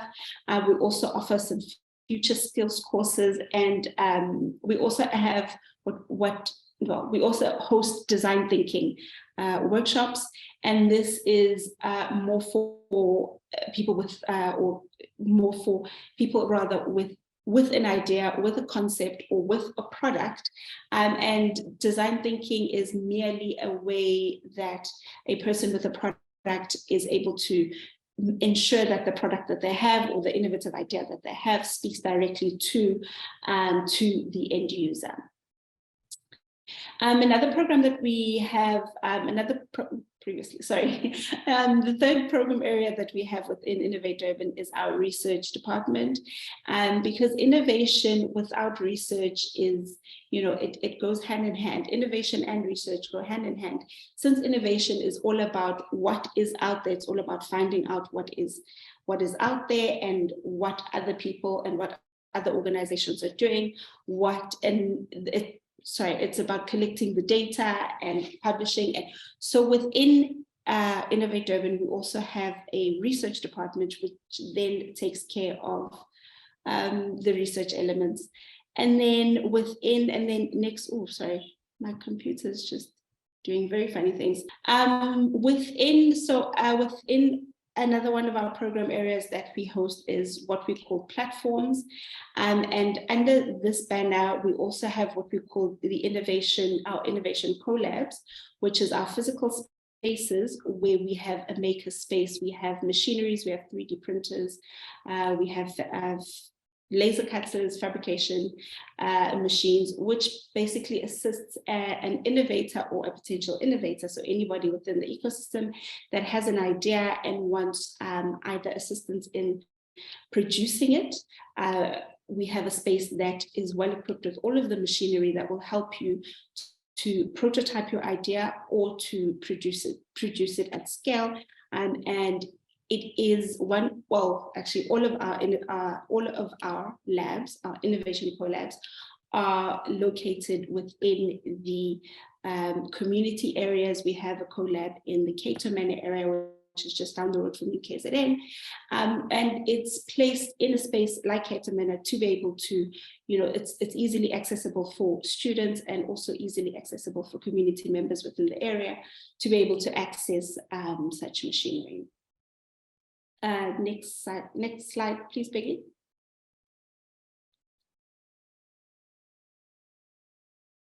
Peggy. Oh, thank you. So just a bit about the stats and the impact of what it is that we do. So we've been an organization that has been running independently for 5 years. And I am sort of hoping that this slide will be shared with, this presentation rather will be shared with the members, and they'll be able to access so that you can read through all of our impact metrics that it is that we do. So I will go through this slide. Next slide. So in essence, what it is that we do, so how we do what we do, it is very important that we run with organizational priorities. We need to ensure that what it is that we're doing meets the needs of our community members, meets the needs of our students and our innovators. And this is just a slide about the organizational priorities and how we aim to deliver on our mission and our vision. Next slide, please. And then sort of correlating to the previous slide, these are just the initiatives that we have that are currently taking place for this year and next year. Next slide. Okay, great. So this is just a little bit of unpacking of the slide that I was talking to previously, which is the slide that I really wanted to get through to. And this you'll just get to unpack again the innovation support programs that we have, that I did mention that you are able to access throughout the year. But also here, what I did want to mention is that we do have a portal where you can access our site. It's the Innovate.Durban, so www.innovate.durban. I will leave it on the chat. And then we have an all year round innovator support link, where if you do need support from us as an organization, or you really just want to tap into the ecosystem, you can go through to that link, put your details down, and also just a bit about what it is that you're looking for, or a bit about what it is that you do. And then we will then be in touch, set up a meeting, and we can assist you. So we are not necessarily compacted to just the programs. Anytime that you do need assistance, any of our innovators do need assistance, we are readily available. Next slide, please, Becky. this is just a little bit about what our innovators have had to say about their experience with Innovate Durban, because being a support agency, it is also very important that what it is that we do, that our innovators find impact in what it is that we do. So this is just some very lovely words of what they have to say. Next slide. All right, thank you. And then just why partner with an organization like Innovate Durban, or why come through, or why visit Innovate Durban? You know, we are, as mentioned, we are an NPO. We were registered a special purpose vehicle that is there to support innovators in each and every scale. We are open. We are open. And sorry, Christine, can you still hear me? Yes, yes, we can. Oh, okay, sorry, my computer just keeps flagging things. Okay, sure. We are a special purpose vehicle. We are an NPO that aims to assist and support innovators of a large scale. And just a bit of a reason why we really find that partnering with an event or an organization such as PRIS is so important is that we find that a lot of our ecosystem members, a lot of our innovators are actually from UKZN students that attend UKZN, and they get trained on how to think innovatively, and then they further need a platform to be able to unpack their ideas. We are such platform, and we are sort of very close by. So if you do need any sort of further assistance, I did put my email on the chat box. Do have send me an email, give us a call, go through to our website. We are accessible. Thank you. Great, thanks, Tabile. So good to hear from you. And thanks. In terms of presentations being available on the web, this is currently being streamed live for the moment. And the recording will also be made available on the website for those who want to review anything. And then, if you want specific presentations, get in touch. On to our final presentation then. Thanks, Tabile. I'm sure you might get some questions and hopefully some direct contact. We are now going to hear from the Human Sciences Research Council. So that is, it's got a service record of more than 50 years, and the HSRC is the largest dedicated research institute in Africa that focuses on the social sciences and humanities. So they have highly skilled researchers working in critical development areas. So we'll hear more from Sharon about the HSRC. So take it away, Sharon. Thanks. Good afternoon, and thank you very much, Christine, and to the UKZN colleagues for allowing us this opportunity. I'm going to go very broadly, in a very broad way through the program that we're offering.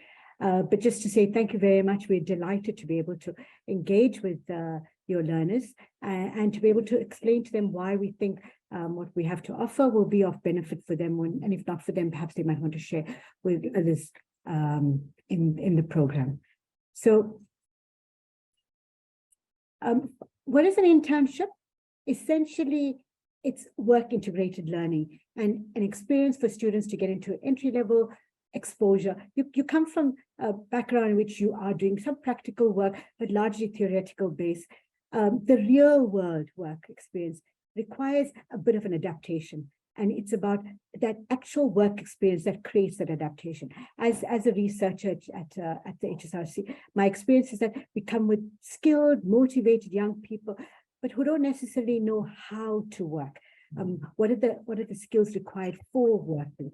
So this is part of what the internship program provides. So I'm going to rush through to the next slide. Why do we need an internship program? What's the problem? So we already know that we have a massive youth unemployment problem in South Africa. But we also have now, since 2008, 2009, we've got a growing problem of graduate youth unemployment. In the past, the assumption was that you got your degree, you got into a job. Many of people at my age, that was the reality. You got a job immediately. Regrettably, that's not the case any longer. But more worryingly is that young people between the ages of between sort of 20 to 29 are actually in graduates are amongst the lowest take-up rates. So they've got the highest unemployment rates amongst young people with degrees. So we've got a problem, and that problem is that transition disconnect between what you've done at home, with your schooling, with your education at post-schooling, and into the work world. There's a challenge there. That challenge is largely to do with the problem of unemployment in general, and that's a global problem and a South African problem because we're the highest in the world, but it also has a very specific problem related to graduates. So why participate in an internship? The exposure in an internship is about the practice, the learning, the experience, all of which in a sense can translate to success. And I use the word carefully because unless you use that opportunity, you as young people use that opportunity. If you're coming into an internship and you're just going to sit there passively, not be innovative, as we just heard our previous speaker, not take up the opportunities, just sit there and want to pass your time and play on your cell phone, etc., then you're not going to get the experience that you need. You're not going to learn what you require. You're not going to be able to practice the skills that you've learned, and you're not necessarily going to be able to succeed. Maybe you will, but by and large, our experience is that doesn't really work. Okay. The value of the participation in an internship is that we know, I mean, in the research that I've done, in the engagements that I've had with young work seekers, and I've just completed a big study now nationally with 2,390 young people across the country. And one of the things that's one of the young people said to me in a focus group, she said, they should ban work experience as a requirement by employers. It should be banned. And another one said that they should require that every employer take on somebody with zero experience. It must be a minimum quota that they have, etc. Because of the frustration where young people are saying, I've applied to 50 jobs, every single one of them, if I've had a response, even to 10 of them, I get asked, well, where's your work experience? And they're saying, but how do I get work experience when I'm not being offered a work experience? And we know 70% of young Black South Africans have never had their first work experience. And we also know from research evidence that work experience, first work experience, is critical to entry into the labor market.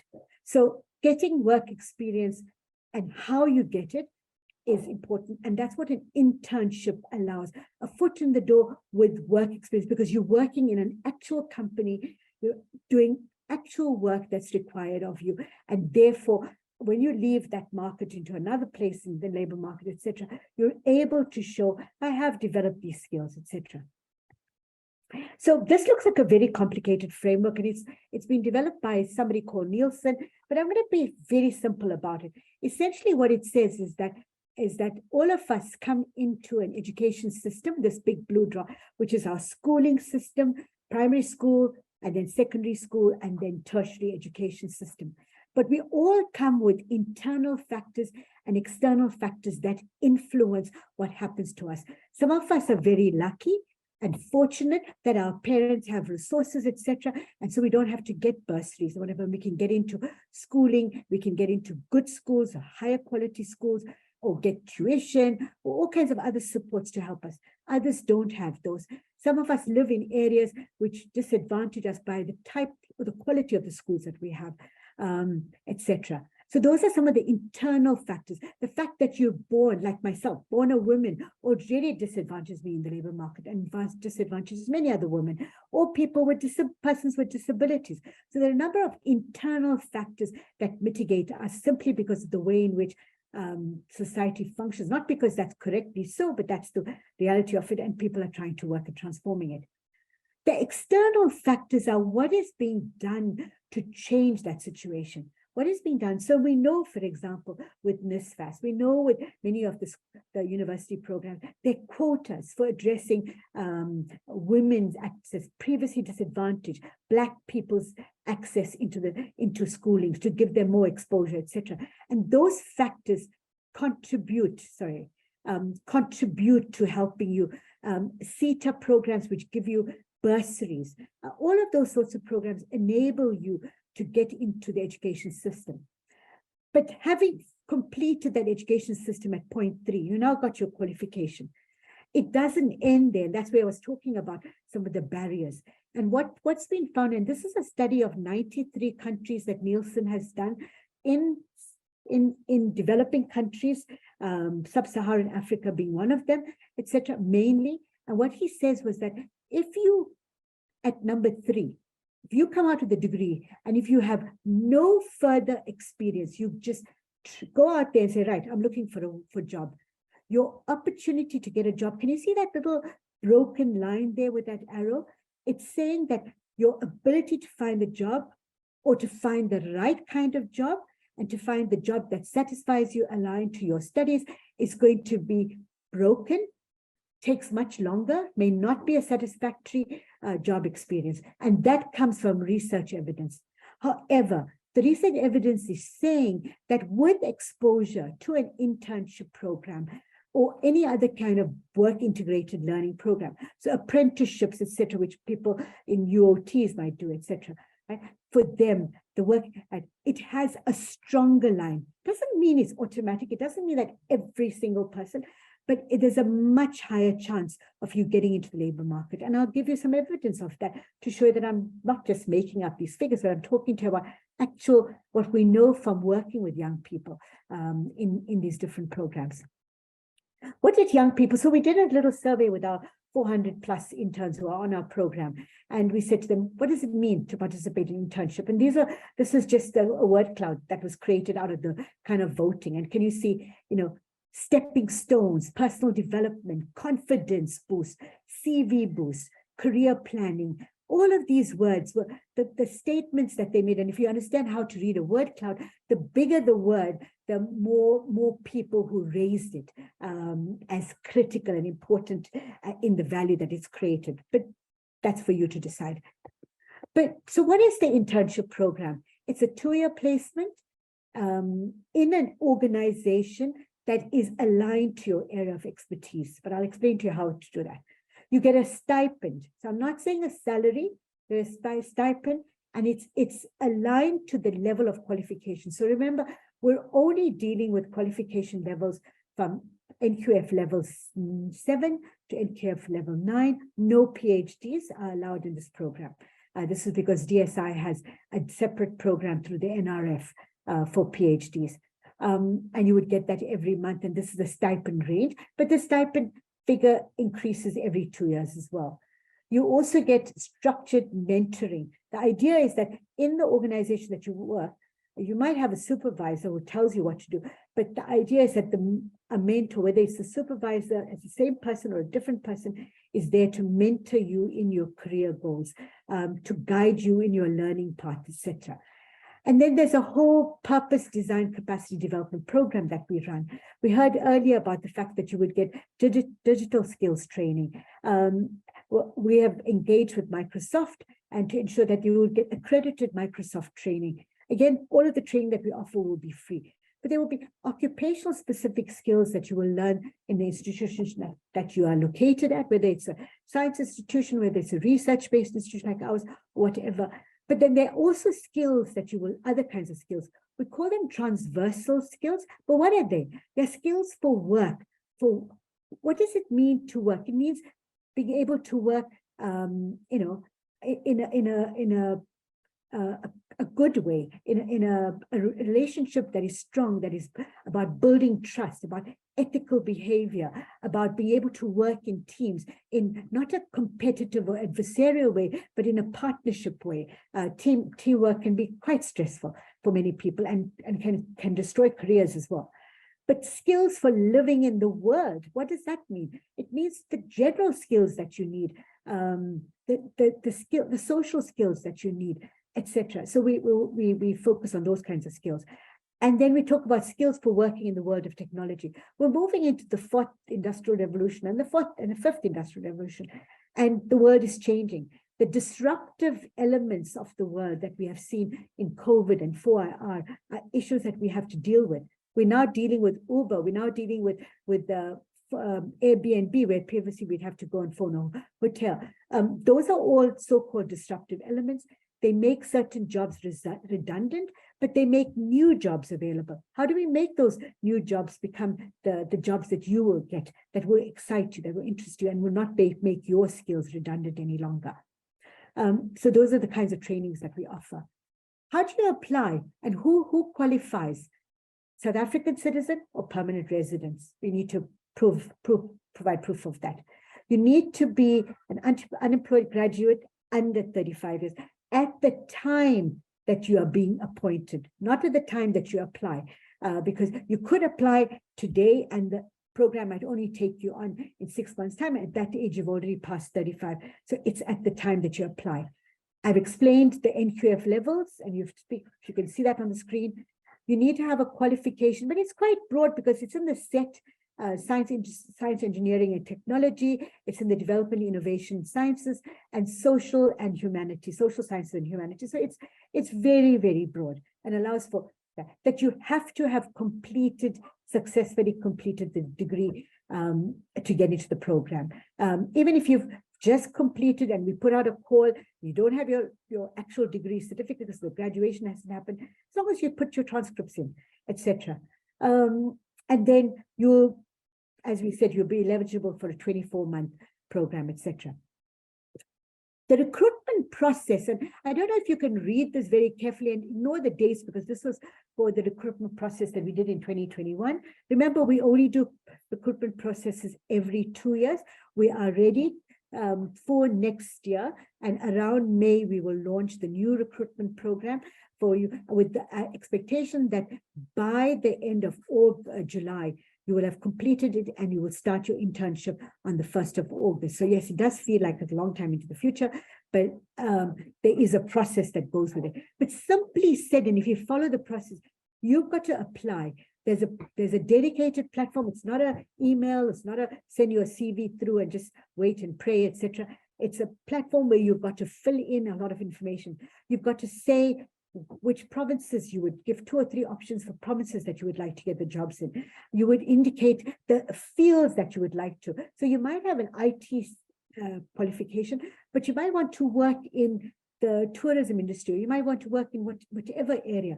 So you would indicate the discipline area that you want to work in. You would then submit that. Once you've submitted that application, it'll be in the system. We will review it and we will check whether you meet the qualifications, South African, etc. We've had situations where people have produced degrees that are not accredited by SACWA because they're from China or somewhere else, etc., or from some university in Europe that is not accepted in South Africa. So we do a lot of verification work. Once we have verified you, you are then on our database.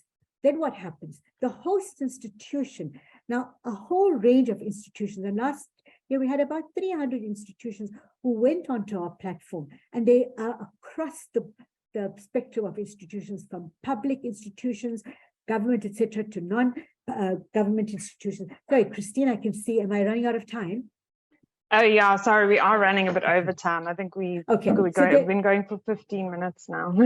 Sure, I'm sorry about that. Okay, so essentially there's an online process by which a host institution will look for you, will look for people with specific qualifications, and that process will follow through on that. But you'll have this presentation and you'll be able to see it. What are the achievements? I'm going to conclude. This is basically that what we've been able to do is to reach out and bring in over 7,000 interns. We've been able to bring in more than 60% females and more than 90% black interns into the program, and over 140 institutions across the spectrum. And finally, just in terms of for you to know what the success is, if you look at this slide here, 72% of the people who resigned who left our program in this last year, right, said the reason they resigned was because they got another job, and 11% said that they got further studies. So a small percent, 17%, was still in the program or had left because of other reasons. So I'd like to conclude with that. Sorry about that, but thank you very much for giving me an opportunity. Thank you, Sharon. It's a great presentation. Thank you. If there are any questions, please post them in the chat box. And thank you to those people who've stuck with us to the end of the session. We have one more lucky draw to do, which is exciting news. So I hope you've been paying attention. And if you've stuck around, you will probably be one of the lucky ones because your odds are better now than earlier. So I'm going to hand over to Lena, and she will have a question for our participants. And like we said earlier, please remember, raise your hand. First person to raise your hand will have the opportunity to answer, and then just say which school you are from in the College of Agriculture, Engineering and Science. Thank you, Christine. So Christine, don't run away. I think this time I'm going to spot you on with that question. So I'm going to give you the opportunity, Christine, to ask the question. Lena is putting me on the spot. That's fine. We had some great presentations. I'm going to hark back to one of the earlier ones, if that's okay, because I thought that there was an interesting question, well, an interesting fact from Sasol. I thought it was quite ambitious, so I was wanting to see if anyone remembers what year Sasol planned to achieve its net zero ambition. Oh, that was quick. Nolutando, you were first.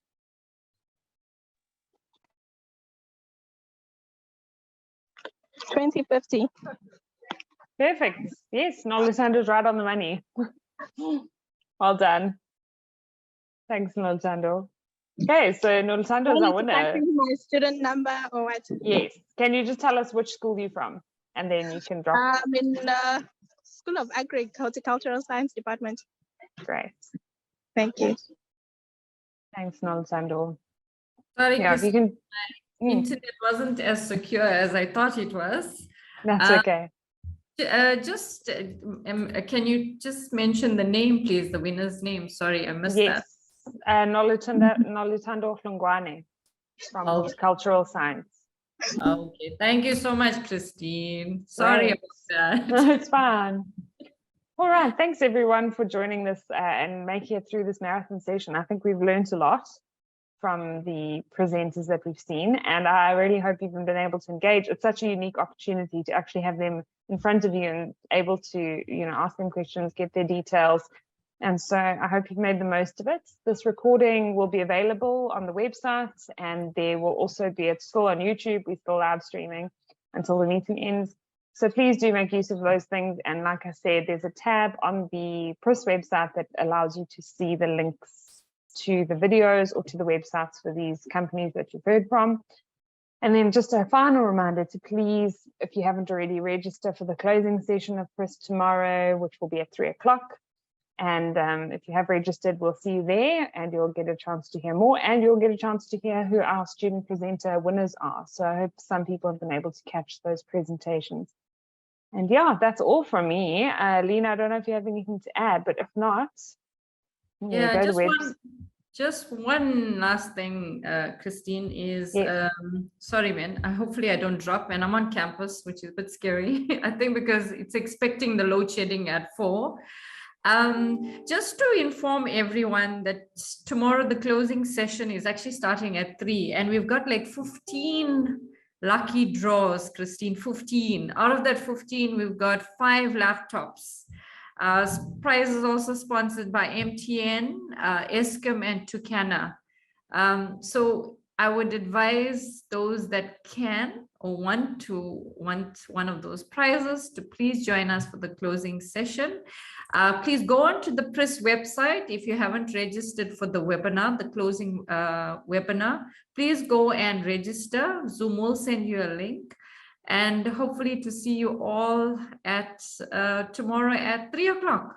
And thank you. And I'd like, if possible, after you end, Christine, Becky, to end with our industry video, just a short, just tell thank you. So over to you, Christine. Great. Thanks, Lena. Yes, that's it. And the only other thing I would say is also, if you missed the opening plenary, Deborah's presentation was really great. So that'll also be available on the website. So please do check it out. And yeah, the climate change issue is an important one for all of us. So that's all from me. Becky, you can share the video. And thank you everyone for joining us. We'll see you tomorrow.